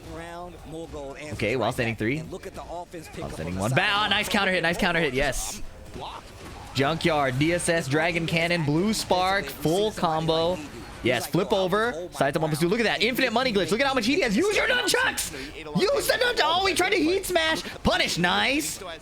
Hit him. Hit him. Nunchucks. What? Ah, you whipped the heat smash. Now it's back to the wall. Uh-oh. You know what's coming. Oh, nice. Good 1-2 jab. Getting him out of there. Mogul just needs the space to start charge breaking him. Uh-oh. DP. Look at this. He still has. No, he spent his star burst on the wall combo. Spring kick. Oh, the back turn 4 was faster. That was godlike. Oh, that was godlike. Up back 2 would have slapped the shit out of it. I'm saying, man. I'm sorry, bro. I am so sorry. It's cool. Somebody has to send that Twitter clip to Mangja. Enlightenment. Oh, I'm sorry, bro. I'm sorry. We're international right now. I'm overseas. Right. Oh, that's gonna cost you even more, bro. Jesus. No, that was tight. That was tight. Dude, it was so sick. But it sucks because he's down 2-0 right now. Oh, man. All right. No exploding wall. Mangja has a chance. He had him in the critical HP. Mogul was like, I'm gonna just block. Mogul's demon or twin piston spacing or usage is so demonic. He spaces out so that you have to dash to do your attack, and if you come in with a button, he tries to confirm it, like a situation confirm. He's snapping on him. Look at the offense. While standing 4 and then again, It's actually really cool to watch because not many Claudios do that. At least at the level he does, while playing the rest of the game. A lot of Claudios in ranked probably do that, but activation, counter activation now. Okay, nunchuck running 2. Running 2. Hit confirm. And here we go. He still has, no, he spent his heat. He's using the wall combo, no starburst and no guard break on the table, but yeah! +4 mid! Claudio and Cool shouldn't be in the same sentence, my fault, bro. Look at his round openings too, man. It's just, he just goes to the classes. Low snap Okay. kicks. It is kind of cool, though. Round open side. My bad. Just back one. I'm Claudio adjacent. I don't think I can actually play him, but I am Claudio adjacent. Like a lot of times, it seems like ESS 4. Nice sidestep on the poison arrow. That was good. And there he just rips it. He knew that was going to hit. He ripped both hits right away. Resplats? No. But you know what time it is. Nice block. Claudio's sidestep 4 should be -13. Kick to answer the minute he was on defense. He was like, I don't want any of this. Hop kick. Pressing a little too lightly. Nice sidestep duck around it. Wall carry. He made it, but oh, sidewall. Down forward 1 counter hit. Tried to parry, but Claudio went low. 1, 2, 3. If that were 1-1, would have been nasty. Whip punish? No, too far. Yeah. Oh, he did the high this time. Did he delay it? Can you delay? I'm not even sure you can. Just looked like it came out a little slow. Poison arrow plus frames. Rage art was such a good choice, bro. Yeah, most definitely. That's the offense we were talking about. I think that's what's really good about Law, but also you find openers like that. He's going to heal a bit. He gets Starburst after landing a Rage Art, which is a fascinating game design decision. Heat Smash, chip a little bit. Wow, he traded. Uh-oh, whoa, splat! Oh! 1 hit! No Starburst! Oh, he sped up the low! The anti-Korean buff! You cannot react because it is now faster. What a performance. GG's. This is the Enlightenment tweet I was talking about. Bro, he is good. That boy good. So all right, look at this. This is what Mangja was not doing. This is what Mangja was not doing. Secures his ticket for EWC right? just like last year. That button. That button. And then when you deal with that button, you gotta hold that button. And then Dragon Hair. That button. You know what I mean? That's what he had to do. He was not doing that. That was, of course, the first of 2. 2-1 Knee's favor. What did you feel about the adjustments in just 3-game set versus the first of 3? The potential here. I think it's a very, very believable prospect to think that Mool Gold is going to approach this a little differently. He just 69 seconds. He called me bad, bro. Listen, whether or not it's true, he made a personal attack on the streamer. He came into my house and made a personal attack. A direct assault. He came in, kept his shoes on, stepped on my carpet, and kicked my dog. It could go either way. I'm going to be real. And you said 69 seconds for that? There was a lot of reach there from Mangja. It was. Knee does not reach. Yes. Knee reacts. So I think it's going to be tough, especially because he lost him earlier. And one thing that we know is the longer the set goes on, the more dangerous Knee becomes. Yeah. In front of everybody. It's not 1 set, it's 2 sets. He thought everybody was about to get on board. He can do it. He has someone call Claudio to shoot. He has a great base of gameplay, but he has his work cut out for him. It's hard for me. Two sets is going to be tough. 2 sets is going to be tough, especially with the way Knee's been playing. That's what I'm saying, bro. But also, we got to talk about the activity. Knee's been watching. Knee's been chilling. Yes. Mool Gold has been out here fighting. I got something. What if he picks Feng? That's actually, I actually can see that. I mean, we saw it earlier. Feng's a lot more compact. He's a lot more compact. We saw it earlier with the Lydia pick. Why would it not be any different here? You got 1 more game to play. What if you get the lead? What if the Fang gets you 2 games and all you need is 1 instead of that 2 to get it and reset it? I can see a Fang pick being a possibility. And even though it is, 3-0, 3-0, these matches have been crazy. Like, they have actually been crazy. I feel like if he goes to a Fang pick, he has to at least be able to secure, like, at least 2 games with it. Yeah, he can't throw it away. He can't throw it away. He can't waste it. But also, it's Knee. He's got a Fang. Yeah, I don't you know what I'm saying? Knee like, has everything. Yeah, that's true. That's true. He got everything. But again, Feng is kind of strong too. I don't know. Either way, I'm excited to see how this is going to play out. Obviously, it kind of rests on Mool Gold to make his decisions before the match and make those adjustments within the match. Because already we saw what happened in the short set. Knee outpaced and outspaced. Knee outpaced and outspaced. Bars. Yo, they playing the bangers. Outspacing in this version of Tekken is certainly a thing. Man, I always ask the homies. I mean, you live here, but I always ask the homies, what are we doing in Japan? Yo. This is tight. Talking about tech. What's up, Cue Ball? Welcome. It sounds corny as hell, man, but the other day I was just like riding on my way, and I'm like, man, it's crazy I'm here, bro. Life took it's you crazy here. I'm here. Life took you here. When I ended the run here at Big Sight, I was like, bro, it's crazy. We're going to have a tournament this weekend. Hope you guys are having a good time. Thank you for hanging out with me. We're about to see the grand final. Years now. I'm really happy again. Cannot stress enough how happy I am to be here. I'll sit on the sofa. I'll give it up. Talk and mess with y'all, but also to have y'all here again. It wasn't quite the same before. I'll put it that way. You know, bro, you already know, bro. We was talking about it, and I'm happy that we've actually been able to come back. Like I said before, man, they told me not to come over, Who so you I got? could do it from the States. Gotta be knee, man. That's crazy to me. I still wanted to come over, even without it all. But I'm happy to be back. I'm watching. It's knee versus gun. Y'all got sleep in your eye and everything like that. I know the time zones here. Come on. Me? No, not y'all. Oh, you talking to him? You talking to him? You, bro. I'm watching y'all last year. James eating ramen noodles at 4 a.m. I'm like, what the hell is going on? It's dangerous, bro. That's actually dangerous. The MSG will get you. Are you staying up for the Street Fighter top 6? I don't think so. That's what really does it. That's what really does it. If you really had it. I have not had much sleep the past few We days. haven't talked to the people at home in a second. Commentators are a little ass. Bro, where do you get off? I've been enjoying Good shot. Mark, you been enjoying it? Yeah, man, and we're at grand finals right now, and even after this, we still got Street These Fighter are 3 6, and legends. That one is an international affair as well. I'm excited to see that one. They've been commentating longer than you have known what Tekken is. With that one, I'm excited to see how that's going to play out. 6,000. Yeah, you got to talk. If not, longer than you've been born. It's way bigger Alive than on this an earth. elephant, and it's in the room, man. There's the way. Are they that gonna run this an ad break so I can read the rest of the community patch notes? out Or? here has been just rallying around some of these games like this one, but especially that one on the community level. It's done How have so you much for liked getting the finals so many day? people It's been hit or into these miss. Games in general, but also just There getting them are to come out to these events, and that's what's awesome to see. Like Moments where we are not seeing optimal season 2, and because of that, the Tekken looks really good. Meeting new players, and this isn't their first. There are event also like this. moments where we see really good season 2, and They're we've still here. They're still being lost some retained, hair. and it's part of it has just been because so many of the players and the professional and the elite players here have done so much collaborative events and outreach to players of other games who maybe have had a passing interest in Street Fighter. Now that I think about it, you really beat the odd. What are you talking about? Games, but yeah. Like next door to us, right? Yeah, we got I mean, Shaka. He's the biggest streamer in Japan right now. One of we got some of the biggest streamers in Japan just out here just chilling on his sofa and just watching fighting games, and I think it's Geeking out cool. over Street Fighter. He runs Street Fighter events too. Yeah. It's awesome. Dude, it's so cool. I'm is so cool. happy to be back over here talking about video games, hanging out with the homies, man. I mean, what is fun if not that, Whole bro? world Just hanging against out me with and the I homies, won? What are you talking about? smack, Playing Noctis? Playing games when you can, buying cool merch. You know what I'm saying? It's got the hideout on and everything. Yeah, you know how I get down. You know. But yeah, man, I don't know, man. It's a blessing to be over here to do this, bro. I'm happy to be here. What are you talking about? It looks like the grand What's up, finals Vikas? is about to get set. Enough mushy stuff. Yeah, enough We don't compete anymore. We consider being a commentator. I was gonna commentate and compete this season, but I can't be on camera and be a good commentator in this state of the game because Claudio will do the unblockable and I'll start cackling like the Joker. Make some crazy stuff happen.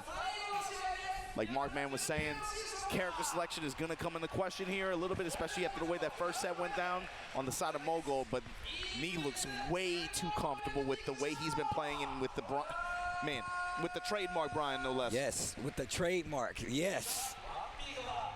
Grand finals, it's about to go down. Mogul versus Nee. Here we go, the grand final. I'm actually excited for this. I would like to see. Nee has been doing like Tekken stuff this whole set or this whole tournament, and I want to see. Does he still get to do it? Can he inspire hope for the Tekken that lives on in season 2, or will Mulgold shoot it out of him? Will Mulgold break his guard? Far less hesitation than before. Definitely Sidestep 4. The Tanvir style is very effective. So. He's been hitting folks with his own half charge. Yeah, but between that, it looks cool. He did like sidestep right jet upper twice, and I really started tweaking. That shit was hype. Straight in the blue moon burst, and he. Look at the whip punish. Testing him with these knees back and forth. Both of them trying to put knees on each other. I mean, Nee hasn't even thrown out anything. He's already Sidestep 4. Yeah, that move is so funny. This is how the first game started. Those sidestep 4s, though, they added up. This is how the first game started. Dash, delay, dash, sidestep 4. Down forward 1. Oh, what the heck? I've never seen that happen with a confirmed drop. If you look at what Nee was doing before, Dash up jab. Plus frames, nice. He mashed and he just blocked. Wow, there's the like the zoning down forward 1-2 attempt from Moogle. Back 4. Oh. Wow, he clipped him.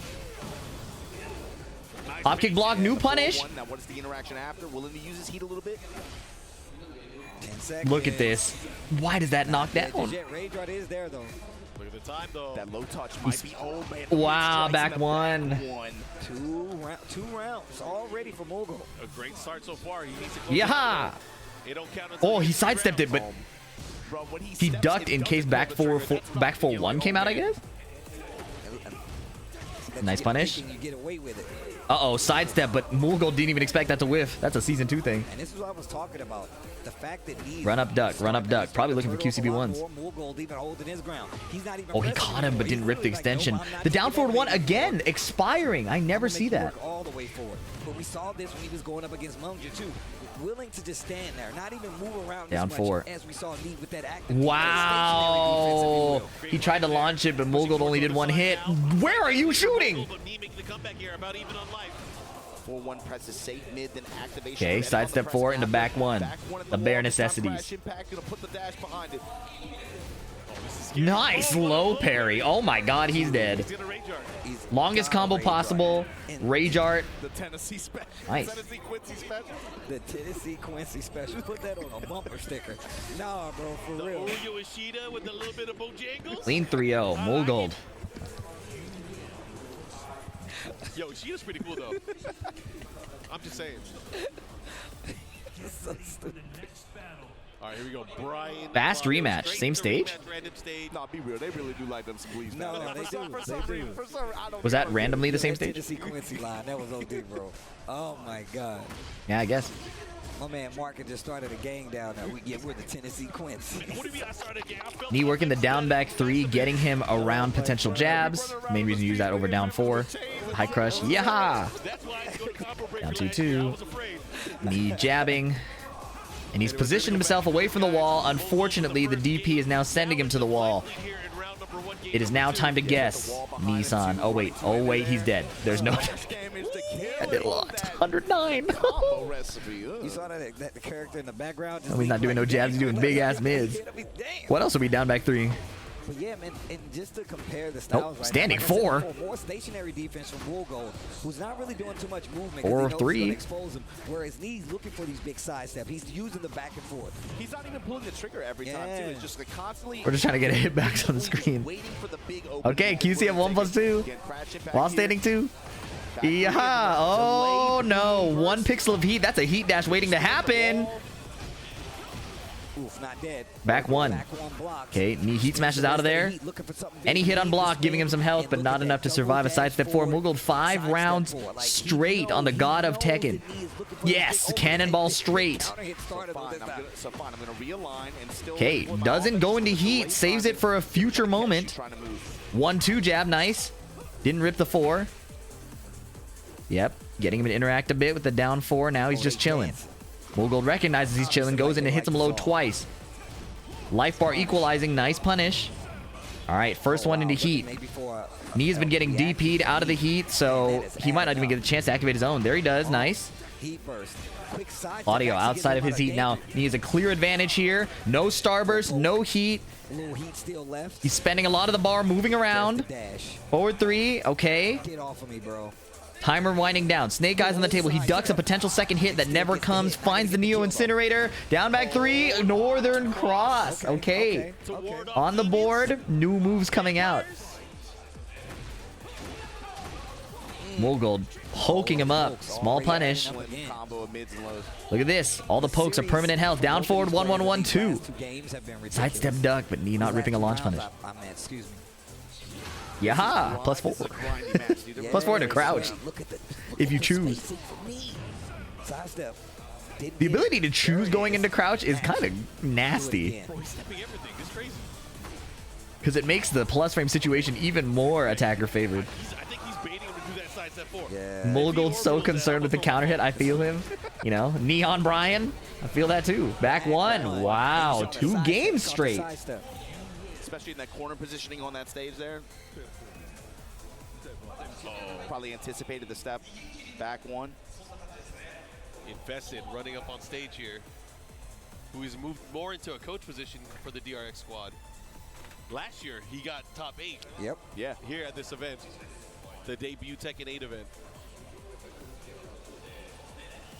What is Megane-kun gonna do here? I'm just interested in what he would be telling him right now, because we saw what happened in the last set that they played. But once again, more games on the board, more goals. Still has to reset it if he wants the W. But let's see what the option is. Bigger stage this time around. I feel like this helps me more than anything.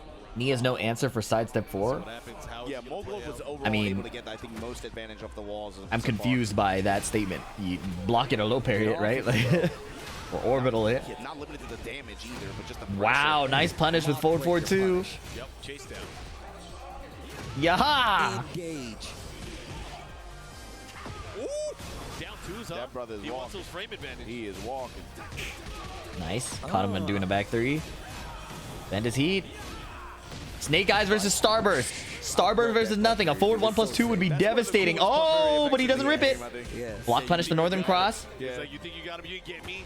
Again, tapping those toes. Oh, wow. They both got that move. Shooting him. No dice. Nice block. Doesn't go for the launch this time. The mind game paid off. Single hit. Last time Knee tried to launch it, didn't work. Now Moogle does both hits and he doesn't get launched for it. He still lost it. Cannonball straight to open here. I think that's what Invested said. Do that move. Knee trying to win damage through the down forward 1. Since Moogle is playing around the counter hits. Nice call out by Speed Kicks. I did not notice that. Ball standing 1. Heat burst. Sidestep 4. Oh, whiff. He just lets him use the second hit, burn some more heat. One more Starburst charge. Nice punish. Cannonball straight. Heat activated. Now Knee. How will he use the God mode to his advantage? He's blocking. He's running out of meter. Nice block on the hop kick. Knee stone cold. Still a Snake Eyes charge. Probably used for the armor or the Neo Incinerator. Right there. Whiff punish. 1 pixel. Harada's magic pixel. Watch the hop kick. Watch it. Oh. I was going to say watch the twin piston. That's a cyborg, B. That's a cyborg. This is wild because obviously it's grand finals, so it'd be first to 3 anyways, or first to 3 anyways, right? But in a first to 2 setting, Knee already lost the set. But Knee demonstrating why he is so good in longer sets. Moogle going right back to the big buttons, the sidestep 4 and the back 1. Tons of back 3. There's the counter hit that Moogle was worried about, and now it finally hits him. Strong aerial tail spin. He's gonna get the wall. No, you can't. It's the first time Brian has never gotten a wall in his life. Oh, yeah, that was scary. Uh-oh, back dash forward 1+2. A quick preemptive whip punish. That was nice. Yes, yes. It's kind of scary. It's like it's very small. It's like, is it worth talking about? But slower mids. Yeah. Big counter hit starting mids on top of that. Yeah. Clipping him when he's trying to move around, when he's trying to get to these sidestep 4s, when he's trying to get to these back 1s. That's why all those quicker moves were hitting. All right, He, of course, 1 to trying 2. sidestep, so he's getting clipped. But once he turned on that offense in Did this Knee manner, download him? he was able to get the We will see. And the timing is on point each time, too. He's been Moogle able to got get layers, the too. each time. Down back 3. Nice. Sidestep down forward 1. Knee making a lot more decisive contact here. Also eating more up forward 2s. Cannonball straight, looking for a bunch of options to be able to try to make him not be able to move as easily. Counter hit on the power crush. Wow. Sidestep heat burst. Knee's ability to kind of move because now he's in this walled space. Knee can't move as much. Oh, Nice sidestep. Small punish. May live to regret that. Oh, got him with the back 4. And he got him. Very nice. Nice cleanup. You could tell Knee was kind of reevaluating the health bar mid-combo, trying to figure out the way to end it. Kept it simple with the down 3, 1+2, or down 3-2. I like that little poke on the low. Sidestep right duck. Jab to intercept the throw. These damage starting to stick. Doing these sidestep blocks from a distance. Whiff punish on the sidestep 4. He's spacing. Oh, there the tiptoe hits him. 1+2 throw. Knee sharpen breaks it. Requiem. Crash impact denied. Forward dashing. Phone booth neutral, but he misses the back 4 link. Activate, no step. 1-2 counter hit. No 1-2-4. Heat smash. Hatchet kick. Hop kicked the safe toe tap. Or the safer toe tap. Big reward, not a lot of healing. Sidestep 4. Moogle's running with it. Flip over. You better get up, Knee. Heat dash. Dash pressure. Up forward 3. Sidestep duck, but he eats the 1-2. Me and Mark looked at me, man. I could have up forward 3. He only used that in combos usually. That was crazy. A little slower, Knee down forward ones. Okay. Forward dash. Delayed cannonball straight. Mogul just putting out the mid poke. Slow down, buddy. Northern cross. Hatchet kick. Uh-oh. He found where to put the lows. No sidestep on the heat burst. Brian has a pretty good one. Down 1+2, and then he floats him out of the up forward 2. Knee is on something today. Hatchet kick doesn't hit the side roll, but the heat smash connects 3-0. Did Knee download him? You tell me. 2-2. Yo, and the crowd is looking crazy out there. For Knee to transition from arguably one of the most defensive, passive Tekken games possible in Tekken 7 into one of the most offensive, mix-up heavy Tekkens we have ever seen, to claim this title would be insanity. I was like, yo, Knee is playing Tekken 8 now. Insanity. Even he came down, he was like, thanks. Look at the character. The Fang. It feels like a desperation pick at this point. It feels like a desperation pick, but the tell is how prepared is Knee for this? How prepared is he? And then also, how is Mogul going to open? He's got to make this fast, I think. Jab, float. Wait, he's on Fang Wei. He's on Fang Wei. You can't get the pace if you're stuck at the wall dealing with this. I feel like Saves his stack of Snake Eyes. Guaranteed Link. Hatchet kick. Everything is working. Hatchet kick again. I know you're stand blocking. Taunt him. No, hatchet kick again. He got the back one. Mogul doesn't activate heat. He just gets the homing option. Misses the stomp. Oh, whiff punish. And then he chases the back Kenpo with the down 4. Yep, Knee stealing the lead. Sidestep on the unreactable low. Uh-oh. But Knee with the precision. The precision and the read. Okay, he tried to sidestep that. Nice block punish. The new hatchet kick. He's on one. He's on one. Oh, Northern cross. Spin on him. This is hitting the wall, no? He's dead. Oh my God, hold on. Oh, he did a crazy combo and it fell off the wall. He blocked the down back 3. Mogul cannot find a low. He just gets mad aggressive versus Fang. Yeah, he just starts beating the dog shit out of him. Wait a minute. Oh my goodness. Oh no, he saved it. Hatchet kick. Uh-oh. Headbutt. No wall splat. Give me some health back. Mogul still fighting with the chain. Oh, sidestep right on that bullshit extension. I love that shit. Oh my God. Hatchet kick. How many have hit? Oh, he recovered in time. 1-4-3. No punish. Nice duck. Knee. Yes. Oh my goodness. You love to see it. You love to see it. Oh my God. Your champion for Tekken 8. That was sick. Sidestep right on the Fang extension. Knee came prepared and warm. Put your fours up. Yes, sir. That was tight. Oh, what a dub. Oh, that is so fire, especially considering right before this he was bitching about Season 2. I feel like you haven't seen him. Knee is the GOAT. He earned every right to complain. He said, I figured this shit out, and this shit sucks. Hot on the heels. Oh, that is so fire. He was tweeting about Fakum Ram an hour ago. He was watching this tournament tweeting about Fakum Ram. He's the GOAT. He's on Twitter mid-tournament, shows up, and wins without dropping a set. Are you kidding me? Let's go. You're shitting me, bro. Bro, it's about to be doomsday. I can't believe that.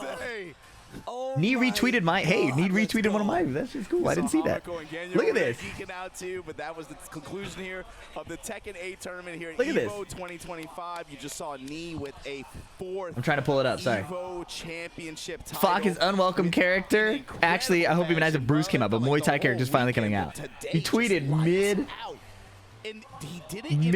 bracket. I didn't expect to work the way it did, but to me, that just talks a little bit about the effort. Knee retweeted my combo critique about strong aerial tailspin and long combos. An endorsement from the EVO Japan winner. You know, sometimes this streamer, this YouTuber knows what he's talking about. You know? Now I'm looking at Vegas, and look, y'all better get your tickets. You better register. June Where is 9th this? is the deadline. Do not be late. Please be on the lookout. That's gonna be a move. And don't DM me saying Look at this, man. May 4th. I'm telling you, it's gonna be Roughly a week ago, Nee tweeted about how Season 2 doesn't want to speak negatively about it, but it's stressful and hard to enjoy. He was not having as much fun. He was stressed out. And he took first place. Listen, I'm saying this right He is the now GOAT. because Nee is conscious of this. My man went straight to the floor. He's like, Between the witty one-liners and the funny crash shots, you've always had very level-headed takes. Thank you, Green Name. Shout-outs to the Green Names today. Look, man, and I'm glad you said he found out and did it his way. This stream goes out to the Green Names. Let's play some fucking marbles. Different players. Mulgo played a very stationary defense, looking for you to kind of space out, looking for great punish, looking for these intercepting moves to try to take advantage. But also, All right, chat. If you're new here, just the fact that we looking at Nee being like, hey, I'm gonna sidestep. If you're new I'm gonna here, make you whiff, and I'm gonna make you go out of the range that you need to be successful and get these combos, and then I'm gonna hit you. top 3 gets a gift sub. I'm gonna finish you. This performance. Yeah, now you're interested, huh? Free gift sub. Woo, free things. Also, again, adapting to this new version of the game with the improved. We're gonna go for a high elimination rate map. And then being able to leverage that. In Ultimate spite of lucky all the marble offense slide. And volatility that this game can have. He said, "Wait,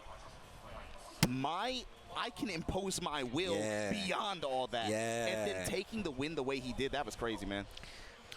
Real quick, gotta give it up. Mulgo, the golden child. Yes. Star out of Korea, did an amazing job, but again, sometimes you run into some tough competition, but he still played out of his mind. That's still a crazy Is this map a vibe? He's locked in for EWC. I don't know if this map is good or not. Only Nee has more. Yes. And this is a good look for him because you know he's going to be around.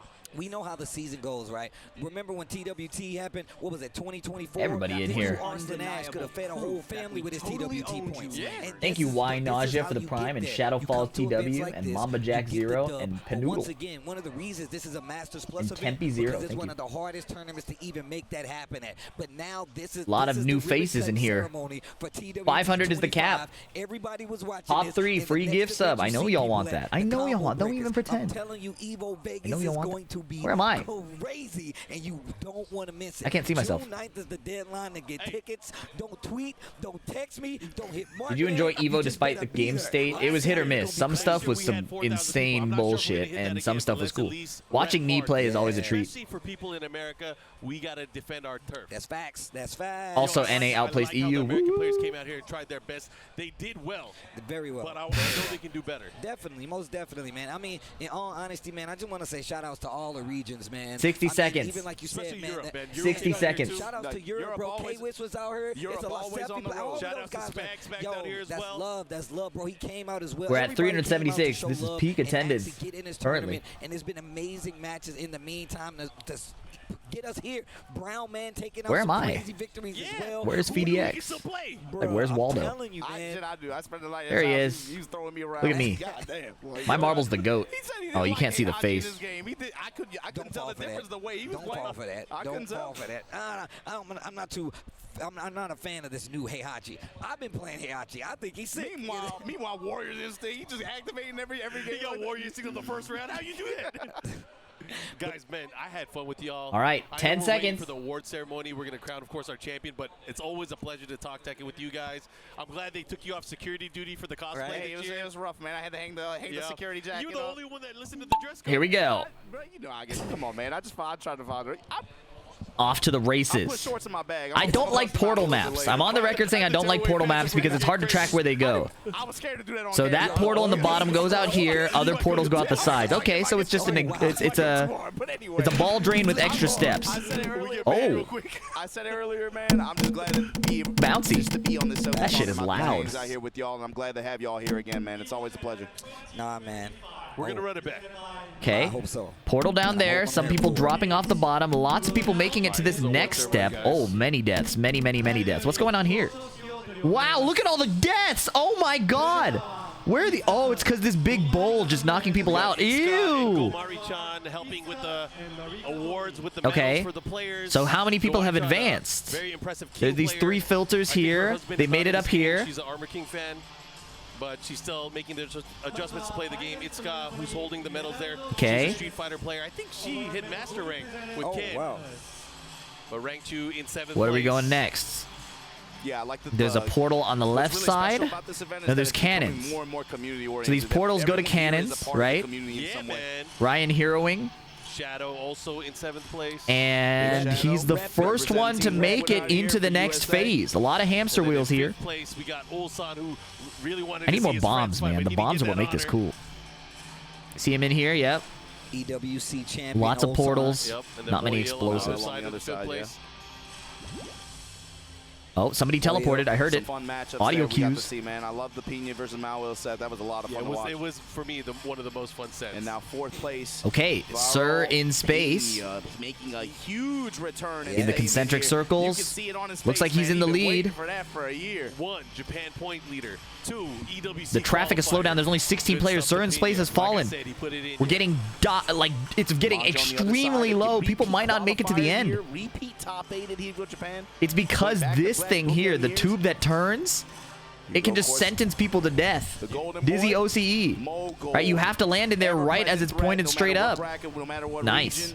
Always on the docket, but your champion, baby. He's Okay, Gaming Brother. he never left, Gaming Brothers X. Nice progress. A little bit slow on the map here. Boost backwards. What's going on here? How did they get out? He got knocked back out. What happened there? Anti-gravity? Oh, Black Heat made it. There's only 6 people alive.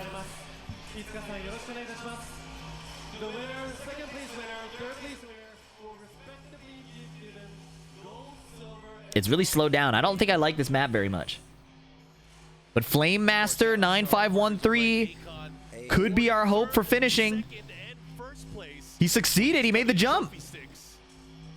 That laser could have ended his life too. Oh, there's 2 lasers. Oh, this is horrifying, man. Uzi!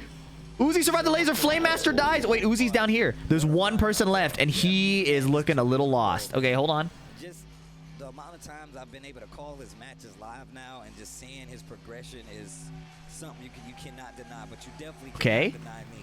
You cannot. My man has put the Okay, Uzi is advanced. And he's dead. All right, this map kind of... Wait, no. He resetted. He fell off and should have died, but resetted to an earlier part of the map. Now he's dead. No, he's alive. Wow. This guy might be invincible. Hold on. Let's go, Uzi. Bro, can you... Okay, nice. Through the tunnel. Prize pool was Getting pushed up eventually. how many people entered the tournaments this year. So of course Tekken Yep, pushed up by the hamster wheel. The tube is not in alignment, and that's it for Uzi. He's dead. Absolutely dead. All right. Nobody finished. Let's do one more map. I wonder what he's gonna say. I'm very curious. That is number 4. Arslan, I'm on your ass. Killer Spicy C. The internet's gonna go wild with it, but you know it's all love. Can you give a speech? No, if you play the game, you want to see that. You Yeah, want that. that's what I'm Who saying. don't want to see that, bro? Need speech. I'm gonna let you translate for him, Steve. Oh, I got you. 사실 이제 철권 에이시 나온 지 1년이 되는데 작년에 저는 사실 굉장히 어려웠습니다. 하지만 철권 에이스에 적응하려고 굉장히 노력했고 이렇게 또 성적을 내게 돼서 정말 기쁩니다. 鉄拳8が出てもうすでに1年以上経ちますが、で実際に私も去年いろいろと苦戦してて、ただ今この場にいて優勝できたことをものすごく嬉しく思いますし、皆さんと競い合えたことを光栄に思っております。What do you say? 4. Say One it was more. an honor to be able to get the win here like this, especially after the tough fights that he had in the previous year. EVO Japan 2025 presented by Tekken 8. What did he say? That's your champion. Give it up for him. Don't doubt him. 4 EVO titles to his name. Tekken 8 EVO Japan 2025. Knee. It all belongs to Knee. That's fire. Man. I'm inspired. Okay. 60-second countdown to join. every one of the matches that I would like to. Obviously, we was doing back and forth, going commentary and the whole nine. So I wasn't able to catch all the matches. That just means I got to go back and watch them on my own time. But if it gave us this sick of a tournament, I will gladly go back and watch the mayhem unfold in my own time. And obviously, we got a lot of big tournaments on the horizon coming up that are worth points, that are worth spots, that are worth trips that you want to make sure you watch. The TWT kicks off spectacularly, and we already have a leader on that TWT board. It's going to be none other than me. A great display of Tekken, great display of Tekken 8 when it comes to different ways to play the game, defensively, offensively. We had a crazy roster of characters up 20 there. seconds. Even Last some chance to surprise join. picks that Top we 3 get a didn't free even gift see sub. and it rolled out spectacularly, like I said, with a great payoff. 10 Being seconds. our first champion here for the TWT. The numbers, select your ball skin. By typing exclamation play, space, number, you can choose ball skin 1 or 2. If you're a subscriber, you can choose ball skins 3 through 10. So of course, make sure you guys give yourself a shot and make it out to these events. We're off to the races, bro. Here we go. What you gotta say? I just can't wait to see how everyone else responds to this. I can't wait to see how the Pakistan community responds to All right, Crazy Foxy first out of the little horizontal pachinko section. Gamer by heart. Crystar TV, the tubes are different lengths, so any lead you may have had in the beginning does not necessarily translate to where you are in this position. Crazy Foxy in the lead. So with that said, this was A little spiral here messes up the little leaderboard, but you can see that a lot of people are still catching up from the pachinko section. Huge lead by Crazy Foxy. First little filter here. Looks like there have been no deaths, but now this spinning fan could spell doom. Let's check it out. Many players passing the skill check. I'm quacked. Did not. FDX, no! Pure luck. All right, the nails. Nails spell not certain doom, but let's just say that many will not survive the nails. Woo! Sly J. Look at him. Gamer by heart in the air. Damn, he survived. He landed back in. Look at this. Tons of bodies hitting the floor. And notice that Crazy Foxy still in the lead, taking the left path, paralleled by Arzenia and B Boneless on the right side. Here's another skill check. This ball drain has deadly lasers. Crazy Foxy, seemingly immune to any of the traps laid out by Bone777. But it's better to be slow than dead. So the people in the back, do not despair. You still have a chance to win. Anything can happen. What is this, a ghost that possesses you? Did you see that cloud? It kidnapped Arzenia. Where does it take him? Into the shark's belly? Into the portal? Nope, he missed.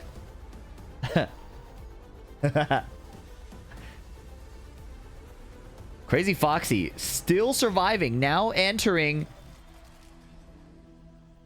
this. Oh, wait. Did they die? I lost him. No. Still there. Still there. This is hard to perceive. Okay, look at here. You can see where the bottleneck is happening and where people are dying. But now we have leaders again. Jay Kist and Tenko Seka. Couple cogwheels here. There are gaps. As you can see, Lightning 2511 demonstrating the gaps in the cogwheels. It's not a safe zone by any means. Kyle was taken in 3rd place. Look, the leaderboard has been shaken up. That early lead amounted to nothing. And they missed the final. This is the final drop. And some people are coming in too hot. Is there any way for them to make it here? They're all dropping so fast. What is the strategy here? How are you supposed to survive this jump? It looks like nobody's gonna make it. Maybe you have to hit the front edge and then like come through slowly. Wow, this feels messed up. It's like you're right there at the end. Maybe you have to contact another ball. But it looks like nobody will survive this. Lol Mags. They all died.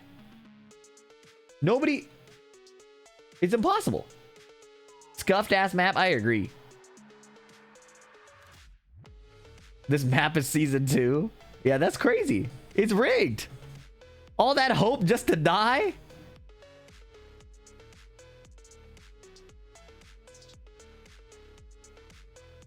Wait! Wait! He missed. Where are you? This guy is so stuck. He's hard stuck. At the beginning.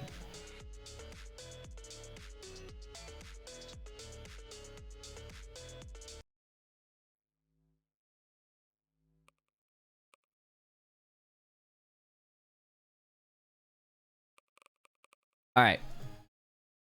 We'll pick a 98 or better.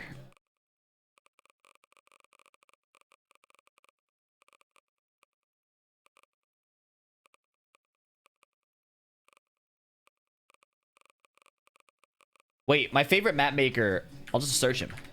Dylan70. Crazy Fire Nightmare. Balancing Colorful Chase. Colorful Absurd Racing. Fuck it, bro. Let's do this one. 50%. I'm running a 3-minute ad break. Exclamation join. See you guys in a bit. Top 3 get gift subs. Ew, this is a ugly color scheme, bro.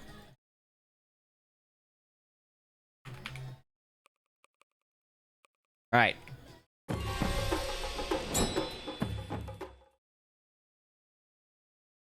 All right, I'll be back. Use the restroom, and then we'll commentate this final marble race. Get in here.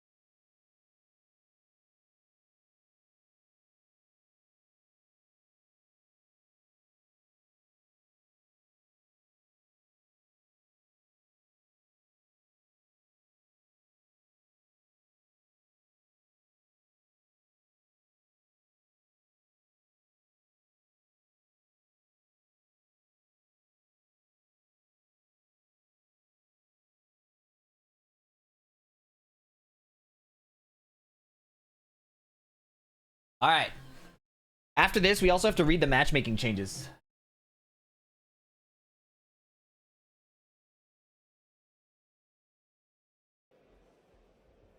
Whoa, Justin, what's up?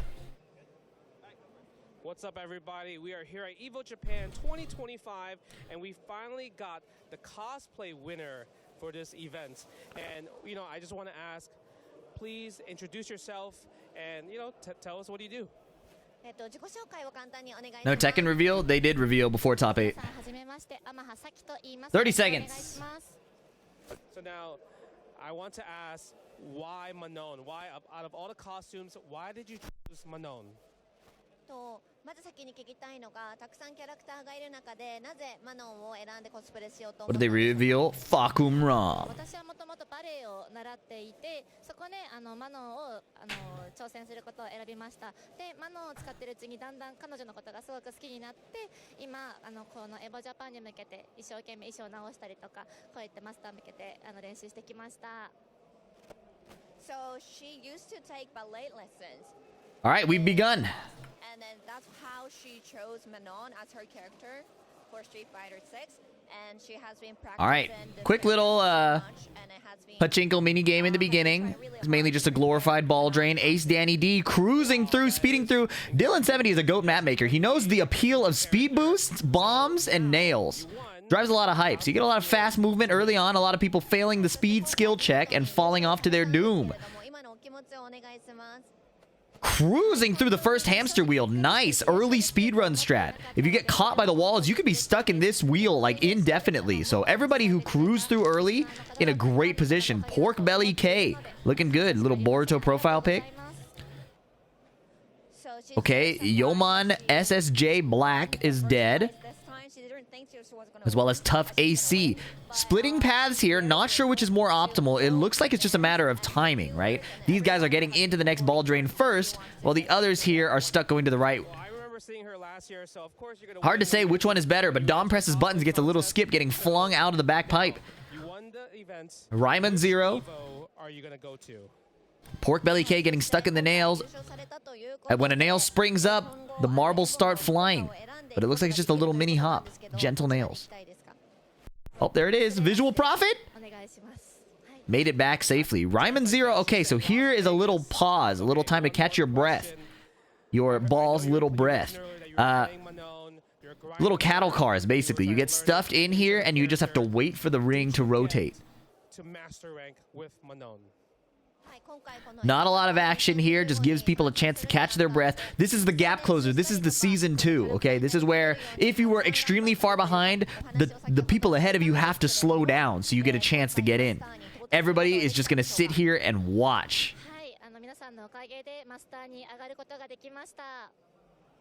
Thanks to everyone who has supported. Very slowly. Ryman 0, first one out.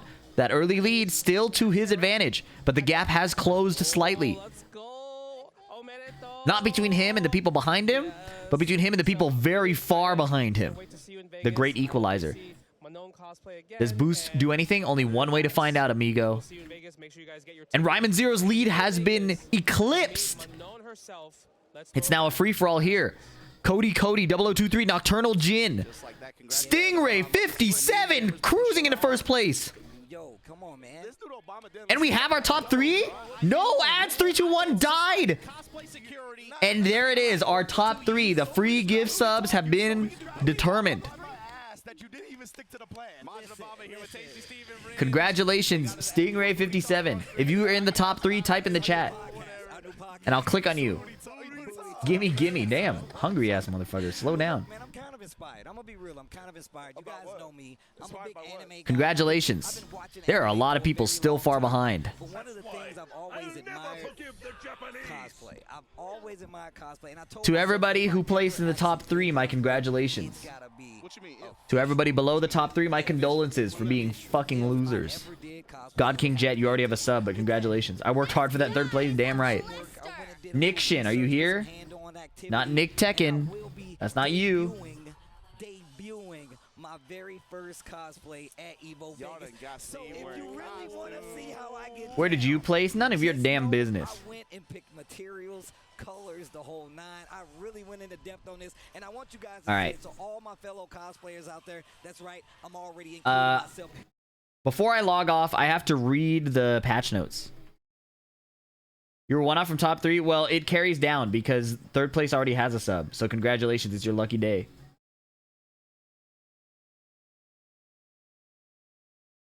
Alright, let's read that patch note thingy. Alright.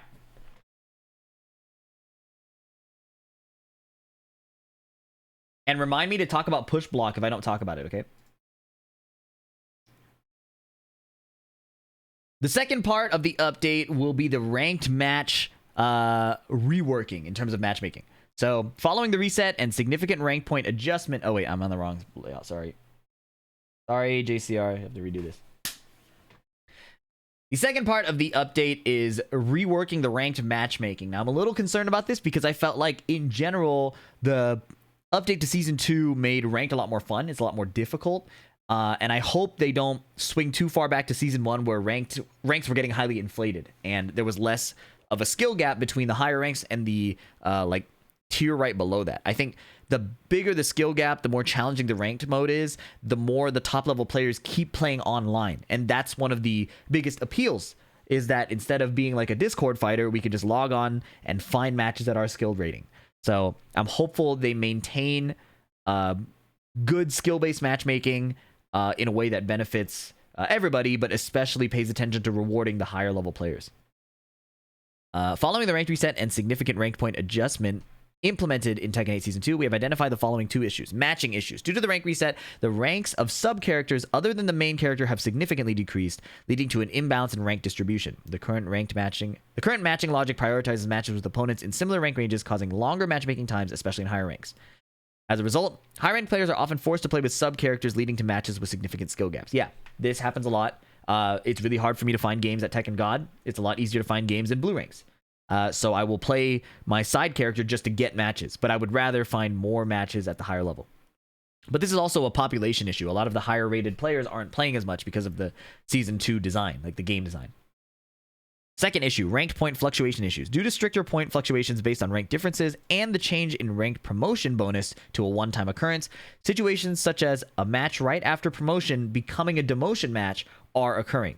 Even when matched with a similarly skilled opponent, a rank difference caused by a recent promotion can result in low point gains for the promoted player and significant point losses for a loss, increasing the risk of rematches. Is that a typo? As a result, we have recognized that it has become more difficult to rank up in comparison to Season 1. I'm honestly kind of okay with these. I get the frustration of promoting and then demoting right away, but the flip side was Season 1 had the problem where if you promoted, you could actually exploit that promotion buffer, where you would demote on purpose, take the promotion, and then have more points. So they fixed that, but maybe they don't like how frustrating it's gotten going back and forth. I see that there is an issue on both sides, but I prefer that the rank system is harder. I think that's important. To address these issues, we will implement the following 4 adjustments. Mitigating point loss for defeats. The amount of points lost for defeat will be reduced for ranks from Vanquisher to Battle Ruler. I think this is totally fine. I like the idea of earlier ranks being a bit more generous and then having the more intermediate and competitive ranks being more strict. So I'm totally okay with this. I think it's more encouraging for these lower ranks to get more rank ups. I'm fine with that. Adjustments to point fluctuations based on rank differences. For ranks below Tekken God, the point gain for defeating a lower ranked opponent will be increased. Under the same conditions, the point loss for defeat would be decreased. This is, again, pushing people up. I have mixed feelings about this. The nice part about this is for higher level players on side characters, you'll get those characters to higher ranks sooner. So that is a good thing. But by pushing everybody up towards Tekken God, we run the risk, again, of having highly inflated ranks. Preventing immediate demotion after promotion. For ranks below Tekken God, a new feature will be implemented that prevents demotion in the first match immediately. So rank protection. This is common in League of Legends and in Fortnite. So it is a thing that I've seen before. The rank will be maintained regardless of the outcome, but this effect applies only to the first match. This feature will apply only to promotions after version 2.01. Promotions earned before that will not be eligible for this feature. Okay, so if you sat on a side character that's on demotion, it's not going to give you that shield. Okay, so it requires you to have gotten there. The promotion shield after 2.01 is implemented 2 days from now or so. Expansion of win streak bonus points. The range of ranks eligible for win streaks will be expanded from Tenryu to Kishin. For ranks at Kishin and below, players can earn bonus for 3 win streak or higher. This, I think, again, is to prevent the Smurf pain point where a higher level player on a lower rated character now can win streak and get out of the low ranks faster, or the mid-level ranks faster. I think these are fine. Obviously, it's going to depend on the details. As long as the top part of the ladder is still really strict and competitive, you'll see higher level players stay in the ranked mode. You'll get more matchmaking at the higher level instead of people just playing Discord matches with each other, and I am a fan of that. I'm a fan of the ranked ladder functioning, especially at a higher level. So this seems okay. We'll have to see how it plays out with the numbers themselves, but it seems okay to me. Okay, last thing, I said I would talk about this. I want to go back to talking about the idea of like push block, or how we deal with high performance moves that create consecutive advantageous situations and lead to one-sided developments. People have suggested, like, why not just let people like spend their heat to do a push block, or spend their heat to break a combo, or spend their heat to get like a super parry. Heat burst is already kind of like that, being a really, really strong parry. But I disagree with that approach for a few reasons. The main one being, when you think of these egregious Season 2 situations where Jin is doing a running 3 going into stance, then doing a dive kick that's plus frame into stance again, right? These looping stance situations where Leo does running 3 into Bach and then does the Australian breakdance into a plus frame low to loop the stance again, right? First of all, the risk reward being adjusted is a good thing. If you're going to get strong offense, it should be risky. I agree with that. And as we just saw in EVO Japan, the riskier the offense, the more the high level players kind of dial it back, right? And are focused generally on safer strategies. We saw plenty of exceptions to that, but we also saw like Knees Brian, for example, generally not going ham on his heat usage and things like that, and preferring to try and hold his threats as long as possible. I think that stuff is cool. But if you introduced heat push block, or heat combo break, or heat parry, like super parry, you end up with a situation where it could justify to the development team to do more of these one-sided offensive strategies, right? Because there is counterplay, I guess we can put in more of these moves. That's why I don't think that's the right idea. We have counterplay to strong offense in Tekken. We've had it forever. It's backdashing, sidestepping, right? Those are our defensive tools. I think the more you add super strong new defensive options to counter the new super strong offensive options, you're just applying band-aids on top of band-aids. And truthfully, the old Tekken system was very elegant, right? They did a really good job of finding a way to give characters tons of moves and finding ways to teach people reliable ways to handle those moves, right? There are a lot of knowledge checks in Tekken. There always have been. However, the defensive options made it very clear what counters what. You duck the highs. You mash on the slow moves. You sidestep the linear moves, right? And on top of those base systems of what your defensive options are, attacking options were pretty standardized. Your mid poke is a 13 frame down forward 1. Your 15 frame is your like safe down forward 2 launcher. Your jab is a 10 frame move, right? They've standardized these things in a way that made it predictable. And visually, the game used to be very clear between highs and mids.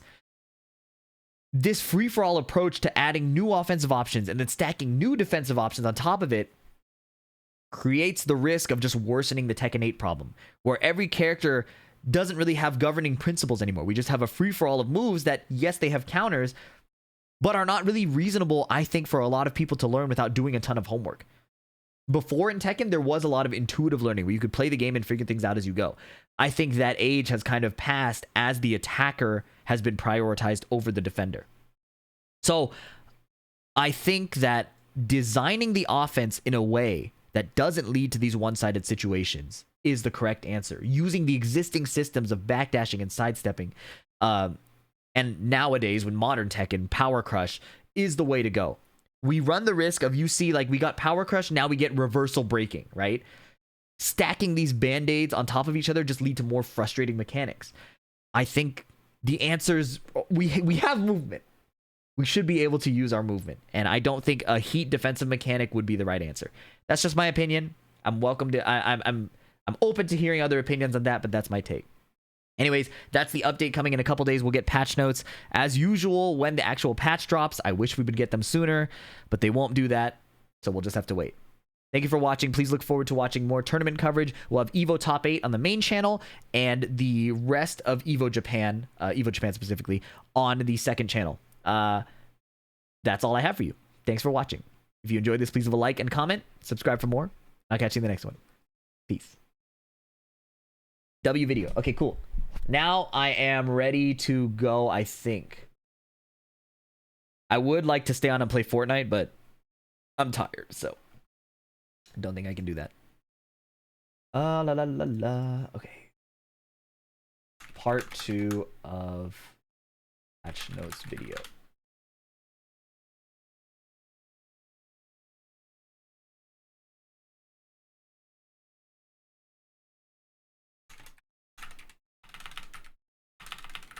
Okay. Any update on when Claire Obscura is happening? I'll try tomorrow, I think.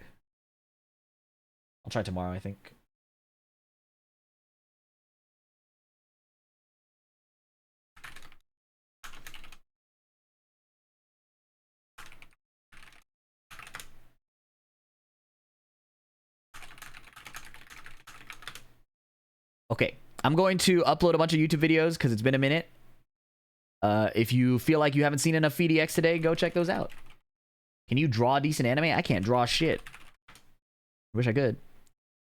La la la la la la la la la la. Raid avoiding the puddle. All right, thank you everybody. I hope you have a good rest of your day. And thank you so much for the support. It's always fun having these really active streams, even though chat is fucking unhinged. Shout outs to the mods. The mods are the goats for keeping this chat in order despite my best efforts. If you don't like the mods, we probably don't like you. Cheers, you guys. Thank you so much. Tell Eris hi.